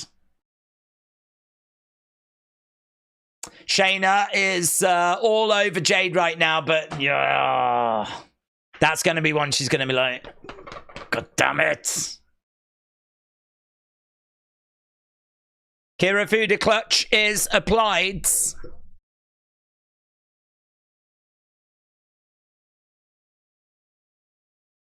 Jade Cargill is down. She's been choked down. I love how when there's a botch, everyone's quick to make fun of it. I don't understand. It does happen, says Rami. It's one of those, isn't it? I mean, it's something that happens that you know was not meant to happen.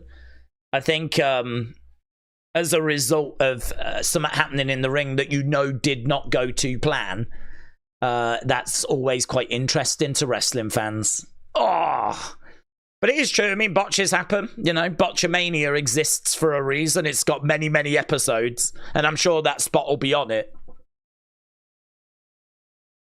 I think, for me, if it's a botch that doesn't, like, put anyone else at risk, I mean, ideally, not even yourself. If it's one of those where you slip, you fall over, you look a bit silly, you just have a little bit of a joke like, oh, my God. It's a bit different when it's one that could actually injure someone, though, you know? Oh my God, what? Isla's done it! Isla managed to get the 3! Oh my God, Jade and Bianca have lost the tag belts. What's happening? What's happening? She went for the cover. No way did I think that was going to be a 3. No way did I think that was going to be a 3. Oh my God. Corey Graves says, what a shock. New women's tag team champions, Alba and Isla.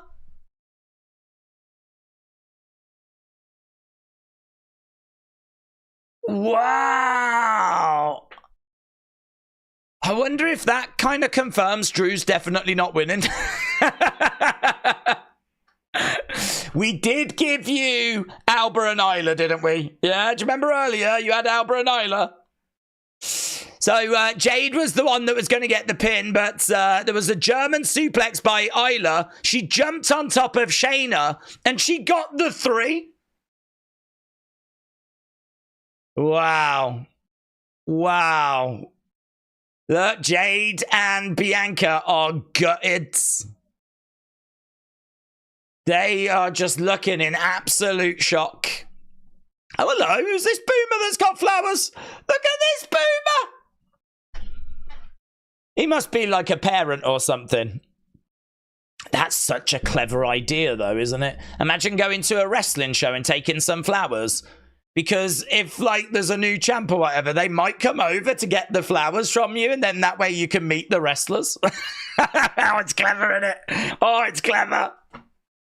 Isla, Alba, come and get, look, I got these for you. Well done.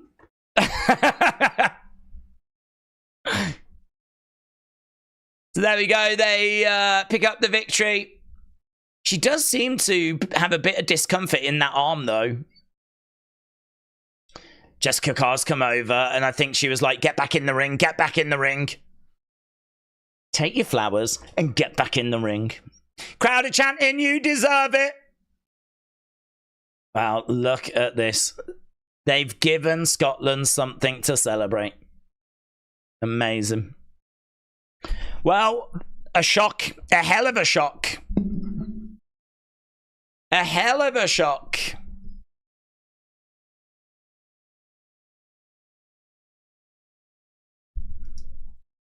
Those two women talk a lot about opportunity, and they got that opportunity tonight. And they took it. Oh, hello. What's this? Riyadh. What's this? Greatest celebration. What's this? Give it to me. What is it? Make it big. Champions. Spectacle. The greatest. Crown Jewel. November 2nd. Crown Jewel. Cool. Cool story, bro. I don't know what I wanted, to be honest. I don't know what I thought it was going to be. When it said greatest, I was like, Royal Rumble. It's Crown Jewel. Rubbish. Not bothered. Not bothered, mate. But there we go. I mean, look at this. Amazing. New women's tag team champs. That's got to help the score, innit?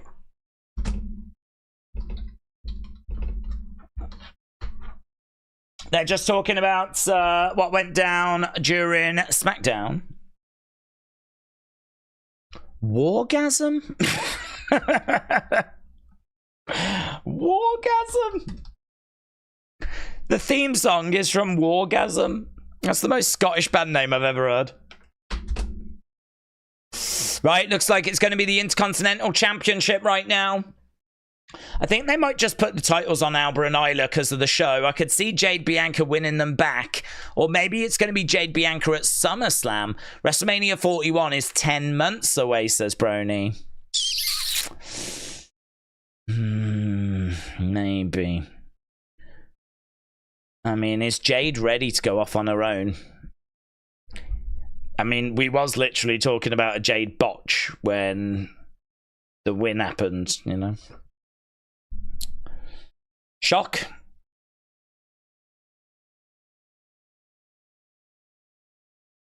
Okay, so this is gonna be Chad versus Sammy.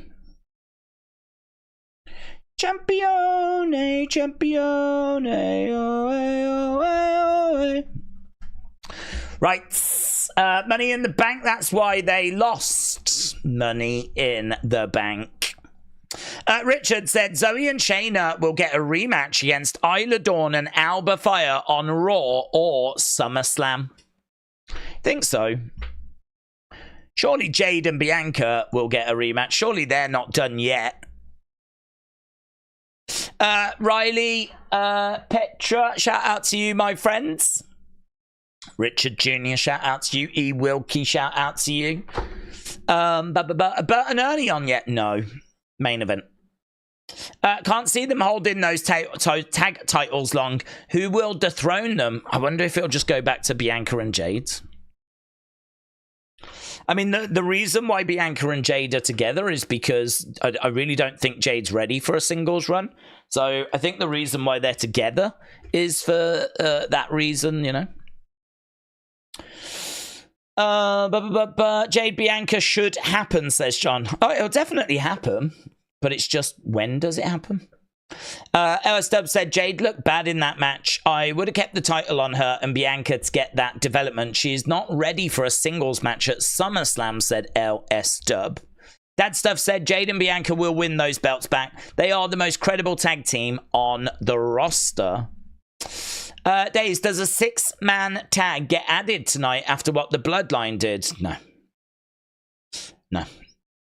Jason Retro Wrestle said Jade still needs some fine-tuning in the ring. Some time in NXT wouldn't hurt her. Maybe be part of NXT and the TNA invasion, says Jason. I've got a feeling, right, that Drew will win and they are tricking us, said Clee 2007. Alma said Jade botched.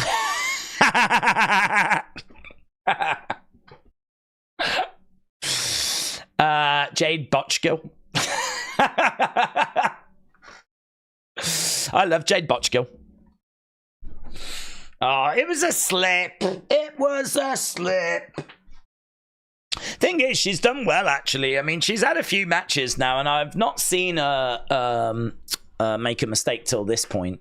It's just, it's sod's law in it that it was going to happen at a premium live event. I mean, it'd be one thing for it to go down on like a Raw or a SmackDown or whatever, but premium live event just after, like, you know, Cody and AJ have just wrestled an absolute banger. And, you know, she goes for this high-risk move and loses her footing, so it's one of them.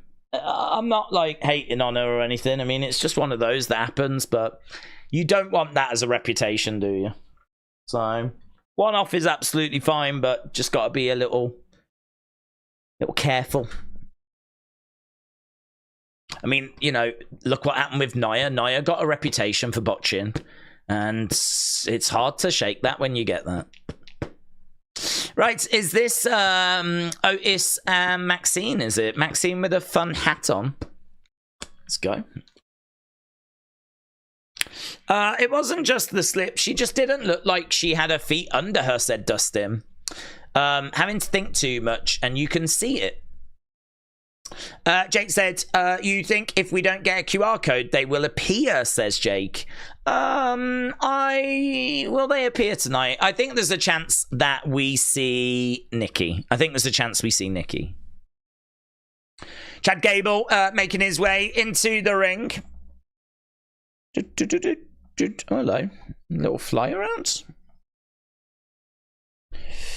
Dun dun dun dun dun dun dun. Chad versus Sammy. Whoa! Let's go! Da da da da da da. Do you think that we will have another three-way for the women's titles? Jade, Bianca claim they were never pinned. Shayna, Zoe claim that Jade tapped. I don't know, to be honest. I I'm not really a fan of like these multi-person matches. I'd much rather just do team versus team. So maybe we do something whereby it's gonna be Zoe and Shayna versus Jade Bianca. Winner faces the champs. Oh hello, we got the decibel thing up. It just showed 104. So we still haven't quite beaten the 110, but I did see it say 104. As Sammy is making his way down to the ring.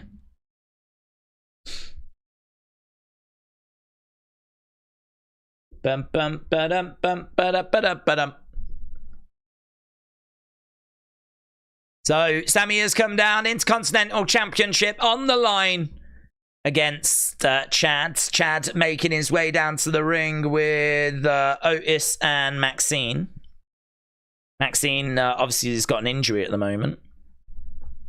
Right, let's end the votes. Sammy holding up that championship. Oh, you were warned. You were told to prepare. You will behold. The massacre is coming. The QR code hits. The QR code hits. Michael Cole is like, wow. He doesn't know what to say. I know what to say. QR.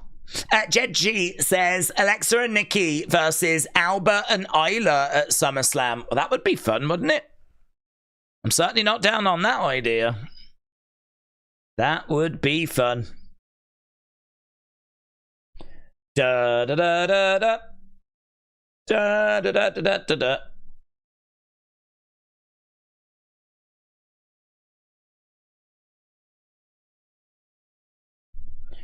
Chad Gable couldn't beat Gunther.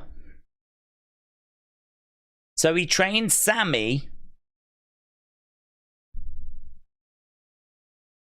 Gable thinks it'll be easier to beat Sammy than it will to beat Gunther. That is Michael Cole's theory. And he is sticking with it. Right, the crowd are olaying away. Ole, ole, ole, ole, ole, ole. QR, QR, QR, QR, QR,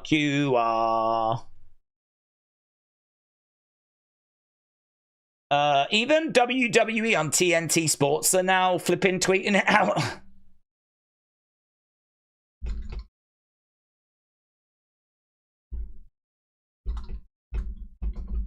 Sami Zayn, Sami Zayn, na na na na na na na na na na. Sami Zayn, Sami Zayn, na na na na na na na na na na. Sami Zayn, Sami Zayn, Sami Zayn, na na na na na na na na na na. Go on, crowds! Yes, Scotland! Yes, Scotland! Oh, I'd be joining in with that. Honestly, by now, if I was in that crowd, I'd be naked. I'd have all my clothes off. Na na na na na na na na na. Sami Zayn, Sami Zayn, Sami Zayn. Crowd are booing.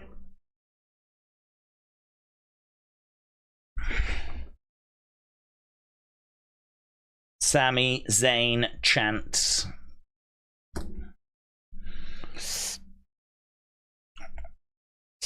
Days, did you see the Resting Days Big Heads? I haven't. I know it's there.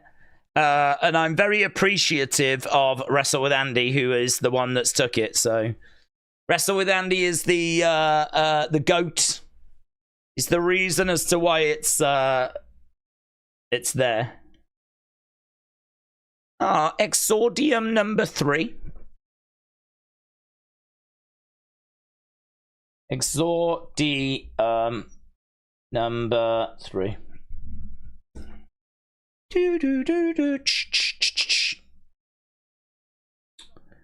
Okay.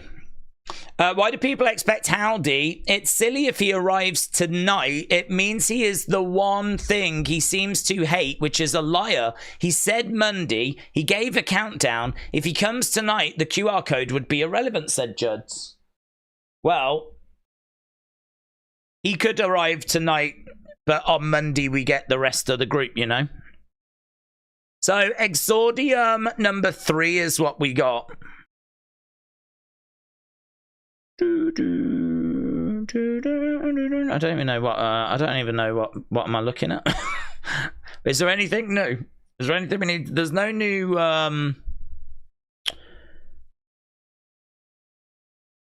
there's no new pictures or anything. The countdown. Is it just the countdown? You suck! Do you know what? If they've kept it light because they're going to have Nikki come out at the end, I'd be alright with that. If you click on reckoning. I'm going to bring it up on screen.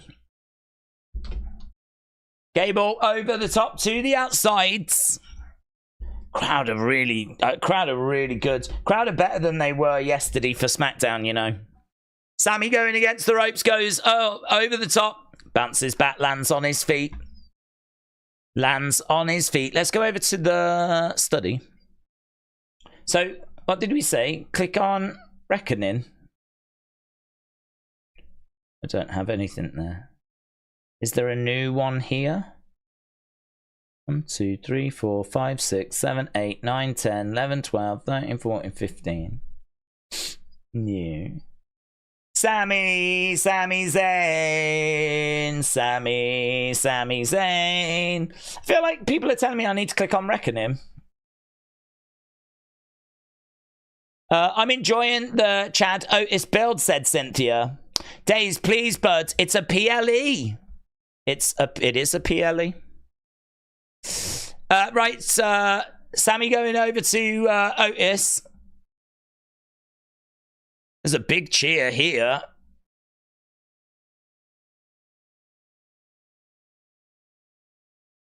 Sammy on the outside with Otis. The crowd are making some noise.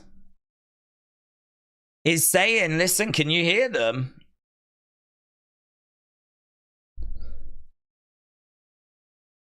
Crowd are chanting away as Sammy steps inside. I just noticed, man, there's a dude in the front row that's got like a green shirt on.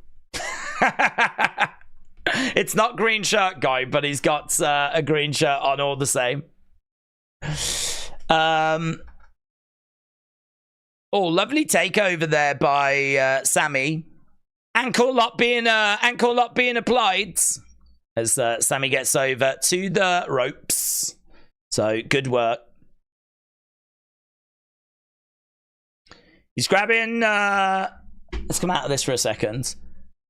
I feel like there's quite a bit happening at the moment. They're definitely teasing something with Otis here. And again, he's just working on the arm. He's working on the arm. Right. If you look at the Raven, said Manuel, you're on Exordium 1 or 2, not 3. No, it says number 3. I've got number 3 in the top. That is Exordium number 3, apparently. That is number 3. That is number 3. I've got a different number 3 to all of you. Guys, my number 3 is different to your number 3.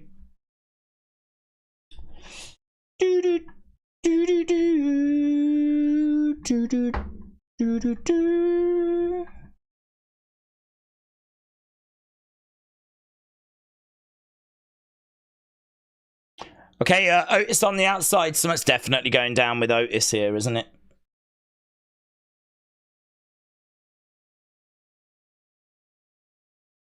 That's interesting, isn't it? I have got number 3 on my computer, and clicking reckoning does not work. But it does work on my phone.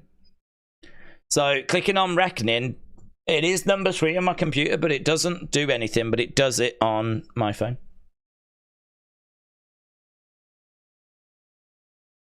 Da da da, Gable is a banker. Da da da, Gable is a banker. So, elbow.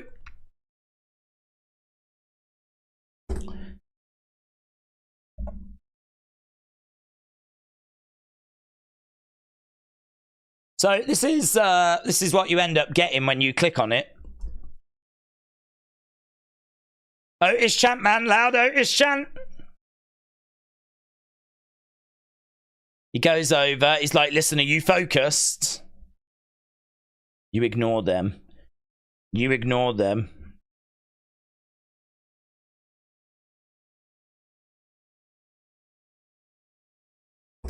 There's not 14,000 there, Michael Cole. There's not. We know what WrestleTix have told us. Right. What have we got here? What's this? Now I wonder if he is me or if that's what he wants me to think. Now I wonder if he is me or if that's what he wants me to think. Okay. Thank you. Are you going to be on the show tonight? That's my question.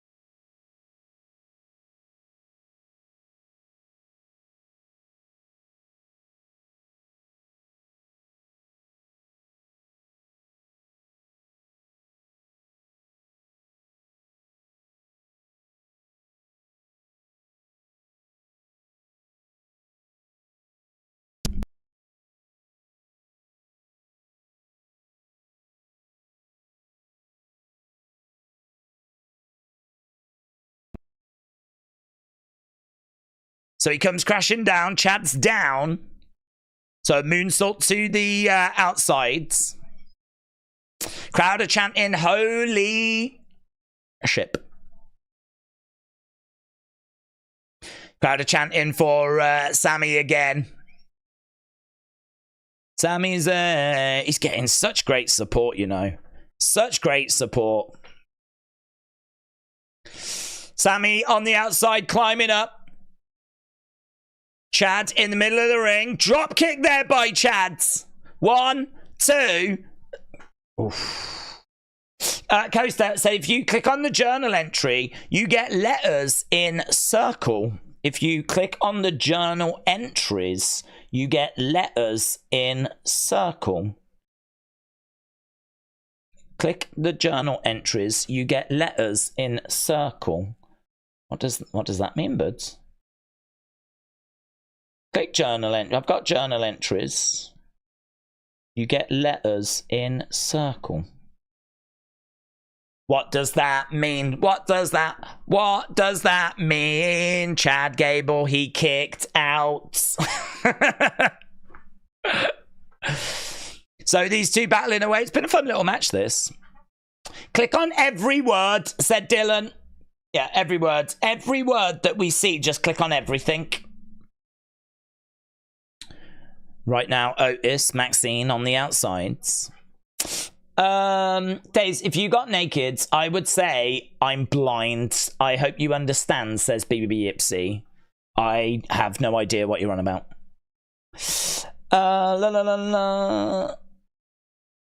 Coaster said I've tagged you in some pictures. Thank you, buds. Chad working on the arm of Sammy. He's trying to pick him up, looking to power bomb him, and he does. Chad goes to the outsides, climbing up. He's perched. Ah, oh, hate that flying headbutt. Hate that flying headbutt. Shoulder up there by Sammy. Maxine just doesn't have a flipping clue what's going on, does she? She's like, I don't even think she quite knows where she is at the moment. So, flying headbutt, man. That move should definitely be banned. Back elbow by Sammy. Lovely German suplex there by Chads. How long have we had? We've had an hour and a half so far. This is match number 3. Back elbow again. Right, some hidden pictures.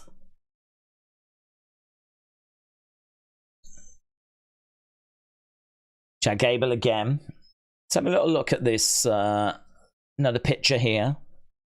I feel like we've seen all this before, have we not? I think he's right in this. This is where he lives. You'll never see him or get to him. I feel like we've seen all this. I don't know if this is giving me anything like new. And 2. Oh, shoulder up by Chad's. Just looks like my room, to be honest. Just lots of pictures and notes and whatnot. Oof. Howdy, is that Howdy? That looks a bit Howdy-esque, doesn't it?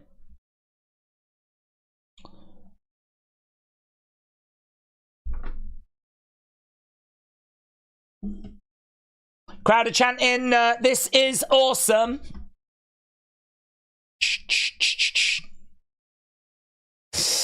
Right, we got Sammy down on his knees, and it feels like we're getting towards the business end of this. The crowd have been really vocal during this match. They've absolutely loved it. And they're right behind Sammy as well. We haven't had anything in regards to Otis.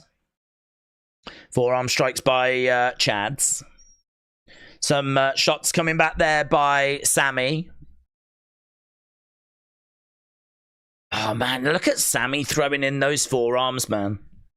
Really laying him in. Chad Gable gets Sammy down. I feel like the match quality has been so high. That last match was, you know, what it was. But we got new champs. But this has been really good. Crossface being applied there by Chad at the moment. Middle of the ring. Niall said on the journal page next to the bin, if you click on the dates.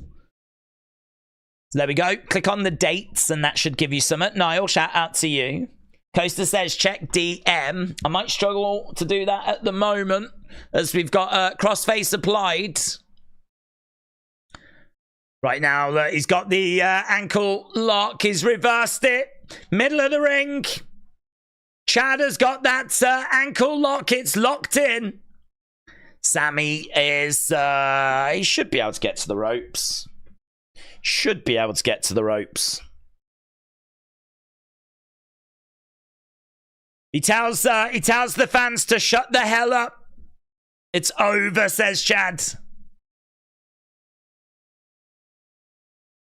Ankle lock is in.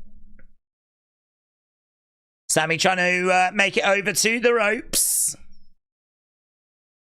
Oh, he's feeling it, man. He's feeling it. He's trying to reach over. Oh, he gets dragged. Dragged to the middle.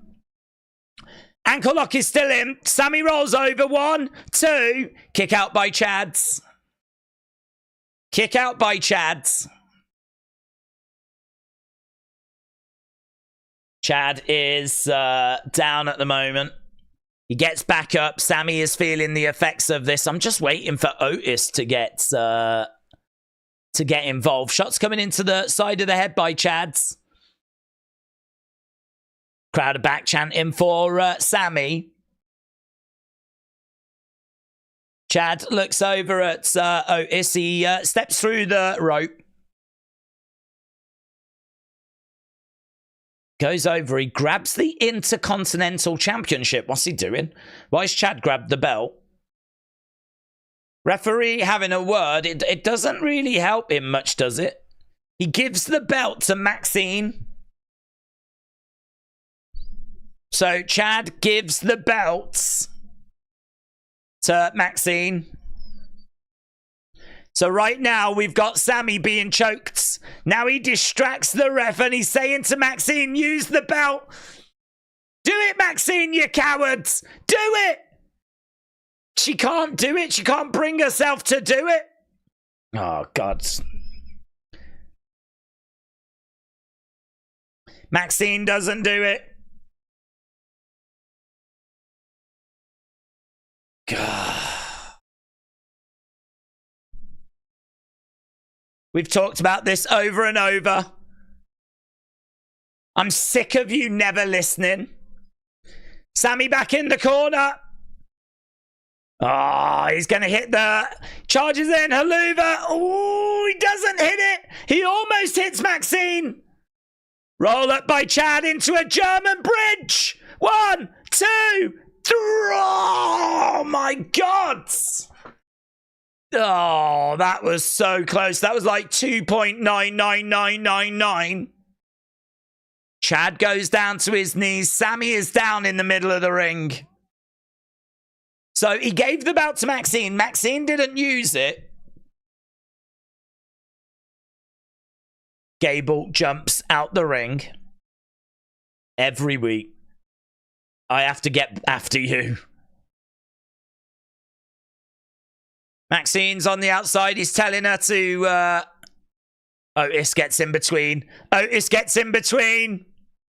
Otis stands in between Chad and Maxine. We're on the outside of the ring. Otis. Oh, Sami comes over the top, lands on Otis. Oh, Sami. You botched that. You absolutely botched that. Otis was just standing up to Chad then. Oh, Sami. Of all the times for him to flip and do a suicide dive to the outside. Chad Gable goes up. Chad with a moonsault. Oh, Sami moves. He grabs him, exploder. If he hits it, he does. Is this going to lead to the Helluva? Chad down in the corner. Sami going over to the other side. Comes in and goes for the Helluva, but Chad gets out the ring, you know. Chad gets out the ring. Sami rolls to the outsides, grabs Chad's face first into the commentary table. God, the thing with this match, right, is obviously I want to have a look at the QR code, but it always feels like it's about to end. Like, he gave the belt to Maxine, and so it felt like that was going to be something big. Then you've got the Otis thing. Right now he's got the ankle lock applied on the outside. Sami is down. There's an ankle lock that's being applied. Oh my God. Chad just knocked into Maxine. Maxine goes down. Oh my God. Oh my God. Chad just knocked into Maxine. Otis gets up. Otis staring at Chad's. Is that it? Is that what does it? Is that the moment? Chad gets in the ring. Otis doesn't do anything. Crowd are chanting, "You effed up." Is that it? Oh, you don't... Sami's down. Otis ain't doing anything. Otis is like... He don't know what to do, does he? Make him humble, said AR1. You effed up, said K-Dub. He's looking at... Oh, man, what is she doing? She's flopping around like a flipping fish out of water, man. She goes down. She stops Otis from hitting Sami. Yeah, I mean, to be honest, this is just all too much for them. They probably should just remove themselves from this situation. But Otis shakes his head and he walks off. So Otis grabs Maxine and they head to the back. Helluva connects! Helluva connects! 1, 2, 3. Sami Zayn retains. So we don't get a new champion. And we haven't really had Otis kind of snap.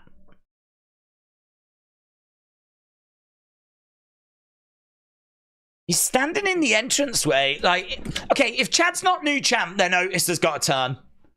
I was really struggling to figure out how Chad wins the belt and how Otis turns at the same time.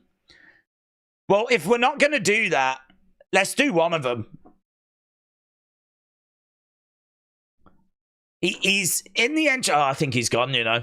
He was in the entranceway. He sort of stopped, but he's carried on walking. I don't get it. I don't understand. I feel like you've got to do one or the other. You've got to either have that moment where Otis snaps on Chad or put the belt on Chad. We didn't really do either. We just had Otis grab Maxine and walk off. I mean... Oof. Just showing that replay of... it was a chop block by Chad. Chad chop block Maxine.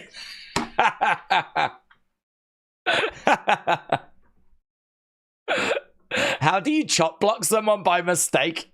But he found a way.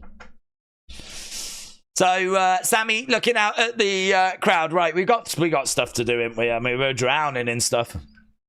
Chad looking up at the entranceway. Da-da-da-da-da. So, Sammy is walking up the entranceway. Look at the expression on the face of Chad Gable. He just cannot get it done, can he? He cannot get it done. That is it. We are done, says Sammy. You've had your chances. Look at Chad. He is fuming, man. Chad is fuming. Sammy wins. Chad fumes. Da-da-da-da-da. And there we go. That's it. Oh, man, I got to tell you, I just don't know about that. I don't get that booking. We didn't get that moment, and we didn't get a new champion. I don't get it. Right, I need to catch up with the Super Chats. Let's do that first. So, Thomas said, the journal entry, she has a change in it. There is a red circle with Y instead of it.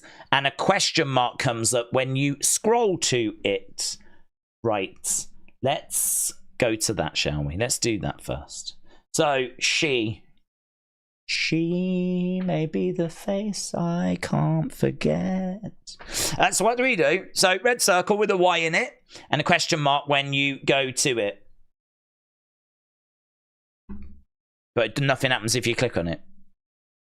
This is a bit of a bind, to be honest, because this is Exordium 3 and that don't work for me. I mean, that is Exordium 3, so now I don't know if, like, other links don't work for me. Actually, do you know what? I've had this problem all throughout. Do you remember before? There's been a few times where I've clicked on stuff and it's not worked for me. There was another one where it, like, you clicked on some on my phone and it worked. Was it Secret? You clicked on that and it worked, but it didn't work on here. I wonder why. Links, certain things don't seem to work for me, so I don't know if that's meant to do anything. We're backstage with Isla and Alba. Okay, so Thomas, we've got this. And I don't know what it does. Lawrence said on the journal page, if you click on each of the lines, an open door, a secret right below it. Hang on, what? Go to the journal page, right? Journal page. If you click on each of these lines, an open door. Click on that. Oh, that's nice. Well, that's pretty fun, isn't it? You changed. You stopped saying thank you. I changed. Who's this boomer? Hey? Who the flip's this? Guys, if that's the therapist now, I'm just saying, yeah? We eating good. We eating goods. Who could this be? Who's got hair like that? No one's got... Kurt Cobain's got hair like that. Who the flip's that gonna be? Okay, so click on that. What else we got? A secret right below it. A secret.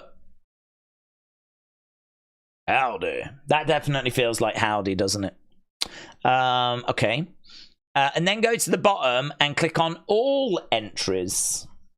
All entries. That looks like Gacy, doesn't it? I'm getting Gacy vibes there. Ah, very good. Very good. So, Lauren, shout out to you. Let me jot those links down because I will forget them. So, it is, click on these, an open door. An open door. I wonder if like it means anything at all. Like an open door, a secret, and all entries. All entries. Okay. Very good.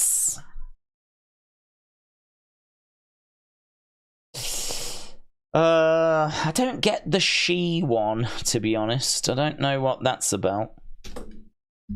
Right, we just got a video package for Bayley right now. CBF Music said there is a secret URL. Are you happy? Where did you get that from, buds? Hang on. Let me look at this first, just in case it's dodge. Are you happy? Because that does sound like some sort of massage parlor. Is it, what is it? WWE.com, are you happy? Are you happy? Yeah, where's that from? There we go. What would make you happy?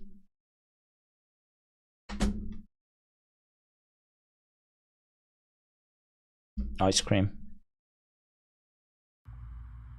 Oh, it worked.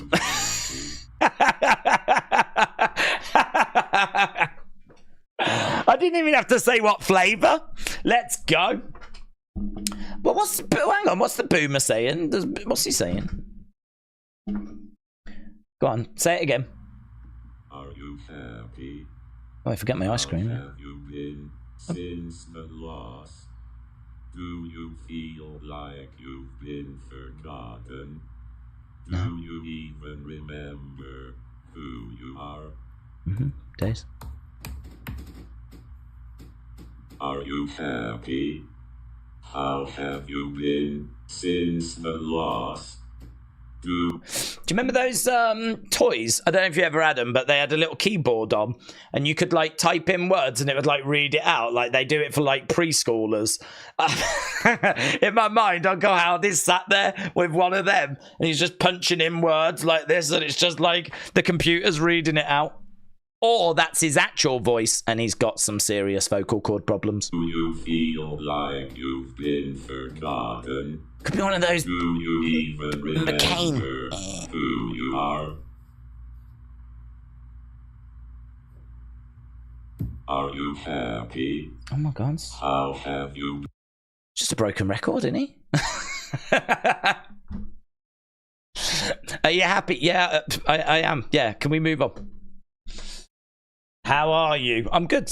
I'm good. I'm good. Can we move on? Well, there we go. There you are. There you are. Is there anything here that's letting us know that they're going to flipping arrive tonight? That says CJ, doesn't it? I'd imagine someone's probably looked into CJ. CJ. Cameron Grimes to the moon. Guys, if you didn't know what unlocked the URL, I think you'll find it's ice cream. Yeah. So I don't want to brag, but first time, mate. Went straight to it, popped ice cream in, done it. Coaster said, put in, are you happy? Yeah, how did it, oh my God, wow. Chelsea Green has dressed as, like, I don't even know what. Is that a kilt? I think we've got, like, a kilt and a sporran and, like, a little... I mean, you wouldn't wear that in Scotland? You'd die. You'd freeze to death. I feel like she's gone for sexy Scottish woman, but you wouldn't get away with that. She'd be dead by the time she left the front door. Wow. She looks fabulous, though. Yeah. So, Piper making her way down to the ring. So, CBF Music and Coaster, shout out to you guys. WWE.com. Are you happy? Well, she looks wonderful. Jake Campbell said, if you go to SlamX, he's got all the answers. Oh, SlamX is excellent. I've no doubt. I'd imagine SlamX had the answers before the flipping QR code dropped. Excellent work. Bayley versus Piper. Let's go. Blame Darius said, if the Wyatt 6 debut tonight, I don't want to be anywhere but in this watch along. What's up, good people? Blame Darius, shout out to you, my friends. For the records, we're not expecting them tonight. I do think there's a chance we get Nikki Cross. Although, of all the things that I've been shown and seen so far, there isn't anything that seems to suggest that we're getting anything tonight in these QR codes, unless someone's going to tell me something revolutionary. But at the moment, it's all, you know, those pictures are great. I think the video doesn't really do much for me, to be honest. There's probably some stuff that can be dug into there, right? With a lot of this stuff, you look at it first and you're like, what? I don't get that. What is this? Like, what is this meant to tell me? So at first, it doesn't seem very obvious as to what it is. But then, obviously, you know, you start looking into it. Like, I'd look into that CJ. It says, there you are. Remember who you are. There's definitely little things that you can pick at with the video. And I'm sure that it will reveal some stuff eventually. So it's one of those where, like, you look at it and you're like, okay, what am I getting from this? I think, personally, the pictures, if we just quickly go back to those... I think the pictures, which are, I mean, this one's called Dies Lunae. So definitely interested in that. Dies Lunae. What does that mean? Does that need to be, I mean, is that an anagram of Dex? No, it's not an anagram of Dexter Loomis. Dies. I wonder if it can be rearranged. But DIES_LUNAE. Someone will have worked that out. I wonder if you have to put, like, all of them together or something. The other one is hello. That's got to be Howdy in it. That's got to just be a simple one for Howdy. He needs a new camera. I know that much. And then the other one is C. Oh, that is actually CG. Which was also written on the book. So that's interesting. That looks sick, doesn't it? That looks sick. This thing could be arriving on flipping Monday. That looks awesome. It's like Kurt Cobain from like a heavy weekend. Howdy. And I mean, I thought that was Gacy, and now I'm wondering if it's actually Nikki Cross. I'm looking at the hair.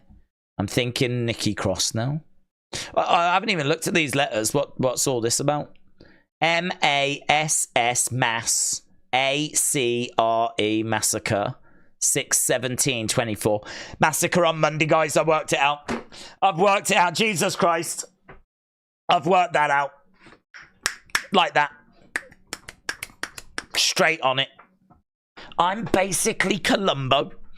Oh, God. That was... Do you know what I mean? We're looking at it. We're going, what does this mean? Boom, sorted. Massacre Monday. On to the next thing. So, yeah, I'm thinking... I thought Joe Gacy at first. Looking at that, I was like, oh, that looks like Gacy. But now I'm looking at the hair. I'm like, no, it's Nikki Cross, isn't it? Well, this sucks. Why doesn't it say, see you tonight?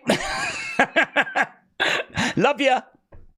Looking forward to seeing you in a moment. What's all this about?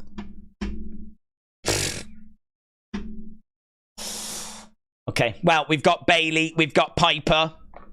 Let's end this poll. So, Coaster, shout out to you. Coaster also said, click on the dates at the bottom of the journal. Okay, let's do that.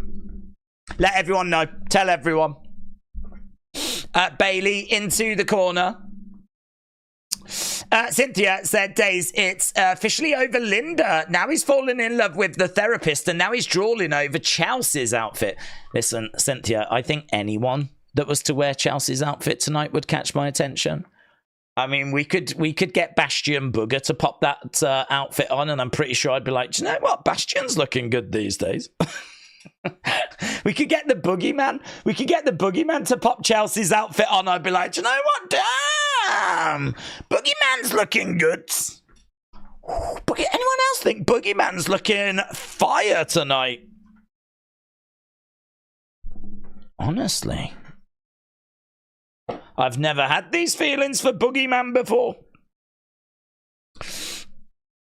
Let's go. Piper is the chance. So Piper has got Bayley. Bayley on the out. Oh, super. She's sort of over-rotated. She had her, and she kind of hit her tailbone. 1, 2. She goes for the cover. Bayley gets her shoulder up. Piper can go, man. Piper can go. This will be a... Oh, my God. She landed right on her derriere. WWE Women's Championship match. Bayley against Piper. Our co-main event, I think. Is that right? Yeah, I've made it. I've made it the co-main event. Piper looking out at the crowd. She has got Bayley. I feel sorry for Piper. If she was in there with like some hated heel. But instead she's in there with Bayley. Everyone loves Bayley. Piper goes to the outside. Coast Maniac said, the dates. I've got somewhere else. It's a puzzle. I'll solve that, mate. I'll solve that. What's the puzzle? Bayley through the ropes, suicide dive. She knocks into Piper. Oh. Spine first into the edge of the ring. Haley TV 13, shout out to you, my friends. I think I shouted you out last time and then my microphone quit because, do you know what I mean? I don't quit, but my technology does. So shout out to you. You're not my favorite Haley TV. I do like Haley TV 27, to be honest. Just saying. Niall said, in total, every end in 6, just Niall.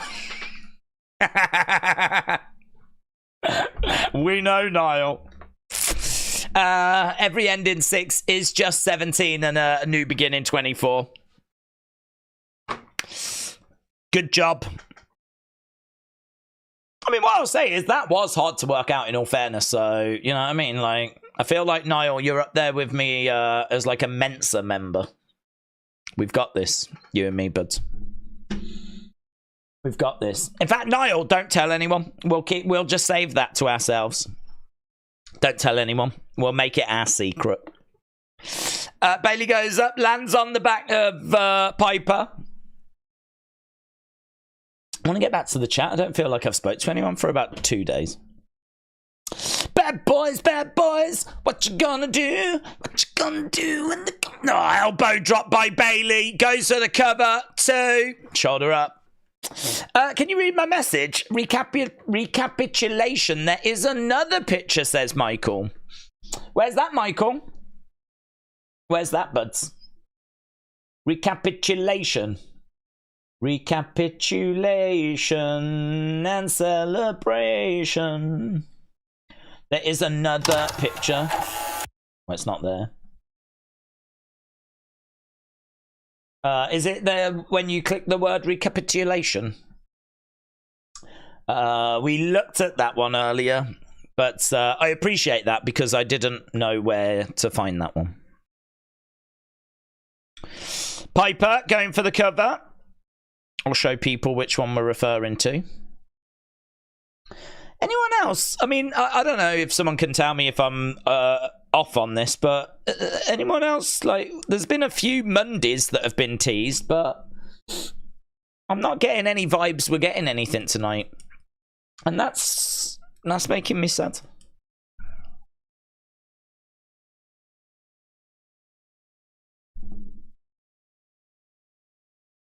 There's nothing here that's sort of being suggested we're going to get. I wasn't expecting all of them, but one of them? Nikki? Someone? Anyone? Coaster said if you click the 2008, then you get a picture. Then the dash is a new puzzle. Oh, God, they've been busy. Been busy, haven't they?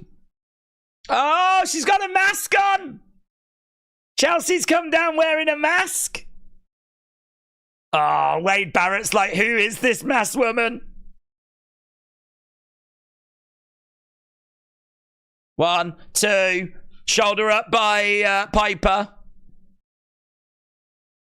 Nacho Chelsea. Oh, drop kick there by Bayley. Chelsea goes down. She gets hurled into the barricades.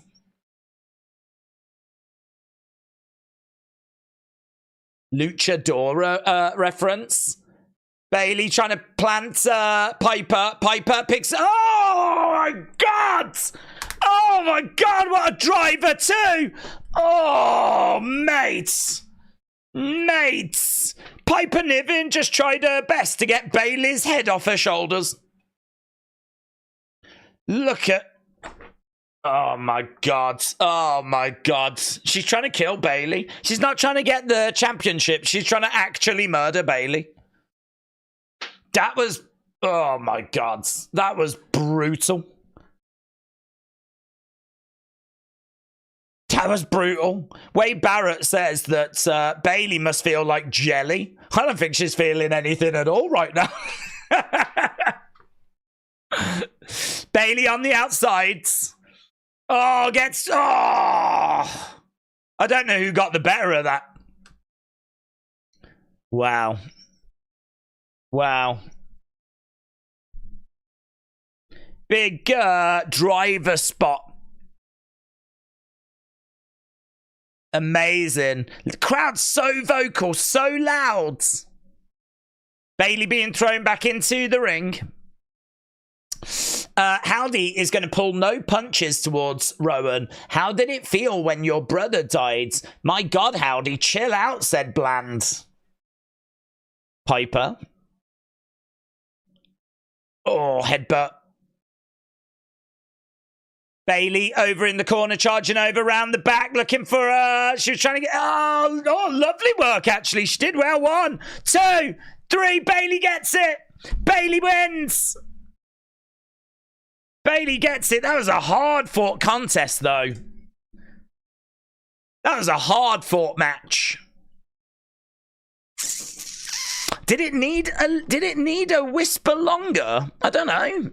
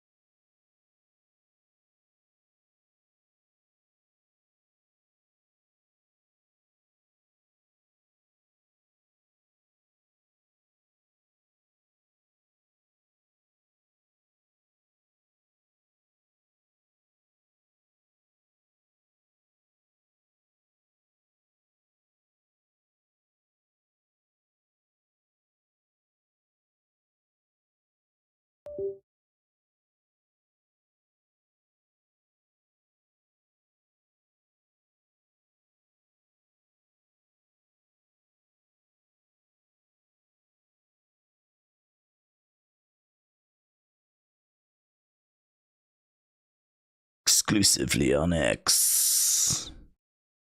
Never seen before. I'll tell you now, I am going to look into this microphone. I am. I'm blooming looking into this microphone. If you click the bottom between 2008 and 2024 and click 2008. Okay, let's have a little look. What we got? I think we did that. Oh, no, did we do that one? Are you happy? So that is a boomer. Is that Uncle Howdy? Feels like his hat done it, but it doesn't. No, what's this? And you have to click on that. Oh my god.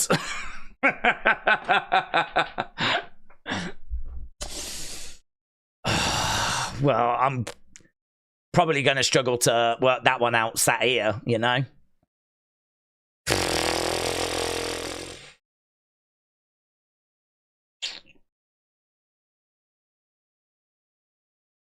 Okay, well, the bottom looks like brother died.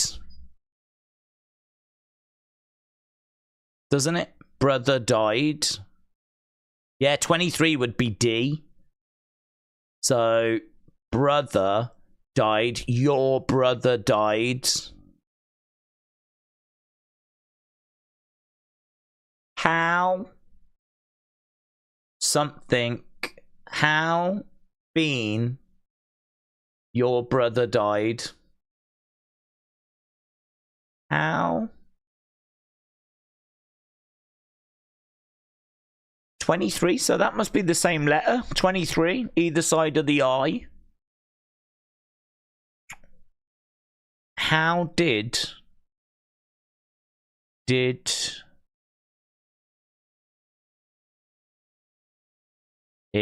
feel? How did it feel when your brother died? Oh my god. Oh my god. Come on! Yes! Harry Bo, Harry Bo, Harry Bo, na na na na na na na na na, Harry Bo, yeah!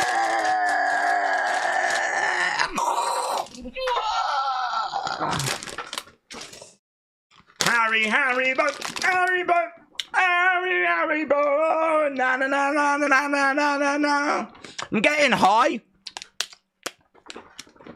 Yeah! Brother died! Yeah! Oh my god. I'm going. Where's Mensa? I'm joining. I'm off. I'm wasted here. I'm wasted. Solved it, mate. Bad boys, what you gonna do? What you gonna do when they come for you? What you want?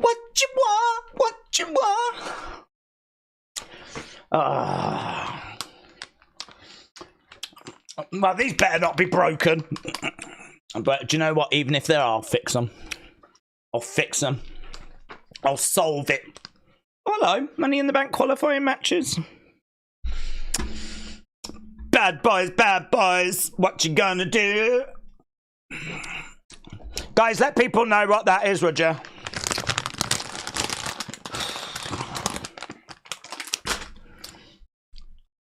Right, World Championship. We need to do that thing, don't we, as well? Oh, God. It's non-stop, innit? Bad boys, what you gonna do? What you gonna do when they come for you? What you want? That's how I feel. Yeah. Bad boys. What we gonna do? Look at that boomer finger here. Look. It's like what a granddad does or something when they're taking a picture and they put the boomer finger over the camera like that. What a botch. Amazing. Did you see that bit? America.